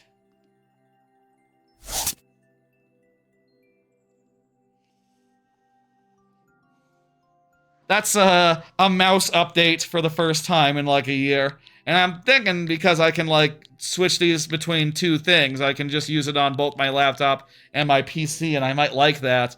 But if it's like really annoying every time I have to switch from one to the other, maybe I'll just, you know, use it for the PC and maybe get a second one for the desk area. I've also been thinking I might want to like take it to work. The mouse and keyboard they have at work are pretty shit. So I wouldn't mind like using a better keyboard and a better mouse. One of my coworkers does that. One of my teammates. And I think it's pretty cool to do, honestly. I think it's a cool thing, so I have low-key been thinking about that. You know, I got this perfectly good like portable keyboard here, like with Famicom colors, and I could bring that into the office every day. That actually might be pretty big for the backpack. I got a different one that's a little bit smaller. I mean, or I could buy a travel-sized one that was more backpackable, I guess. I'll say just like, you know, personal hardware-wise, I don't talk about my job or nothing on the stream that much, but I'll say without giving context as far as like, you know, workplace or whatever, you know, other than I'm a software engineer and all, I will say recently I've been liking to use, you know, instead of using a headset at a desk, I like to call in on my phone for meetings and stuff, and just use the Zoom through there. And that way, if there's no need for me to be at my desk, you know, if I'm not sharing my screen or anything, I can literally go find a couch to sit on. And, you know, why would I take a meeting from my desk when I can take a meeting from a couch? That's just, you know, I think that makes perfect sense. Like, I would rather be sitting in a comfy seat rather than a uncomfy chair. Like, if we're just talking and hearing stuff, you know, desk gets your mind more active. That is definitely true. I did mention how I've been super tired recently, and, you know, a couch is definitely not helpful in that regard, but, you know, I like it. And I like what I like, goddammit.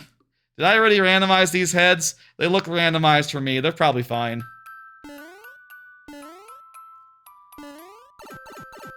Pro tip. Take meetings from comfy places, I say. That's my pro tip to y'all, if you have that sort of luxury in your life. It's pretty nice.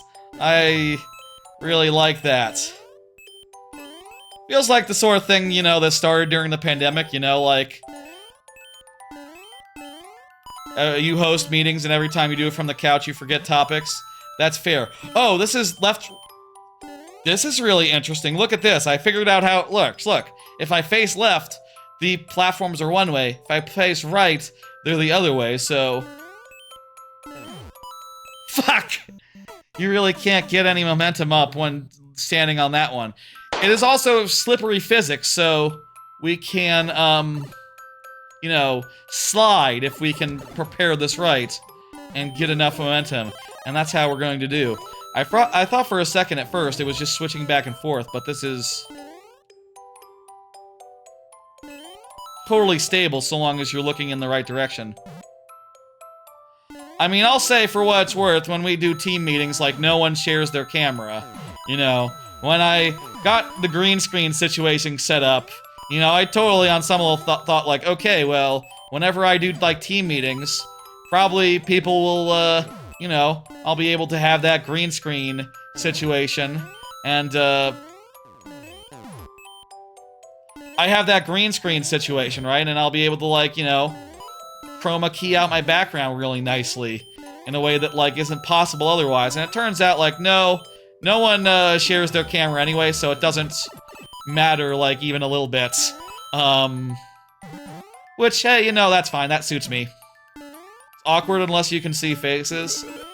Yeah, I mean, I bet the thing is, you know, and I'll say, like, for my parts, when I was previously, like, at the previous gig, pre-pandemic, like, we were doing voice calls forever, so when the pandemic happened and, like, video calls became the thing, you know, we didn't switch. You know, at no point did we say, like, okay. Man, this is a really cool way for this sort of level to work. You know, this is very much like those don't look... Oh, God, I didn't think about the rail situation. Oh, my God. This is a really cool way for one of those don't look left, don't look right video levels to work, where it's like that, except you actually do need to look left and right, and, that's just gameplay.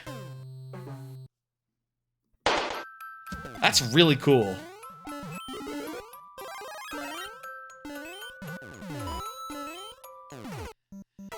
I mean, I can't speak to the current teams that I've been on, which, you know, most of which actually have been forming around me, you know, or been hired, you know, as I... Fuck.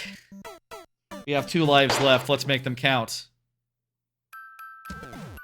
I mean, I'll say I'm working hybrid, so I see, you know, them in person enough times, you know. I'm you know, in office 3 days a week. So we see each other, it's cool. It's just that during meetings, everyone's just like camera off, and, you know, it's hard to blame. I think it's in fact like the most logical thing in the world. Dang, we weren't able to beat it. Next time, I reckon. That's damn cool. That's a real damn cool level 06i from this, this collab that you have sourced for us. Real damn nice. Ooh. Let's go ahead and hit dismiss and go to the next one. Shock Pichu, go ahead and confirm. What I was trying to say there is if I'm not carrying, if I got rid of the headphones, I could probably fit a keyboard. And if I can fit a keyboard, I'd be happy. I could probably fit a keyboard, whatever. You know, it's a backpack. It can be flexible. There's probably room for a keyboard in there. Maybe. I don't know. Maybe. Question mark. I really don't know. Shock Pichu, go ahead and confirm. Let's go ahead and do another card. How do y'all balance getting stuff done with the rest of your life? Yeah, that's the other factor with sleep these days, is that I do have a bunch of stuff that I've been meaning to get done. You know, like at the start of the stream, I showed off the new channel trailer. The new channel trailer that just went up on YouTube and Twitch, and is now the thing that, like, new viewers will see when they come to this channel and, you know, they're not watching a stream, let's say, in particular. People who aren't subscribed, in other words, on YouTube and not following on Twitch. Those 2 cases. And, like, when I did that, it was very much just like, literally Tuesday night, literally after the stream on Tuesday, which I ended around 11 or 12, ended around 11. After that stream, after I got the VOD up, I was just like, you know what, I can do this right now. Let me do this right now and get this squared away, get this figured out, get this done. And I was very satisfied when I got it done, but, you know, it just kind of feels... You know, I mentioned, like, watching stuff and procrastinating in that way late into the night, but, like, doing productive stuff late into the night, also part of the problem, to be sure.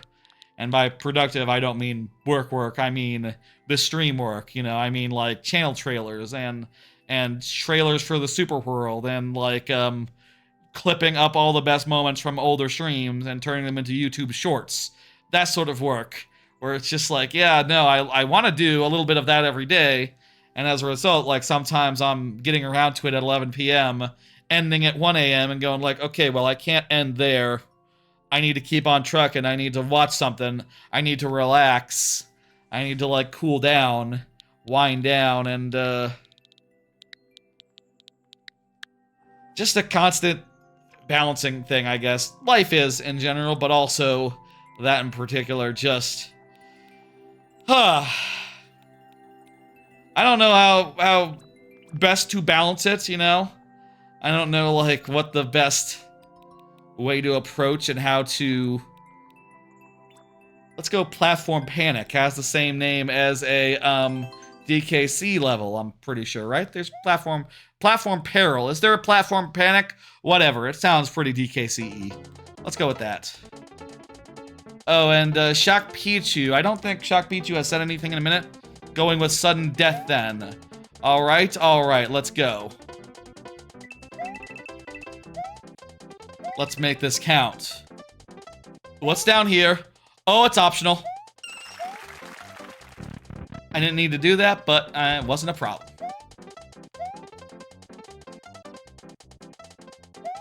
It's hard to, you know, prioritize and to, you know, manage time effectively. And also just like, you know, it's kind of weird when you're so behind on things that like, yeah, you know, I want to get this done. And part of it is that like, you know, with the Twitch clips and all, I probably have like 100 streams that I have not clipped up waiting for me that I need to get around to. Most of them are before I got LASIK, so, you know, the clips and shorts from them are gonna be a little bit different insofar as like, yeah, be still wearing glasses in them, but what are you gonna do? That's just what it is, you know? I think that is just fine, you know? This is a cool little spike ball ride. I've seen in levels things like this where you rode like spin jumpable things. A little weird on the sinking there, but whatever. That's probably one of the better versions of that. I mean, the fact that you have to... That was a really nice version of it. I like how fast those guys move. I think I prefer that to riding a thwomp with a parachute, or riding a thwomp without a parachute. That said, since they are gravity-based, you probably have less flexibility in, like, how you use them. But, hey, that's pretty cool. Thank you, Shock Pichu. Let me go ahead and hit complete. Anyway, what is life but one big balancing act? You know, it is what it is. Rock Party, go ahead and confirm. I'm not sure how many cards I have left, but let's pull the next one. Oh, I got 2 cards left. This is the second to last. Perfect. So after this level, we'll have one more, and that just leaves us right at the perfect points to end the stream with. Okay, perfect. Are y'all more open to series without perfect starting points? Perfect starting points. I think I'm realizing this. Rock Party is here, by the way. Excellent. And probably the Pipers, so we'll just go ahead and throw on. This might be Pipers. I was realizing this as I was watching... I sort of watched someone react to the Capcom thing the other day, and they had nothing. They had nothing interesting. Other than, like, maybe, like, you know, a little more detail about the Monster Hunter, a little more detail about the Resident Evil game that they announced, as well as some other stuff about some other games. Nothing good. Nothing worth tuning in for. And, like, literally no announcements, which, I don't know, at that point, why even have a direct? But the thing that I was sort of thinking about is that, like, I'd like to be open to games, right? Like to be open to new games, playing them, even if they're a franchise I've never played before. I like to be open to them. But with series with perfect starting points, it's hard to just say to yourself, like, oh, I'm gonna play Resident Evil 8. I'm gonna play Resident Evil 10. When it's like, No. 2 or 4. Those are the starting points. You don't start with 9. You don't start with 10. And you definitely won't start with 11. They are not going to announce a game that's a better starting point than 2 or 4. 2 remake or 4 remake or original, whichever. And I really need to just, find the time to play a game that's not, the hottest latest. And, I guess I am finding a lot of that time recently with the Retroid. But, Resident Evil is a game you want to pay attention to and really immerse yourself in and not play it while watching YouTube. So maybe I won't play it on the Retroid. I'll get like the remake of it. Should I get the remake or the original? I mean, I guess I should play RE2 first. I should just do for RE2 since... Is that still on Game Pass? If it's still on Game Pass, I really should wrap around and do it all.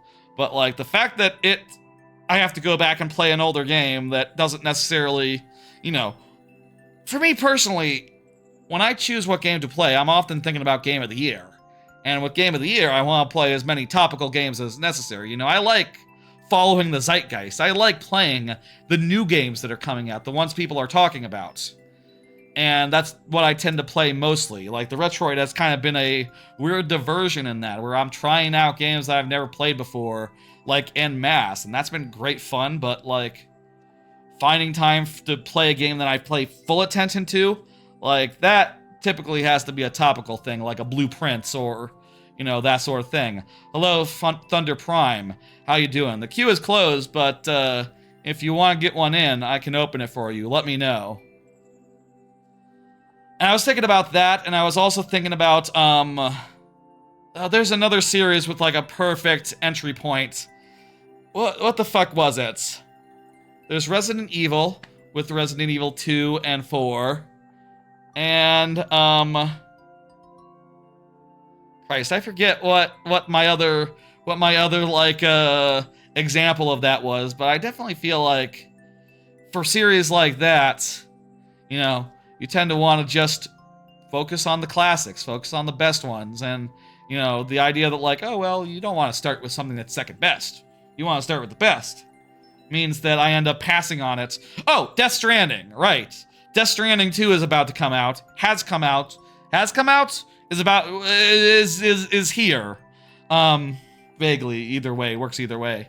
And, like, I didn't play Death Stranding 1, and, like, if I were to get into a Kojima game, it would be Metal Gear Solid 3, which I think is the best one as far as, like, story goes. So basically, in that case, I at least have Delta to look forward to, and I will be able to do Delta and do that, but the fact that, like, I haven't played Metal Gear Solid kept me from playing Death Stranding, which, means that for the second one, I'm not in. I'm not gonna get it. I'm not gonna play it. I'll play Metal Gear Solid 3 Delta. Metal Gear Solid Delta. But probably would have to play the first. Do you have to play the first Death Stranding? What's the deal? Should I just skip right over it to 2? If I really like, and really vibe with Metal Gear Solid 3? Should I get Death Stranding 2? Is this wanting to play the best one first irrational? In fact, also, isn't this one, like, unrelated and actually really good? Maybe I should second think that, but, it's just sort of one of the psychological factors in life as far as, like, things that prevent you from doing things that prevent you from trying things. Just like the idea that, like, you haven't done it before, and, you want it to be perfect if you're going to try it. You want all things to go right. It doesn't have to. You can be a little more relaxed. I can be a little less demanding of the experience, I can relax a little. I can play whatever game I want first. Speaking of, like, things that I haven't experienced, I just realized the other day I haven't had Jimmy John's ever, and in fact, I didn't know what Jimmy John's was. I saw on a Discord someone mentioned Jimmy John's and showed pictures of sandwiches, and I honestly didn't know Jimmy John's was a sandwich shop, like a Subway or a Quiznos or a Firehouse Subs, or... I haven't had Firehouse Subs either, but I've had, Are Firehouse subs good? Like, I like Subway. I like Jersey Mike's. Jersey Mike's is pretty good, though I don't like the juices that they use. I just have it plain, or you know, just the tuna and the other stuff, the tuna juices. I don't know. Should I have Jimmy John's? Should I have Firehouse subs? There's all sorts of restaurants I should probably try out at some point, even if they are just like, oh, it's another sandwich shop. I already have 2 of those. I don't need a new one. I was gonna try In-N-Out for the first time in ages. I had it once like 10 years ago and was kind of disappointed, so I never had it again. Except on the way there, I passed by and the line was like, whoo, all the way to just wow. Jimmy John's has bad breads. They are all better than Subway, though. Okay. I should try that out and see if they're to my taste. I like how Subway lets you put Parmesan on things. I mean, I feel like I'm only putting Parmesan on my tuna just because, like, cheese! Can't go wrong with cheese! Extra cheese? Yes, please! But, you know, you can't do that at Jersey Mike's. They won't let you because it doesn't make sense. We got a checkpoint there, then we died once, down to 6 tries. Excellent.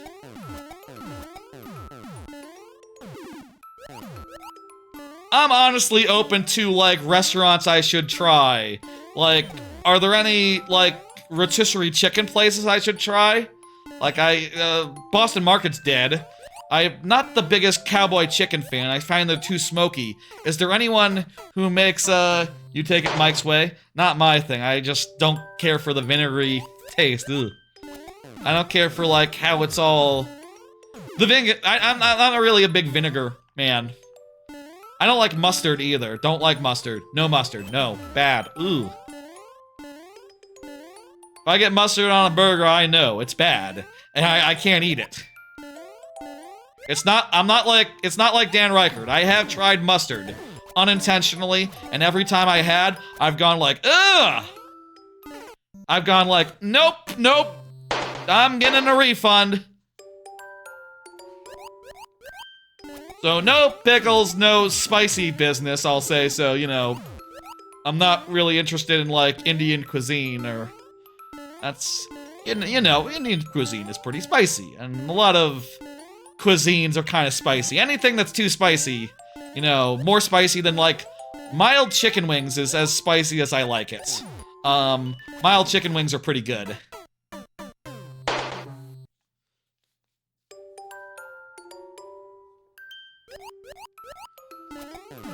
But I'll try anything that's not spicy, pickles, mustard, carrots, or, there's probably some other deal breakers for me, honestly. Hey, Thunder Prime, let me get you. Here you go, Thunder Prime. Queue is open just for Thunder Prime. Go ahead and, resubmit.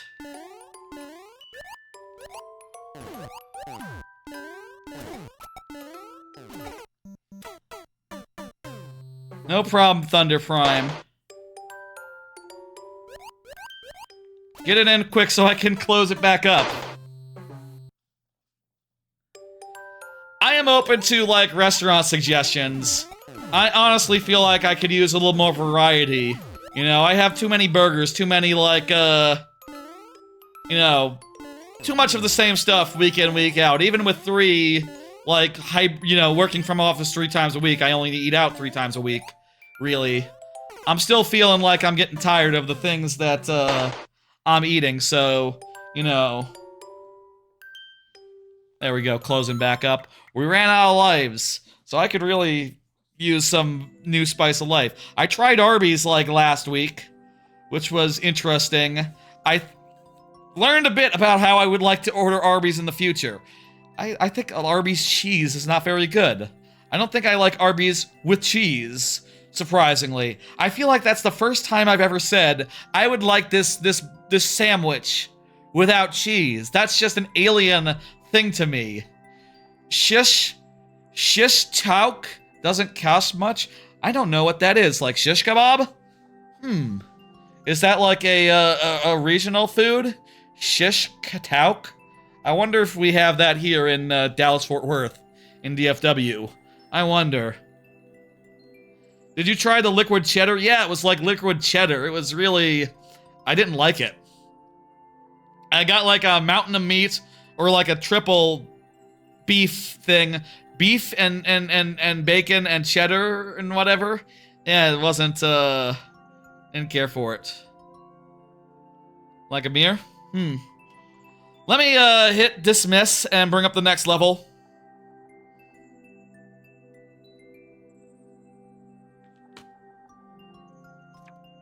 I got one more card here, thing on it I want to talk about, and that is just, yeah, hey, that N64, that GameCube Online, GameCube Classics Collections, yeah, Mario Striker, July 3rd, day before I do the July 4th stream, and, cool, I think that's cool. I'm not gonna play it on stream, though, you know, I bet it would be fun to play. You know, that'd be a fun game to play online, multiplayer style.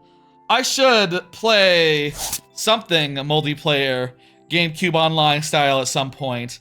Maybe it'll be that, I don't know. Maybe not on stream, maybe off stream, maybe game chat, maybe game chat with people. I've heard people say the game chat is really good. I would really like to test it because I believe that. I believe that, like, oh, the camera's really good at, like, cutting out your face. For, like, you know, even no matter where you put it, right? I believe that the microphone, no matter how far away from you, is really good at isolating your voice, and that's pretty goddamn cool. And I want to try that out, but have had very few opportunities to game chat, unfortunately. But what are you gonna do, you know? PE6, CTG. That's kind of all I wanted to say about it. Honestly, I'm beginning to think, like, do I need a card every time they add games to these online services? Like, it is just another one of those. There's kind of not that much to say about it. Oh, F, not E. Okay, there we go. You got an ad? Gotcha. There's kind of not that much to say about GameCube Online that hasn't already been said. You know, other than like, yeah, I'll play it. I remember I played Strikers on the Wii. I played that version, I think. I don't think I had the original Strikers on GameCube. Though I do have it on my Retroid because I acquired it legally and then dumped it and then backed it up onto my Retroid, as you do. But as a kid, growing up, I never had that version. So I'll be curious to try out that version and maybe online and maybe play some multiplayer. And that'll be fine. I'll say it is great that they are releasing these games at a good pace. You know, we're just getting our first GameCube game. We're just getting our first GameCube game. First of many.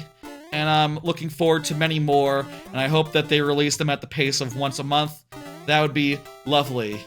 Oh, if I were a chosen man, I would say that they should do... This is very precise, by the way. Hey, what the fuck? If I were a chosen man, I would say Sunshine would be really great for August while it's still summer.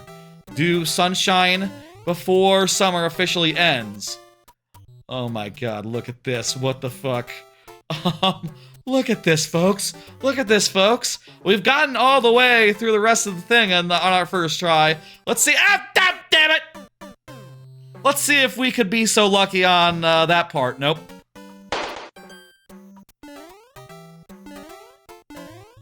Not so lucky.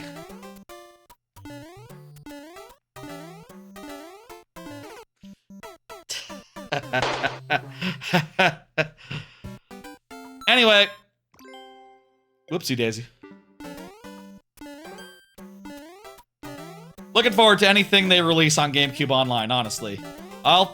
You know, there are some games on the, that I have on the Retroid now that I am totally just waiting for them to add to GameCube Online before I try them, right? Like, I have not touched Custom Robo.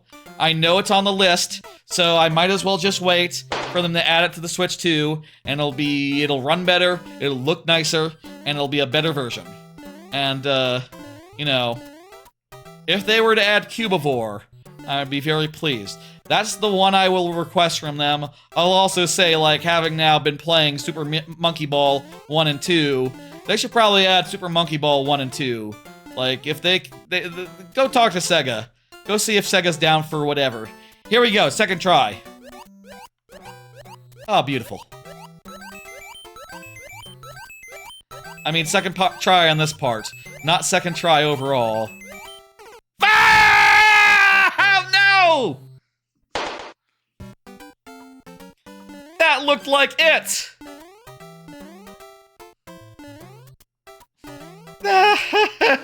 No! We still got tries left, folks.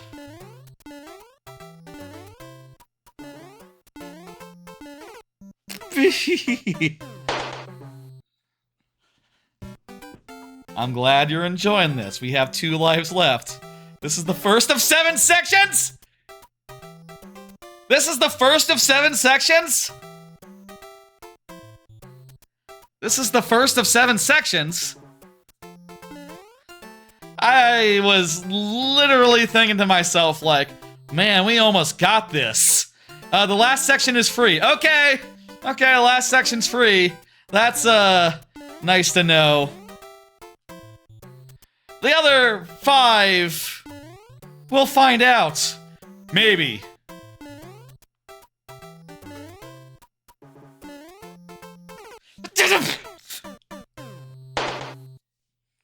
The other 6. The other 6 sections maybe are free. Ah, that's lovely if so. I believe you. I definitely believe that. I don't have trust issues. That has been established. You say they're gimmies. I'll believe you. I'll believe anything. The viewer is always right. God, if we did not have, How Long Is Your Wiggler as a stream title already in the can, ready to go, maybe I would do something around some of the things I just said. Ah, the other 6, we'll find out. Okay, the other 5 sections, that's not what 7 through 1 is. Okay. Unfortunately, we ran out of lives. That's fun. I'll say, you know, what I should say every stream, which is that just because we can't be a level during the lightning round, doesn't mean it can't come back, doesn't mean it can't be resubmitted someday, and doesn't mean that there's not a good time for it. I'll say, with streams like this, when we start, around 6 p.m., usually on Fridays, but next week on Thursday, next 2 weeks on Thursday, and the week after I'll be on vacation, get it in early, and you can have 12 minutes plus 5 last tries, which is a lot more than just 7 tries. Maybe we'll be able to get farther if we had that much time, but, hell. That's, whew. I like that for thumbnail. I like that bit for thumbnail with all the Goomba, the massive stack of Goombas. That's a really good thumbnail. Goes well enough with the title, How Long Is Your Wiggler? I mean, the long wiggler would also be a good one for thumbnail, but I don't know. Let me off stream, I'll think about it. I could go either way. Maybe just the wiggler would go into a 16:9 aspect ratio box a little better, whereas the Goomba stack would be very, very like right heavy. Yeah, it's probably still gonna be the wiggler. Probably gotta be the wiggler level. Thank you. Let me go ahead and bring up the next one by Nuggies. Nuggies, go ahead and confirm. I'll say with vacation in 2 weeks, I guess I'll say like the next 2 streams, I should probably talk a little bit about that in particular. You know, in the same way we have a lot of anime cards this week, we're probably going to have like a bunch of cards maybe week after next where I talk about like, okay, you know, Core Brothers, Mac and Mangoes, Mac and Max, Mangoes and Mangoes, I forget what it's called now. But, you know, I'll talk about the Boardwalk, I'll talk about the beach, I'll talk about my plans for Boardwalk and Beach. You know, I'll speculate wildly about how things are going to be with, like, you know, most of my cousins and stuff in their, you know, mid-30s to late 30s, you know, or 40s even in some cases, and how that's gonna feel. I haven't been there in like 6 years, so it's gonna be a fun time, and I'm gonna eat so much fucking Coer Brothers. Did I mention Coer Brothers? I fucking love Coer Brothers ice cream, and I haven't had it in 6 fucking years. I can't wait to have Coer Brothers again. My God. Coer Brothers is so good. I'm gonna have Coer Brothers every day. I'm probably gonna have multiple cones of it every day. I'm gonna eat so much fucking ice cream. You will be surprised.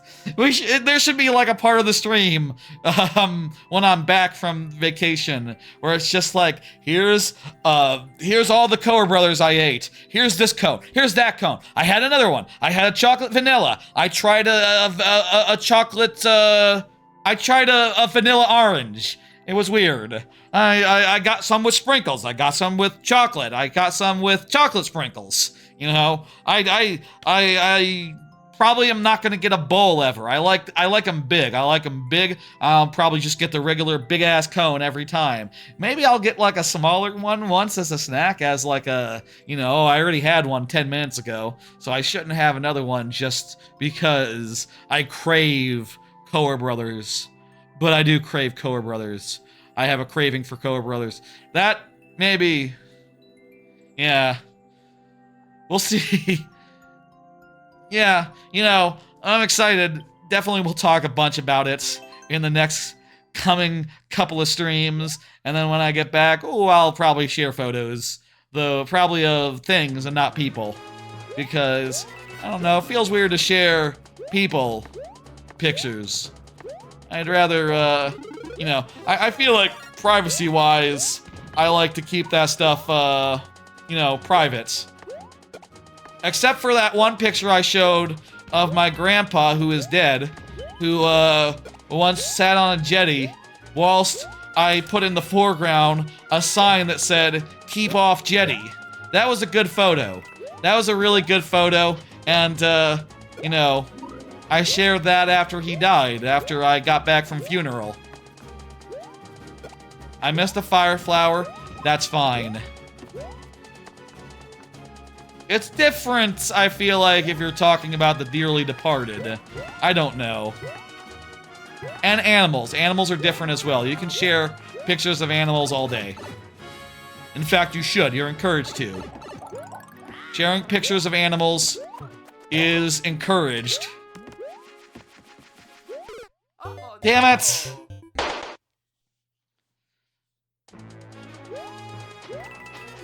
It's a cool train. You did a good job on the train. It's a bit long, as these auto-scroller sequences often are. A checkpoint would have been nice, but what are you gonna do?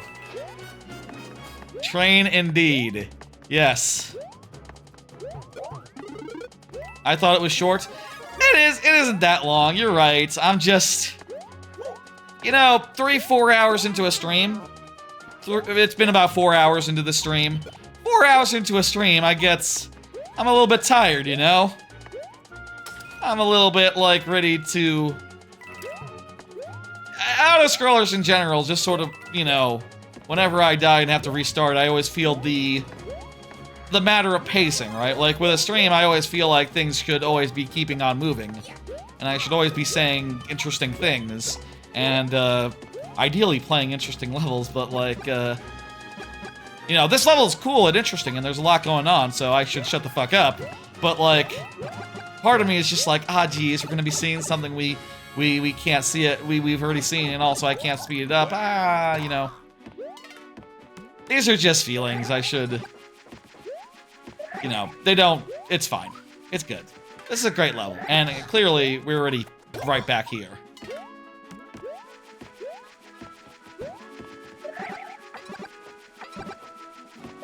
If I were listening to a podcast, I would have no quibble here, right? If this was just off-stream, just my own time, you know... I feel like I would be a little more open to it. But I'm just always... in the back of my head going like, ah, slow! You know... it was a great level, you know? I'll say it's a great level. So really, no complaints. No complaints. It's just, I would have loved to have been able to first try it. Thank you for the level. That was great.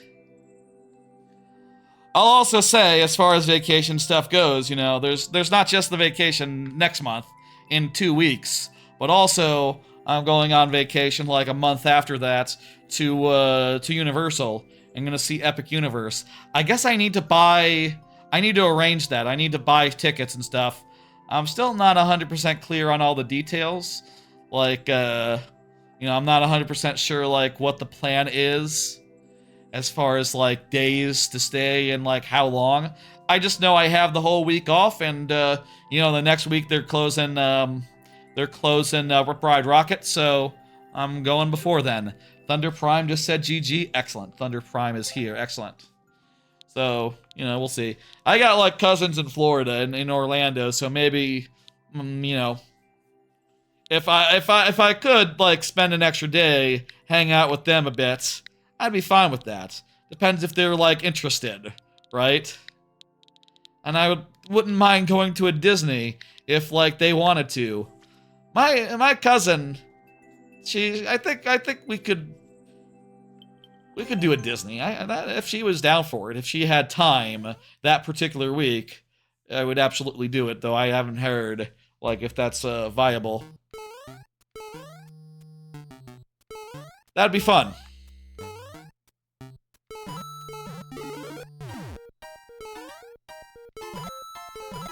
Last time I went was just a few years ago, and I stayed over at her place for a couple days, you know, and it was fun.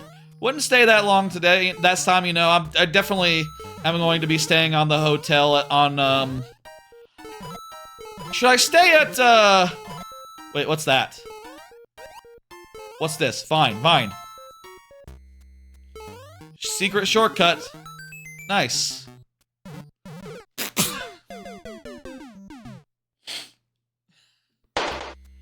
Not the most helpful shortcut in the world. If you fall blindly from it. Okay.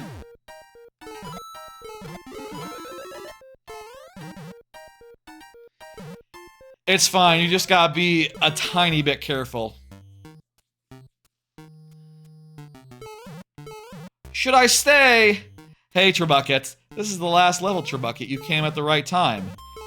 Should I stay at Cabana Bay or the discount hotel at Epic Universe? Maybe I should stay at the discount hotel next to Epic Universe. Maybe I should stay there rather than at the Cabana Bay. Cabana Bay is cool and all, but I could stay at the place where I won't need to, like, have travel time to get to Epic Universe. These are things I need to think about before I lock in and order plane tickets. And also if there's gonna be any Disney days at the end. I wouldn't mind a Disney day or two. I'm kind of in the mood to go back to Disney. Maybe just for like a day. And maybe specifically between the 4 parks, I think I would do... Let me know. Is this the wrong answer? I think I would do Hollywood Studios. That was probably my favorite.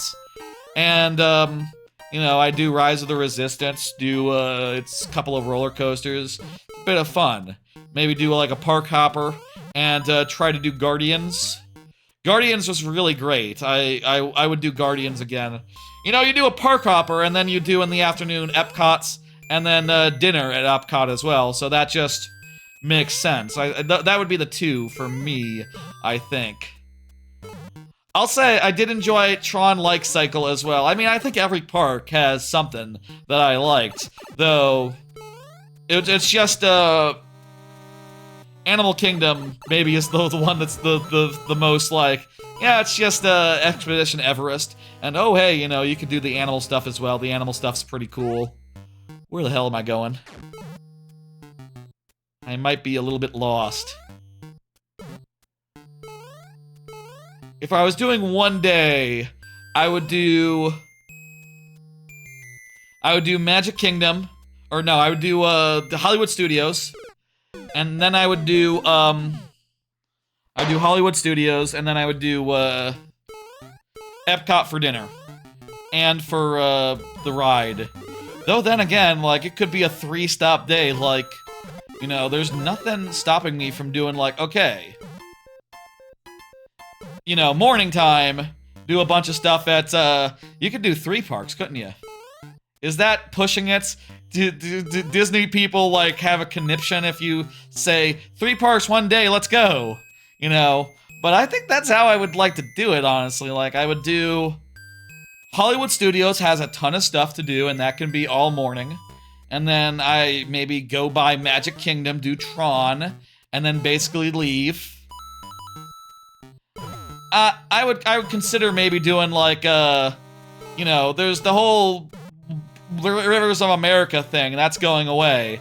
I just saw one Mike Minotti at, share a picture from, Mike Minotti of Giant Bomb fame, and GamesBeat, and other fame, general fame. He was at, 90s Disney, is a podcast he does with his brothers. He was at Disney again, first time in a couple months, you know, he gotta get back to the old Disney. He was at Disney and he was going on Rivers of America, which is going away soon.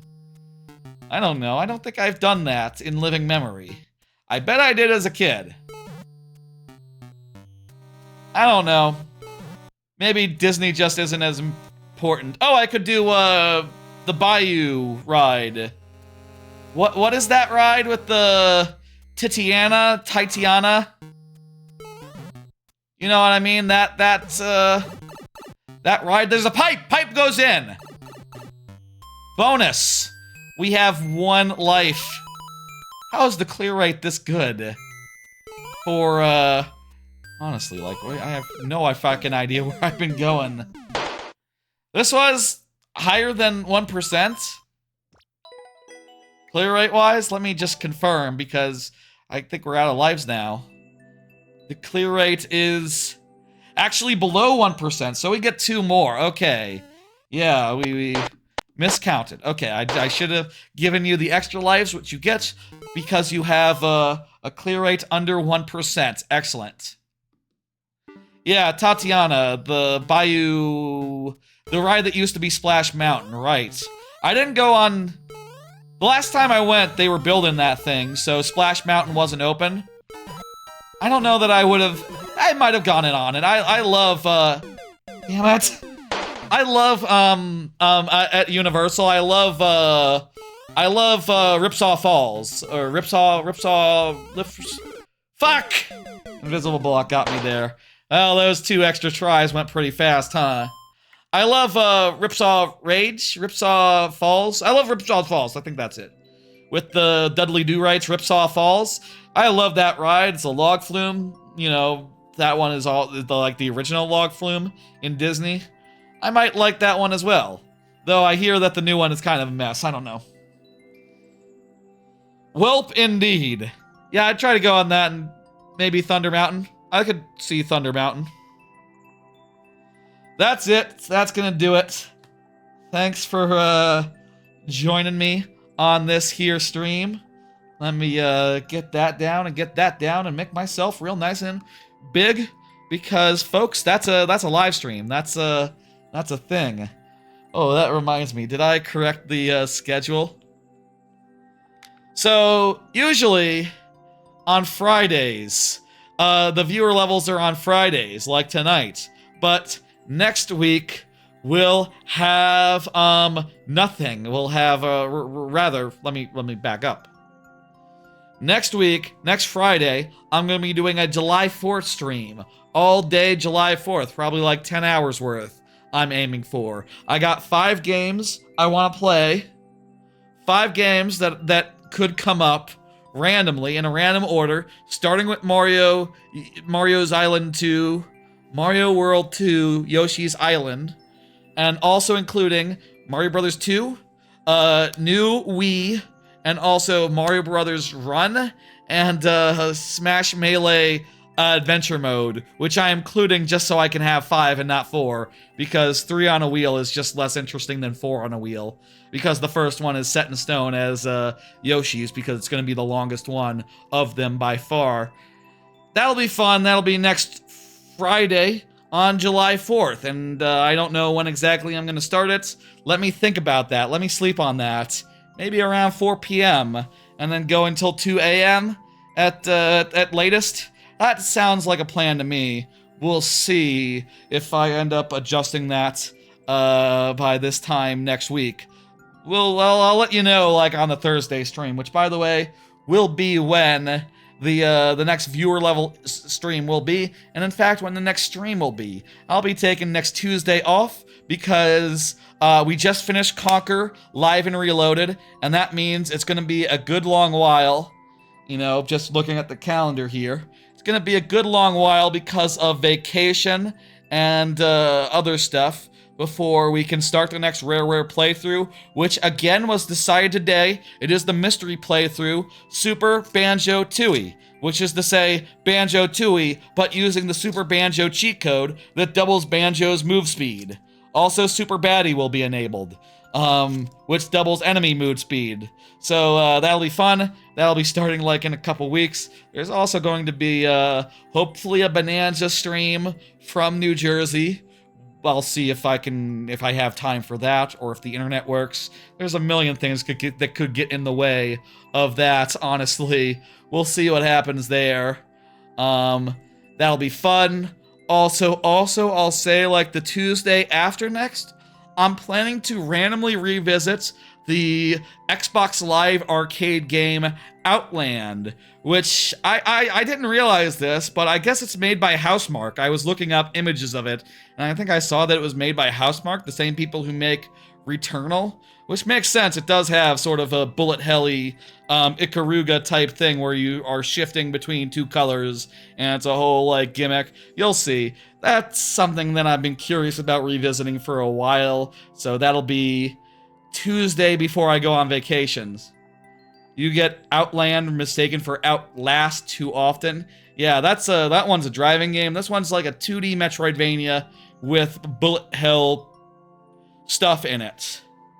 Anyway, there's the whole schedule for the next 2 weeks, which will be the last 2 weeks before I go on the vacation. I'll say I've been doing these calendars every month. I guess now that this month is basically over as far as streams go, I need to make a new calendar that covers August, which will include, like, a break for when I go to do Universal Studios and Epic Universe. So, it'll be on there.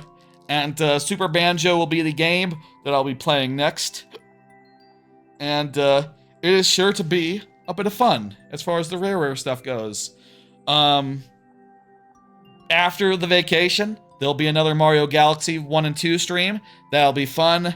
And I think that about sums it up for current plans. I don't have any plans for August right now. August is just a blank slate. I can do anything I want. I know that drag and drop game is coming out. Drag and Drive. I could do that as a stream sometime in August. Sure, why not? That's gonna do it, folks. Vacation coming up. Thursday Mario Maker streams coming up. Big July 4th stream next week. And also look for Outland as well the week after that. Plans are in the works. Maybe, I'll say, like, maybe I'll have a better idea by next Tuesday and I'll do Outland some point in the distant future, but I'm liking the sound of an Outland revisit. I've been very curious to go back to that for, like, since last year, really, when I started randomly revisiting games like Splosion Man or, Obra Dinn or, Sound Shapes. Outland has been on my list, and we will absolutely do that. Let me see who I can send you to tonight. Let me see who's online, who's good for a raid. Bunch of people are online. It is a Sunday after all, or jeez, what am I saying? It is a Saturday. Too thinking about the schedules, I guess. Let's see now. I want to send y'all someone playing a game that's cool. Crimsone is playing Wind Waker. Wind Waker on the Switch, I believe. I bet it's on the Switch too. Actually, maybe that's the original version. because it doesn't have the Switch online things at the side. Either way, I'll send you over there. Wind Waker's good. That's fine. Well, folks, I'll see you on next Thursday for more viewer levels. It'll be an extra long hiatus because I just finished Conquer. But, you know, after that, it's going to be viewer levels, it's going to be July 4th, it's going to be Outland, and it's going to be viewer levels again, and then vacation, during which I will try to do Bonanza, but we'll see how that works out. That is a big to be determined. I will probably try to set up my laptop to stream, like copy over my current desktop stream setup sometime this weekend, maybe. I could do a test stream of that. I probably won't. That's gonna do it for tonight, folks. Y'all, take it easy. You have a good one. I'll see you next Thursday for more viewer levels. And, yeah. Bye, folks.